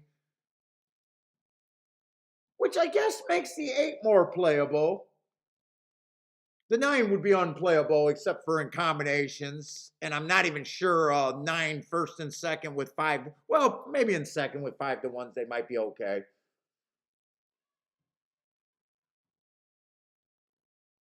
But I'm not sure what opinion I really think this is. Should they be all be 24%? Which I guess is not great. I think I sit out this race. But I think these four horses are going to be tough to beat. The 1, 2, 8, and 9. And I'm thinking probably the exacta. And if the pace is fast enough to try. I got to go to the bathroom. No, I'm crossing my legs. It's getting all swirly.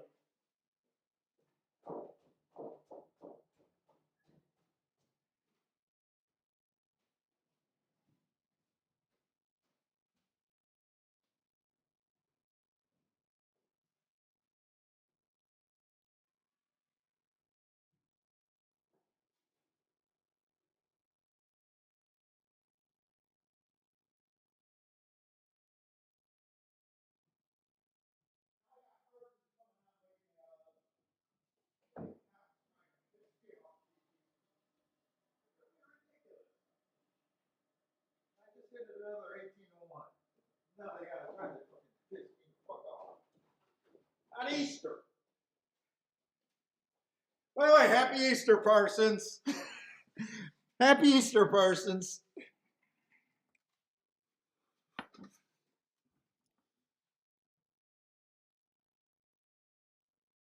Andre, you like the 9 horse here at even money?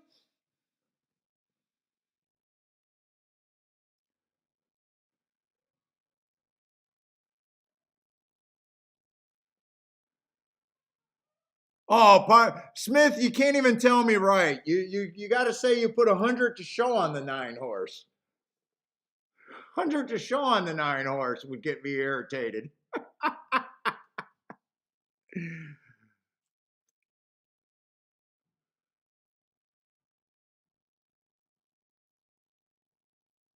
Nine's getting a really nice trip on the outside.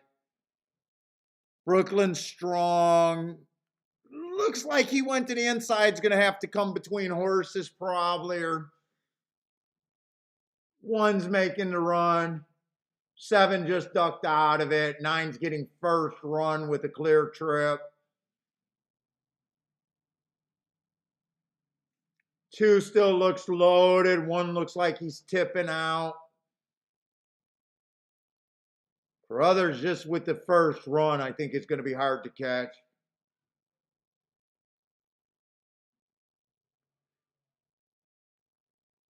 But it is, well, 5 might be able to separate them. And 5 I gave, 5 was not a throw out.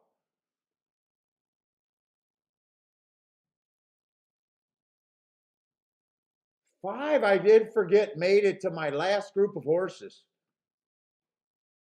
at 10%. And he went off at 17. I'm not sure if he got first or second. Could that have been a...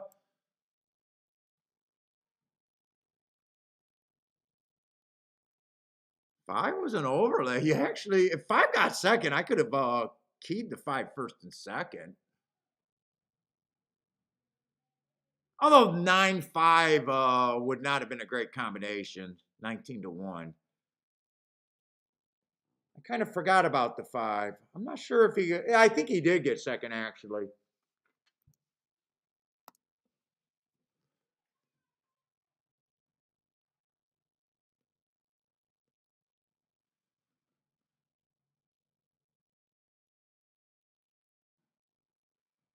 Oh, Andre liked the 1 horse there, huh?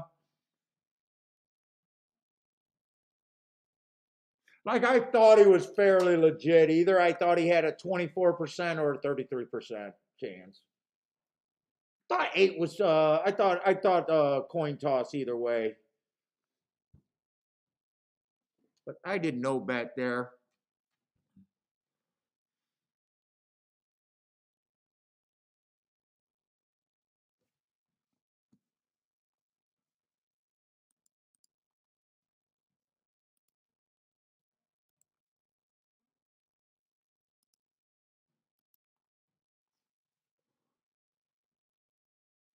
I don't know. It's either close. It's either 5 or 1. I think 5 got it out. I think 5 got him.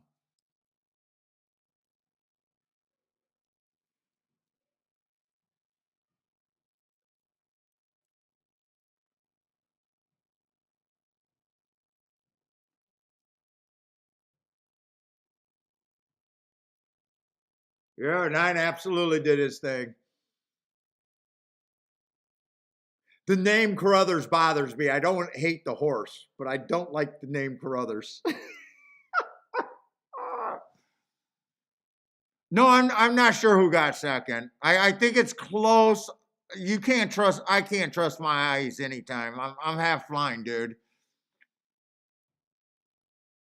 Dead heat would be terrible.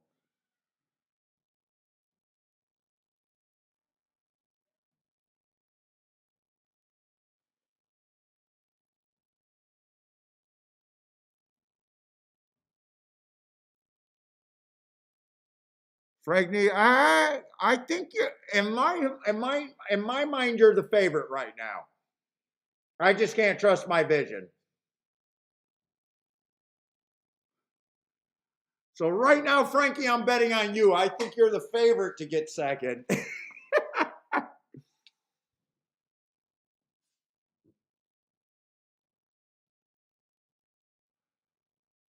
Theo thinks the not 5 got second too.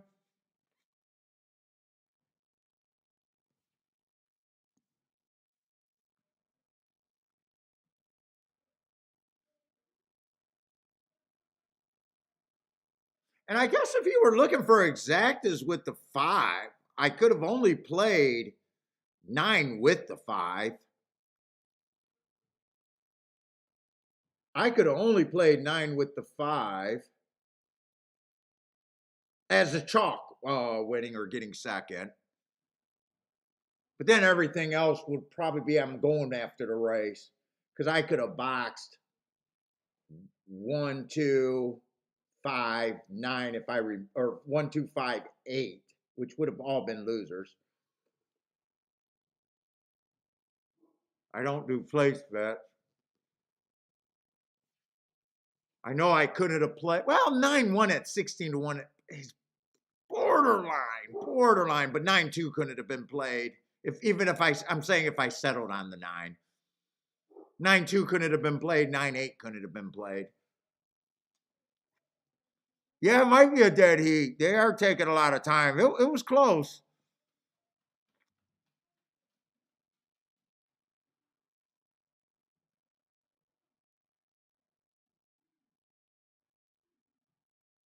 Oh, the 1 got it, Frank. Oh, dead heat.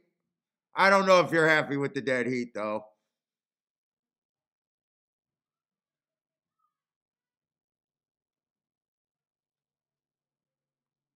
If I knew how to play tri-power boxes, maybe. I knew how to play tri-power boxes. That's every contender there. Maybe. But I don't know if it's good now. I don't know if it's good now that they got to play multiple combinations. What does this try got to be good? I don't know.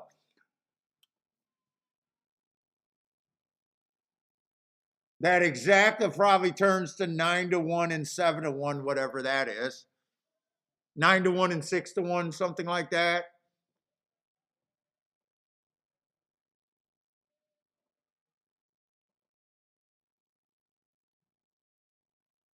I might be okay. I don't know. Now that you're paying out 2, it's probably got worse though.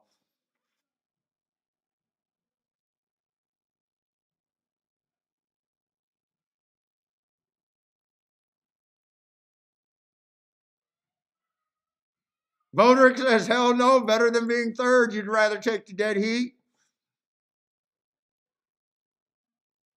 You'd rather take the dead heat. I'd rather do what I did there and sat out now.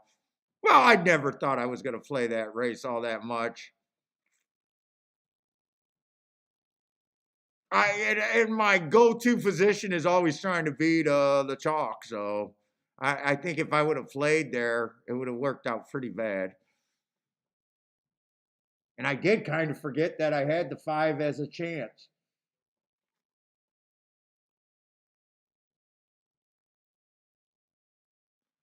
Yeah, if you got that in the, so if you got 9 on top of the 5 and 9 on top of the front one, I don't think you do any worse. I think you get paid a little bit more on one side and a little bit less, and it's basically about equal, right?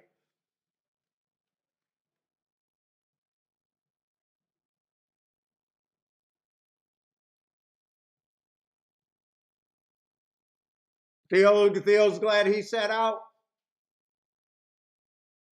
So the 9-1, why is that still paying? Oh, it was paying 16 to 1. Now it's paying 16 for 2. Yeah, so you're getting half on that one and half on the other one. Try is the one that I'm really interested in.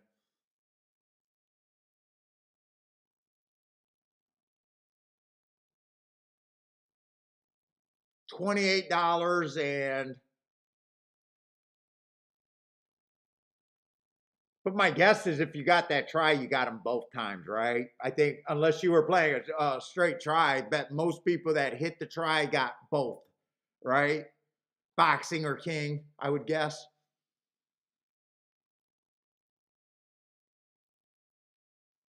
Those are good. Like I said, those are, well, yeah, if you got both, it's better.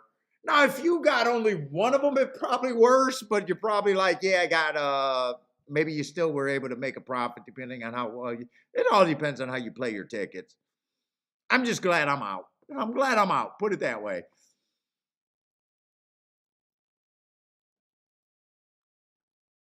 What's up, Kevin? Ah, that's what they were waiting for. That's pretty close. I still think the 5. Frank, I think the 5 got it.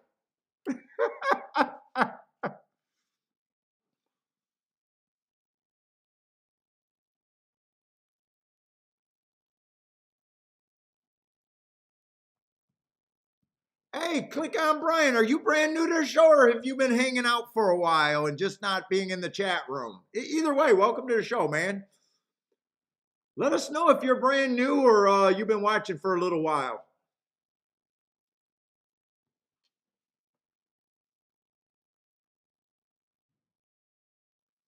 If it's your first day, we definitely appreciate it, man. And glad you stuck around for quite a bit.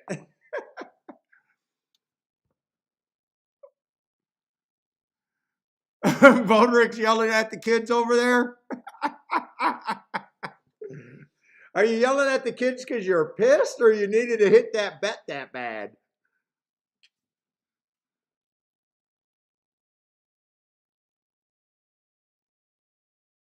Okay, you're brand new. Welcome to the show, man. We've been doing a lot of shows, but this is not a new show. I've been doing a show for about, I don't know, 4 or 5 years now. Welcome to the show, man.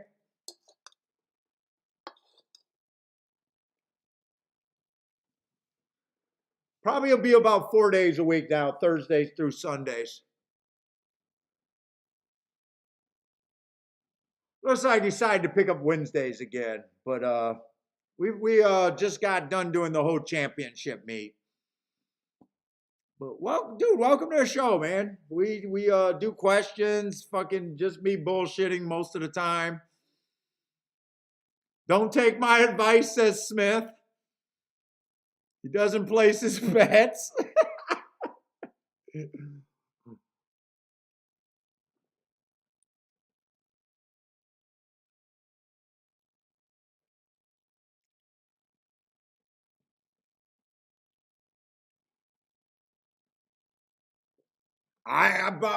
By the way, let me if there's other new people besides click on Brian, I am only trying to hit 20% of my bets. So, it's not about who I like. I'm doing this, putting the winning. I'm using my handicapping to get to winning scenarios. No horses have zero chance to win a race. That kind of thing that correlates with prices. I'm trying to put in bets that give me long-term value. I don't care.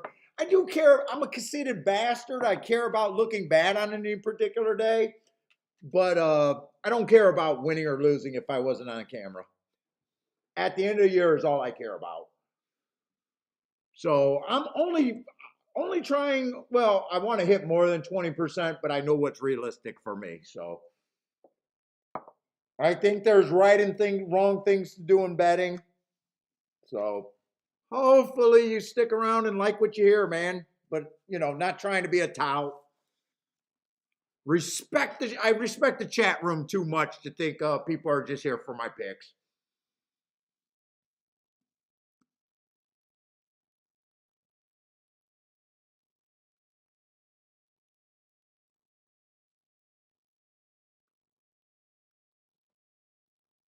Oh, Bodrick, you had a friend recommend the show? Well, thank your friend for me, man. I'm glad you liked the show.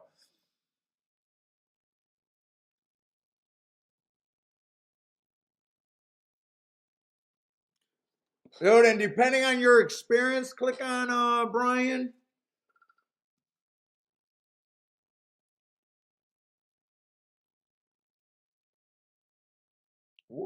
Basically, the show is, I lost where I was going with there, but basically, we're just trying to make handicapping fun and let people know that you could get the big tickets without any inside information, that kind of shit.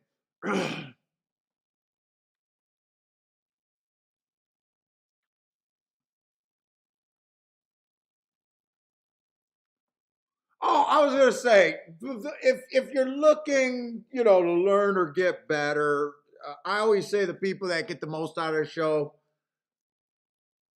are looking about the why we're making the bets when we do, what we're trying to do, what kind of prices we're getting to, what kind of opinion we're trying to exploit, that kind of shit. Not necessarily any particular pick.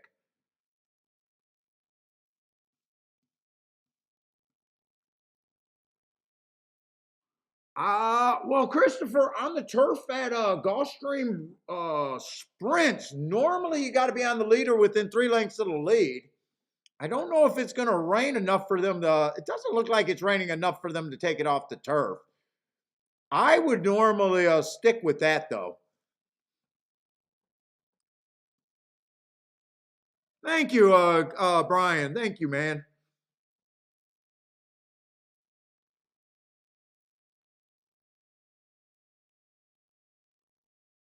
And what's up, Bradley Taché? What's up?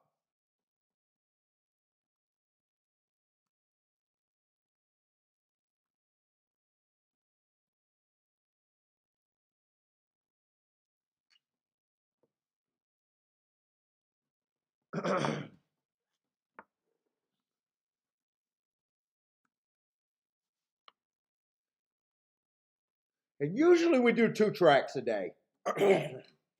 But I get worn down at the end of the week. And by the way, I think next week is mostly going to be Gulfstream and Keelan.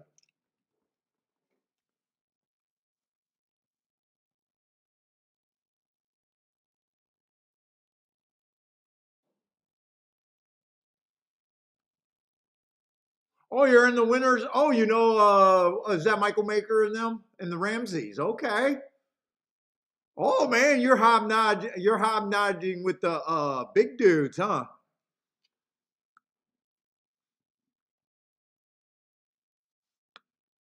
Paul is an actor on YouTube.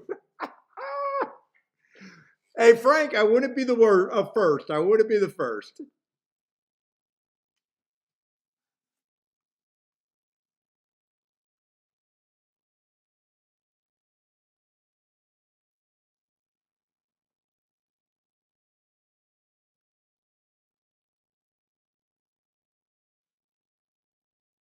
Let's see. Rock and Ray likes the 9-2.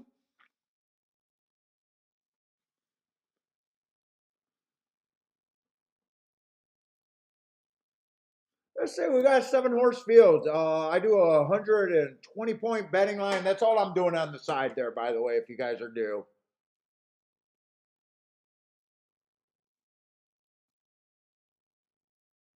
And then trying not to make terrible bets.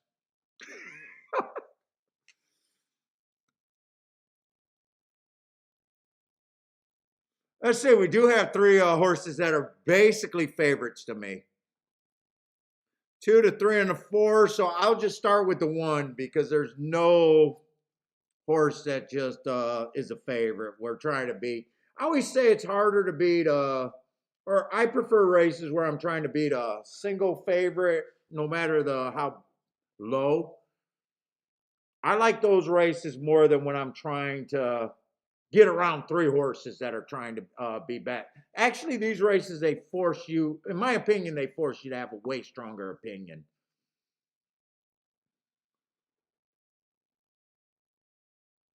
But one horse has not done anything wrong in his short career. Ran second by a neck. 1 tick slower than the fastest winner, 1 tick slower than the fastest winner, and stopped the clock, is matching strides basically with the fastest winner of the day. There was a neck difference. They get the same symbol.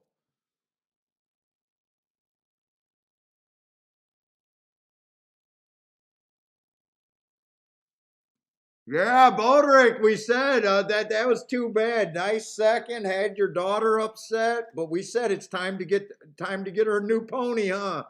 You'll be looking at Churchill though, huh? Where, Bodrick, where are you located?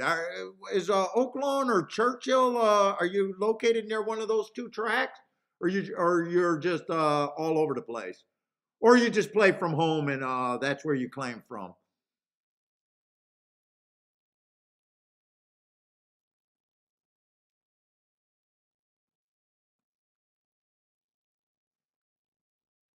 We'll probably be doing a lot of Kentucky this year.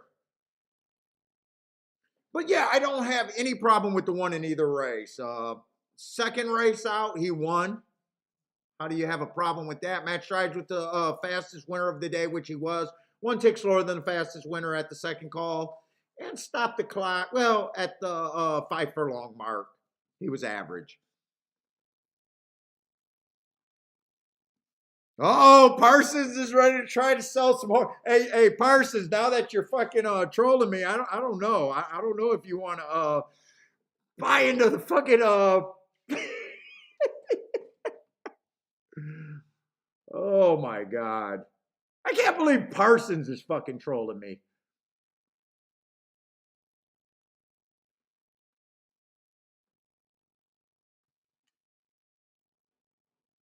Oh, you're a Texan. Oh wow. All right, Texan, huh?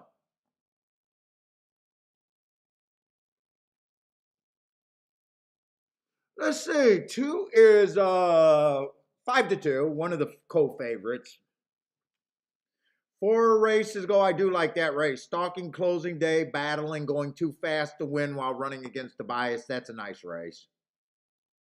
He did win. Hearts are my best marks. Hearts are always an excuse. And he did come back and win within 3. But he's been to chalk every fucking race.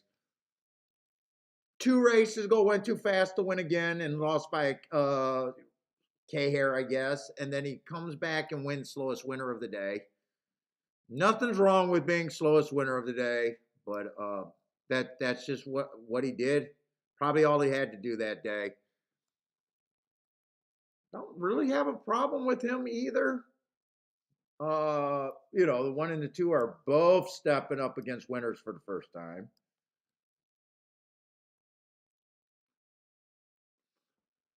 Three horse. The profile that I use there on the turf is I need to be on the leader within 3 lengths of the lead at the first call.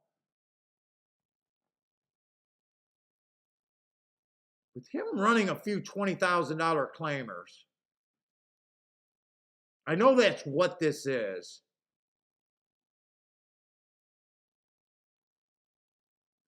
I don't know.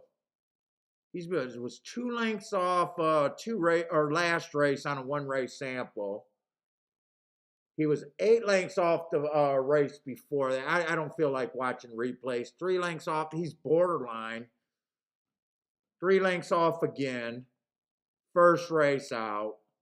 By the way, that's a nice race. No. I got my eyes crossed. That speed race, the race that he won, it was a speed favoring track. He got the lead, being the slowest winner of the day. I'm not so sure I like the 3 at 2-1. I got to poke holes in something.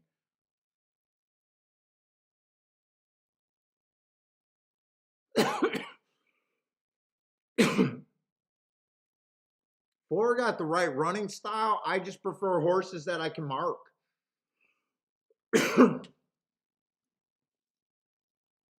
Five, I can't get to the 5. I hate route to sprint. I hate it even more in the turf sprints at Gulfstream.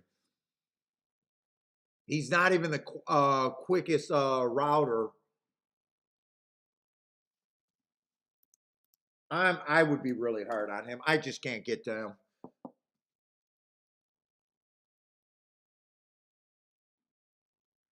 6 is almost like that 3 horse where I question, is he going to get the trip? First race out, he was a little too far back. He's trying turf for the first time. Now, I could make the argument, first time out, it was early pressing day, and he was a closer, and that was a great race.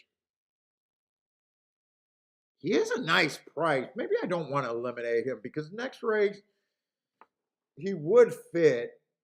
He did beat the 2 horse.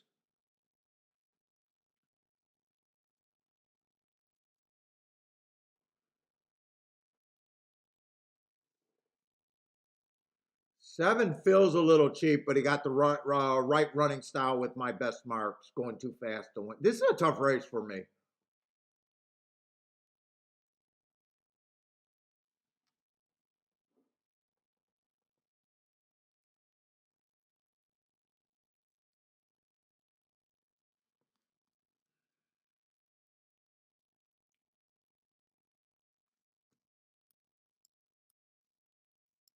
I'm trying to look at the next race to see if I could possibly do doubles or if I'm narrowing the next race, maybe I can think doubles.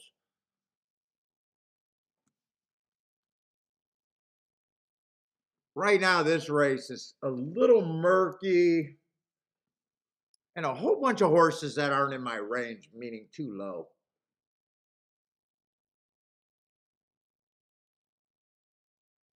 One, I would definitely be interested in the one in the last race.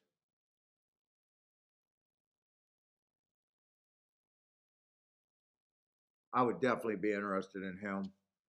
12-1 morning line. That opens up the floodgates in the race before, though. So when you like prices, everything's open up to what you can do. When you like chalk, in my opinion, what you can do gets really narrow.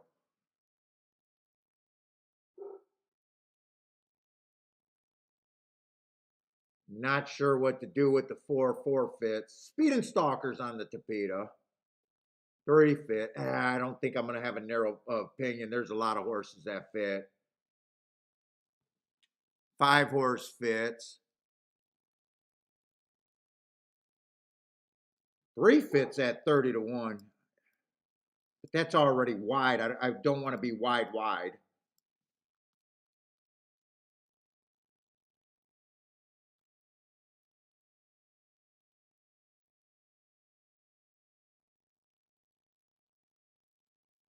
Yeah, I think I got right now at a glance 4 contenders.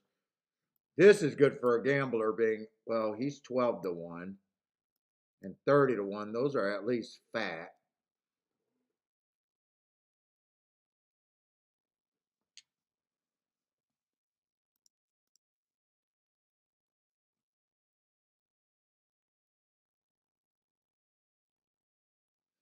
Man, 2 got great marks.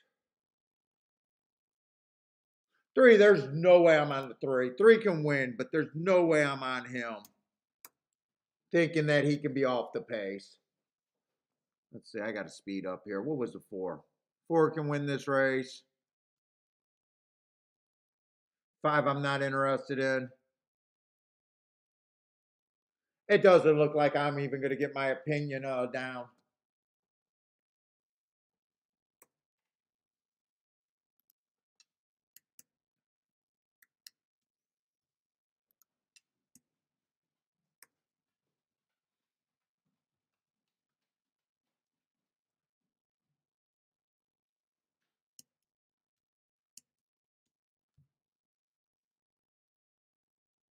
Holy shit, that's what I ended up with?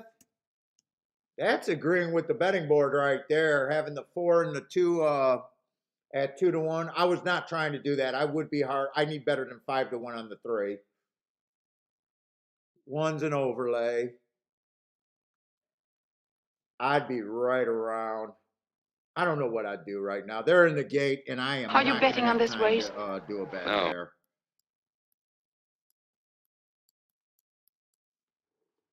I'm anti-3 because that's the good part of my opinion.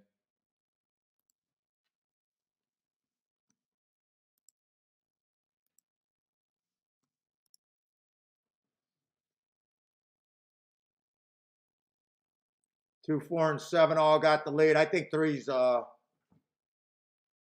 3 to me is too far back and more than likely can't win the race. I don't think anyone farther back than the 1 can win this race. 1's getting the perfect trip behind the speed.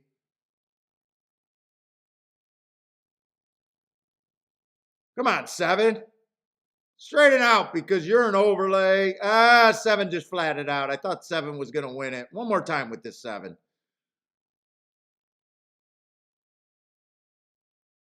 5 made a run, but he's too. Dude, I just know how that track plays. But that ended up being a ticket that I would not want. Don't tell me I just dropped my little fucking pacifier down there. Or did I drop it on the floor? Now I'm going to be sucking asbestos. It tastes so good. Oh my God, my floor's so nasty. Floor's so nasty, I look like a crackhead. That's all right.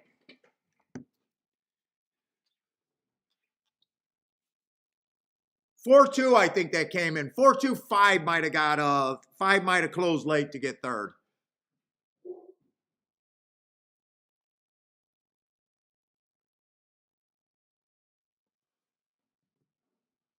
Yeah, 7 tried. I was getting excited with the. I don't mind I like my betting line there, obviously. Dude, all you want is just 7 outran his odds, 6 outran his odds. Like I said, the horses that come late, like the 5 did to get third, to me they ran an inferior race in my opinion.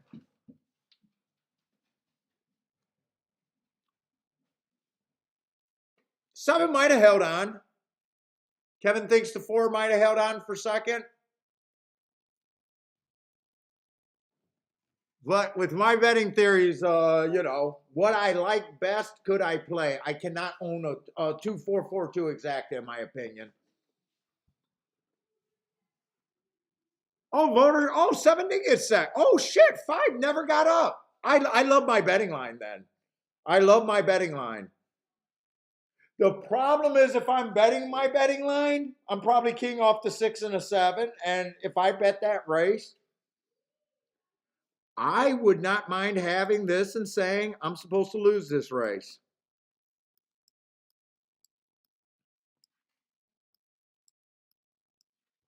Because that ticket has tons of upside.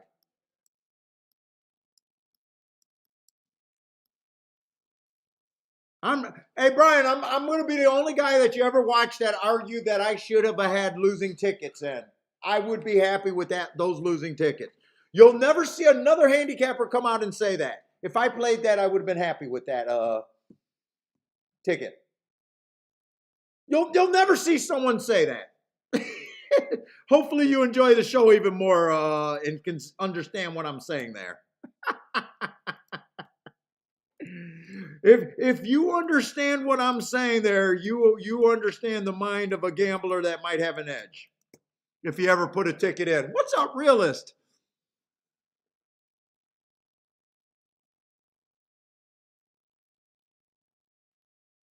Now, if I ever involve and start playing tries and super, well, then that betting board is just beautiful. but so far, I have not involved to be able to do that. What's up, Pace? How's it going? Chantel actually woke up. Yeah, I'll be the only guy that will look at a race after the race and go, you know what? With my opinion, I should have had one more losing ticket there. I don't think there's ever been a handicapper that did anything publicly that says anything like that. I should have had another loser there with a big ass smile on my face and 100% meaning it.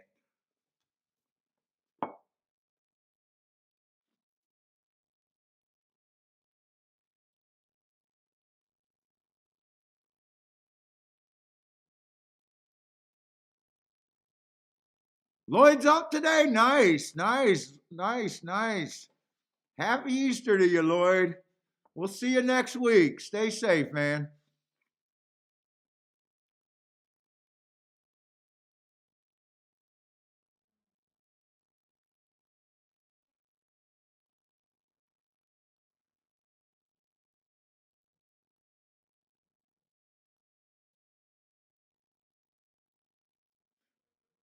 I don't know if I would have been happy with that try.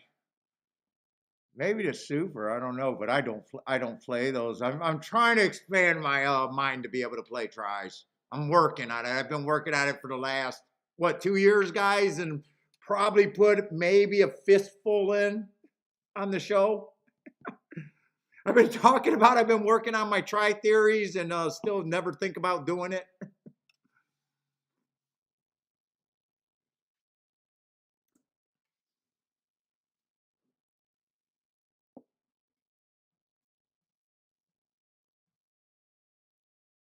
Totally, Ryan totally gets it. So Ryan knows a little bit about gambling there. We're testing you guys. We're testing. We're testing you guys.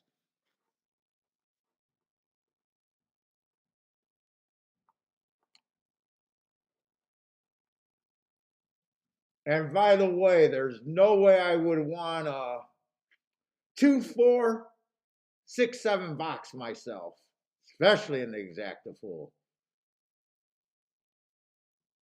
And really not in the tri-full either. I would not want to own those tickets, even though they're winning tickets. Would not want to own those tickets. Did I just see that exacta fade at $5.50 for $1?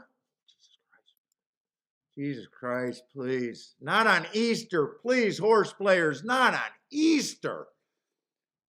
Not on Easter. Not on Easter. Am I gonna have to do the prayer?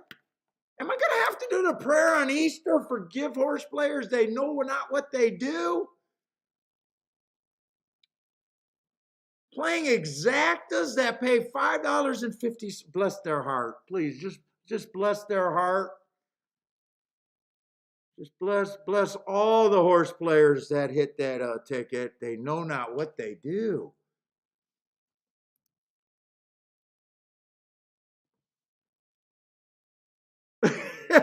Bodrick, you already noticed that I threw the dirty pacifier in my mouth? I'm a dirty bastard, man. I'm just a dirty bastard, I guess. Let's see. I'm willing to look to see. I was trying to work on a double, but we did run out of time.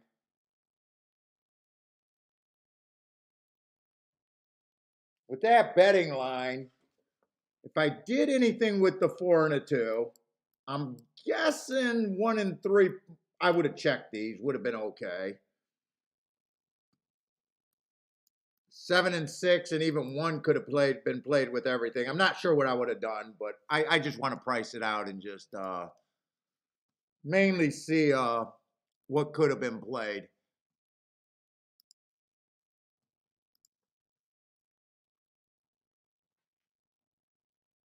Oh wow, 4-5 is paying. Wait a minute. I did not advance. Yeah, 4-9. There's no way you're supposed to own that 8-1. 4-5. There's no way I'm supposed to own that.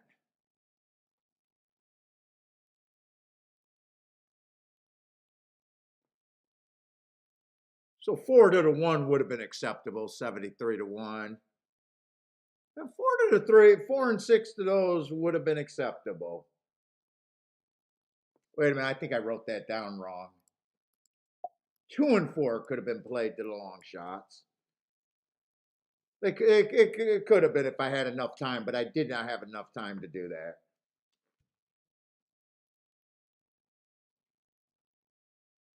Friends don't let friends bet. Hey, we try.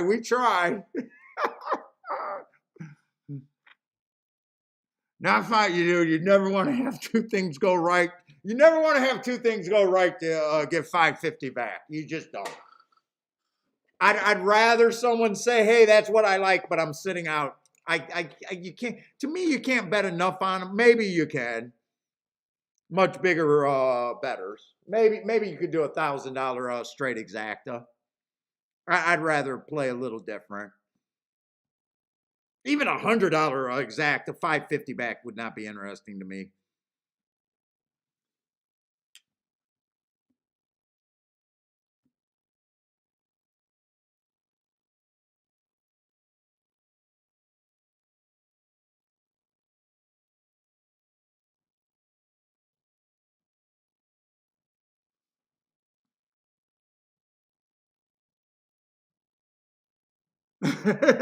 Parsons, you'd like to please? I do. We've been doing the bless the horse player. They know not what they do out there. It's fitting on Easter Sunday.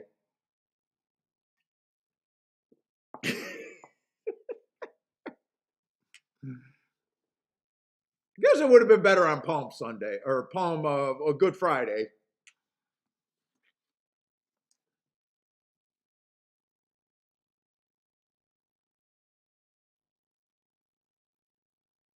Although this race might not be bad by itself. Let's see if we could. I can do a betting line and really have an opinion here. I have no idea. Let's see. The 10 got scratched, so I'm going to have 9 horses.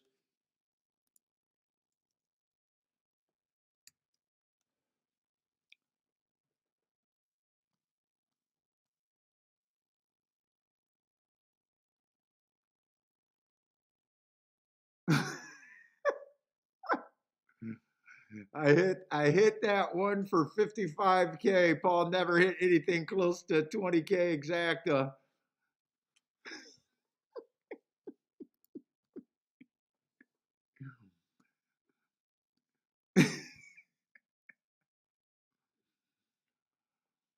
Oh my God.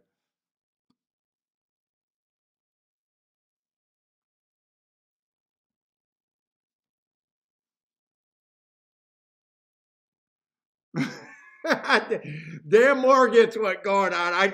Dude, I I just can't believe it's Parsons trolling me. I think that's what they said.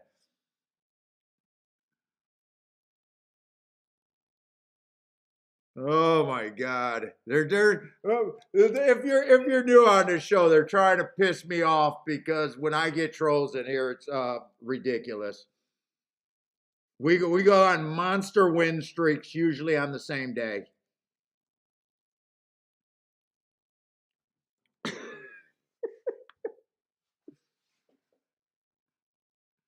Well, the only problem is I can't fake that. Dude, I wish I could come in and fake angry handicapping. I wish I could. It'd be so good for me if I could.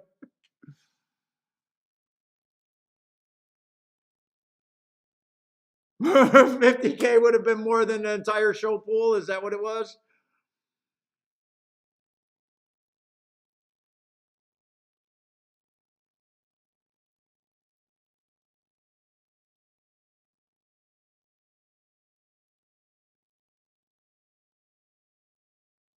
Oh yeah, I expect to have less people.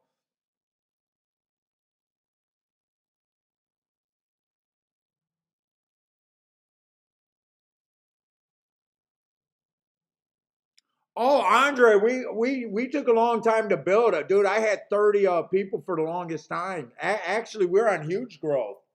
Not for YouTube though. For me to basically have a steady 100 people. What we're doing is we got the core regulated, but now the YouTube things does not count anybody twice.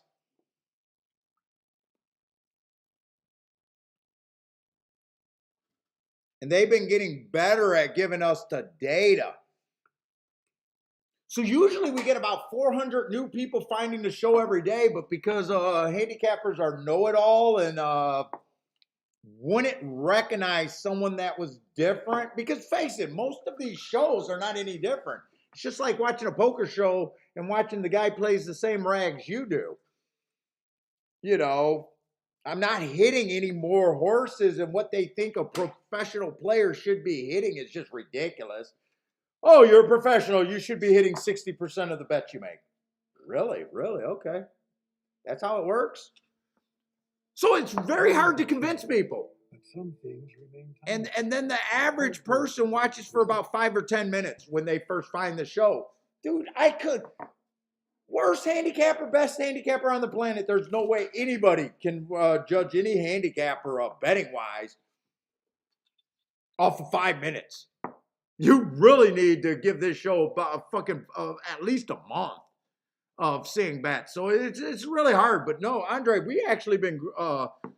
I'm ecstatic about the growth, but it's terribly slow. We're never going to be big, but we will never be big on YouTube. Horse racing is just an older generation, and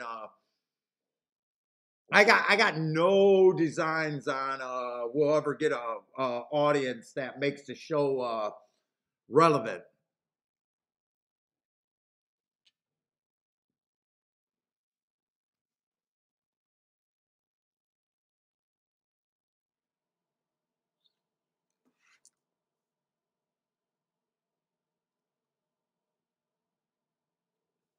Yeah, but dude, I was doing it for years when we were under 50 people.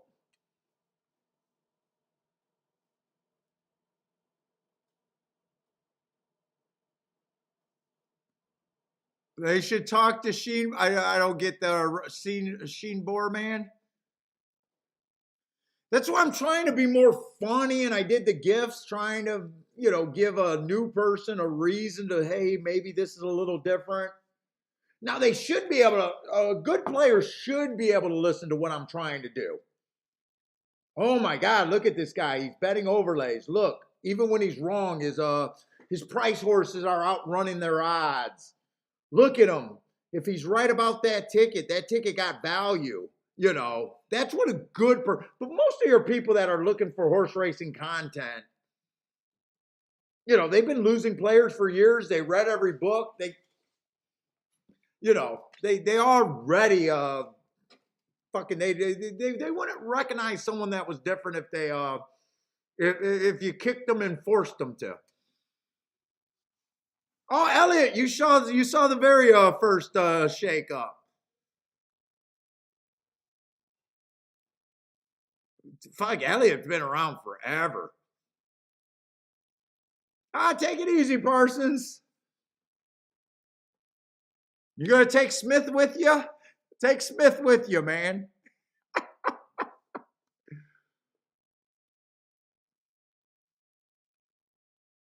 Your average person that watched this will never understand why I say, hey, that's a winning ticket, but I do not want it. They'll never understand that.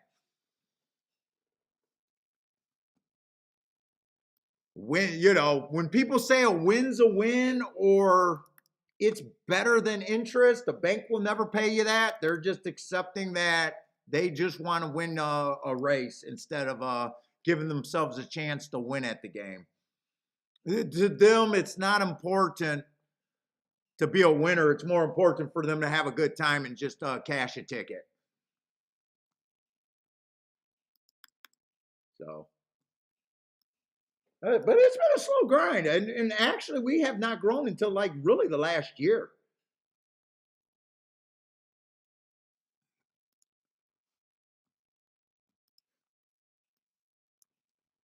Are you betting on this race? No. Oh, dude, every time I type in that, it's giving gifts. I forgot. All right, now I know why every time I have to mark up a horse that I didn't have marks on and I use my keyboards, I might be setting off gifts that I don't mean to set off.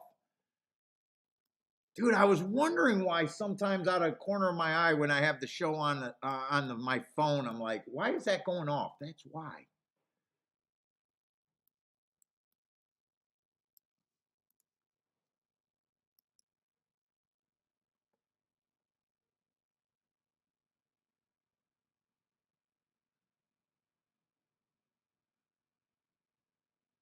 You like the 6 here. Finally gonna give a pick.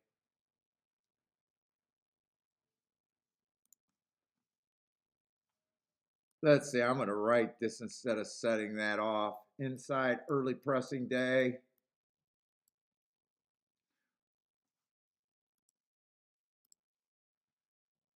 Oh, that's a really nice race going too fast to win. Oh, no, no, no. I'm looking at the dirt profile and not the turf profile. This is why I don't like fractions. When you use pars and stuff, most people would say 21 and 4, 43 and 4. That's flying. That was actually too slow to win that day. But if I was looking at pars, I would have been like, ooh, that's flying. That actually rates out as too slow to win.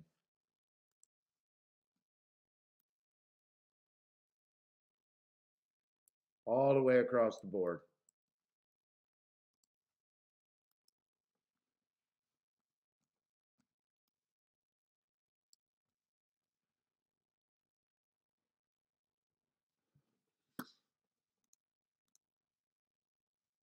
Christopher, you like the 6 there? Are you checking out the 6? I'm not sure what I think about him. I thought that was a really fast race, Mammoth, long layoff. I think you do need a big price on him. I'm not sure what I think there. Had a lot of races, finally broke his maiden at the basement in August. Trust me, they didn't want to lay him off. They weren't looking for this spot. You don't have a win and then lay him off. Something went wrong.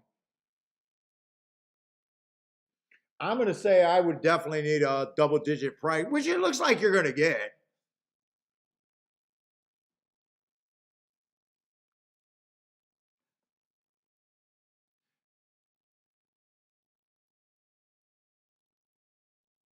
Let's see. You hate route? Yeah, I hate route to sprint, and yeah, I don't blame anyone that likes it. I just hate it.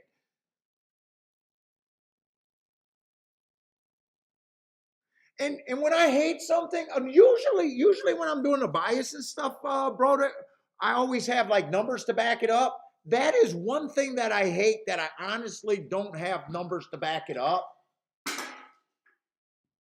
So I don't know, but I honestly, in the deepest thoughts, don't feel like it hurts me. I feel like it doesn't hurt me enough to even do it. But I would never like I'm not like I would never convince. I hate that angle, and I'm always hard on that angle for my lines, but that's something that I won't dig. I'll dig my toe in for my personal betting, but I wouldn't like argue with someone because I don't even get why handicappers argue with angles that they like. If you hate me, it goes to that joke. Hey, if you hate the show, don't tell people you hate me. Tell people you love me because it's a par mutual pool. You want me to get big. That's why every other YouTuber I say, fuck, go watch his shit. I'll tell you every time a new YouTuber's out there. You know what I'm saying? So me arguing about, but that's not a thing that I would dig I just feel like I hate it, and but I wouldn't argue it either way. 9 fits. I just don't think. I think the 9 should be that short of a price. Drop it in class. I definitely thought he should be considered here and should be taking money.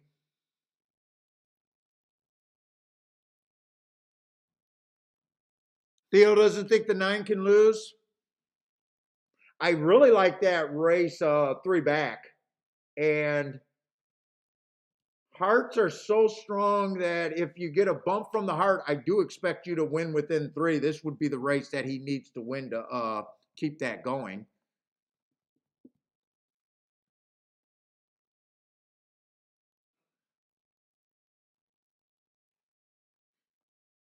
Eight, I think eight's only winning condition is if the pace is fast and he gets a nice trip.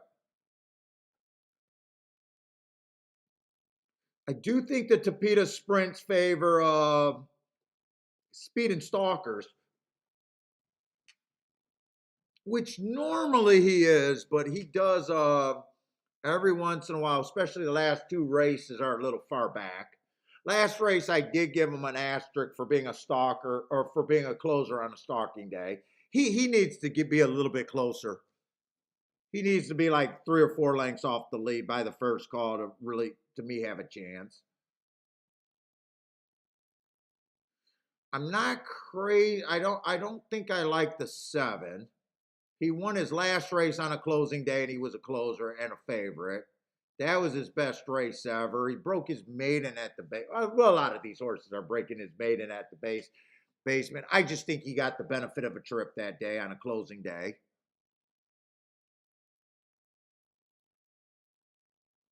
I'm out of Detroit. I'm in a suburb right now, right out of Detroit, West Bloomfield.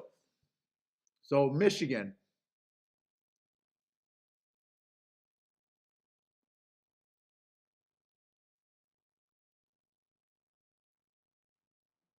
Six, I think, got upside at that price. He can stalk, but he definitely has to be a double digits.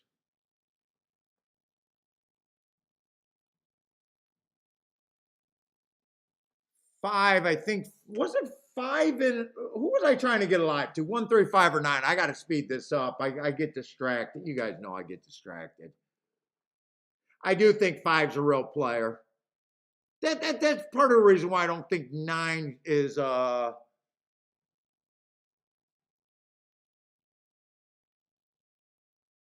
necessarily a horse that can't lose. I think in my head I got 9 and 5. 5 was running at 50,000 and earned a heart going too fast to win. He dropped to 12, but it's not always the first drop. A lot of times it's the second time they drop at the level. I would have 5 and 9 as the favorite. I doubt it if I can make both of them 2-1, where I don't think either of them you're getting overpaid. So I already know where I would have to be. 1 I think has value, and 3 I think has value in my head. I don't think I'm going to be able to do a betting line here or finish my betting line. But I think I know where my bets are being aimed at. I don't mind Dutching.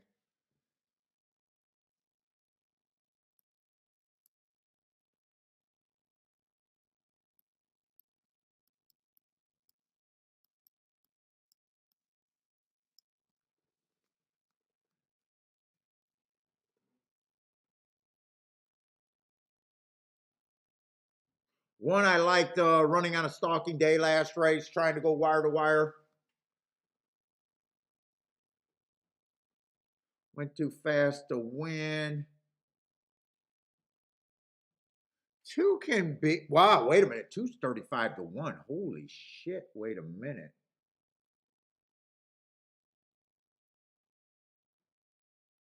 I'm trying to make sure because I'm on really short time. Dude, even the 2 can be there.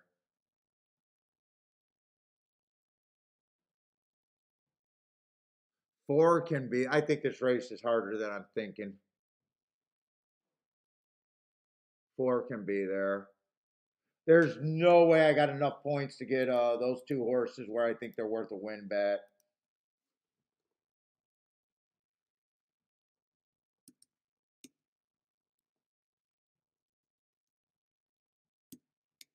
I either make that bet king off the 1 and the 3, or I sit out here.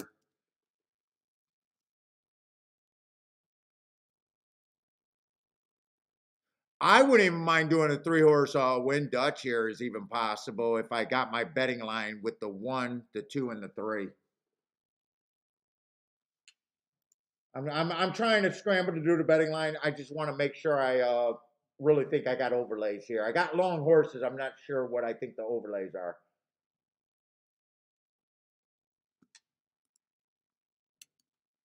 I don't think I'm going to be able to get in a bet.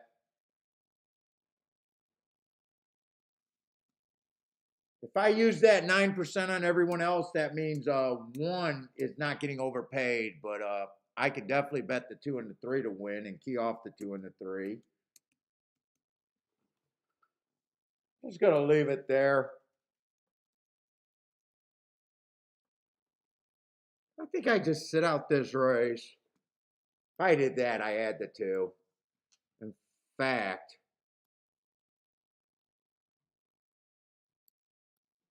well, 2 could be keyed with everything, actually. But I'd even make sure that if the chalks come in, I would want the 5 to be if the 2 runs first and second.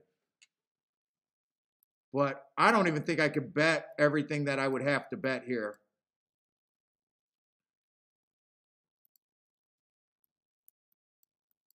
They're off. I wouldn't even had time to rush over there.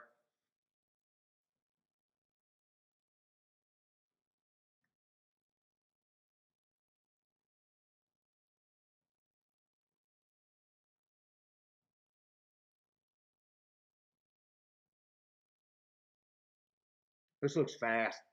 2's in really good position. 1 and 3's up there. Everyone got a shot at this race. There's only the 7 is too far back.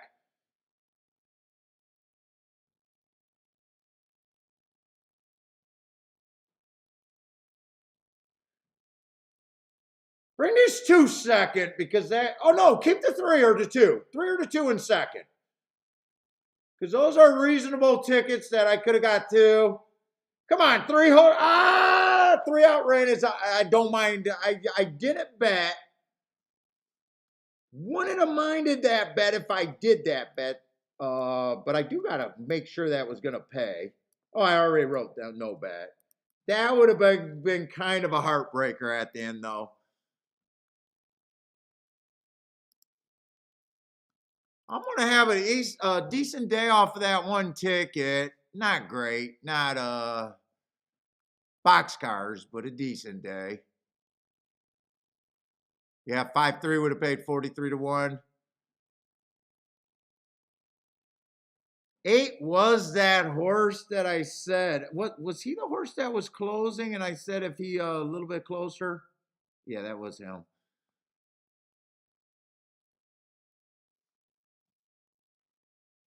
I thought 5-3 was going to pay probably a little bit more than that. I'm surprised it was only paying 43 to 1, but either way. Grandma, what's up, Grandma? How's it doing? Happy Easter, Grandma.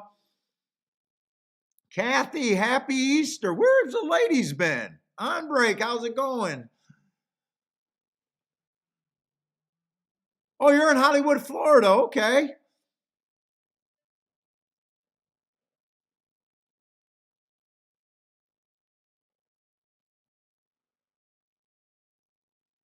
By the way, I wouldn't have mind if I bet that race and lost that race.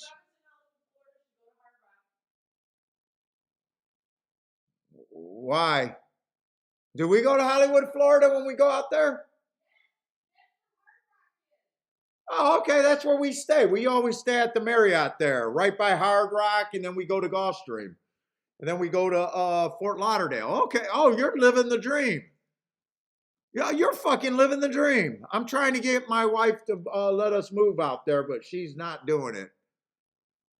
If she says we're moving there, I'm moving 10 minutes. The house would be up for sale in 10 minutes. She can't even fuck around with me and say, let's move to Florida because the realtor would be on speed dial.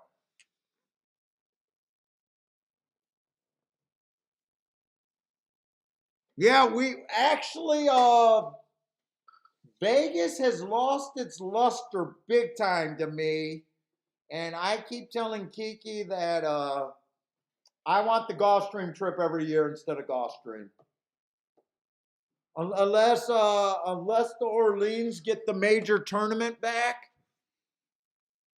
I almost said, oh, thank you again, Bodrick, for the super chat. Unless Vegas gets the big tournaments back that I can buy into, I have almost no reason to fucking go back to Vegas. I've been bored the last few times I've been to Vegas. I want to replace it with that Fort Lauderdale. Oh, Larry, you're out there too? It's getting really crowded. Oh, so you don't want me to come out there and move? You do not want me in the crowd. Well, look, I'm a horse player, so if I move there every morning, me and Bentley got to go to walk. I picture that being somewhere on the beach, but I think you guys are unkind to dogs over there. And then every day I'd be sitting in my spot at Gulfstream. And then probably going to the beach again or Hard Rock at night, even though I don't gamble on casino games.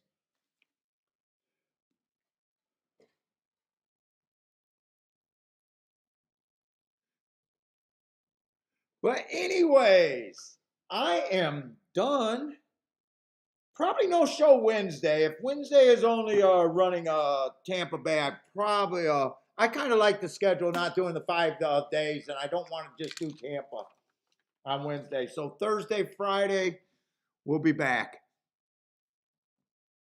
Oh, you just lost everything. Your 6 didn't even run a lick. But anyways, thank you for the sponsorship, Bodrick. Everybody, if you guys are still playing, good luck. Happy Easter, everyone. Next week, I think next week we'll be doing Easter for Orthodox. But I'll remind you guys, I won't be doing a Sunday show. So maybe that'll make me do Wednesday. Who knows? Follow and like if you guys want to get updated. But everybody, good luck. Take it easy. Stay safe out there and have a wonderful holiday.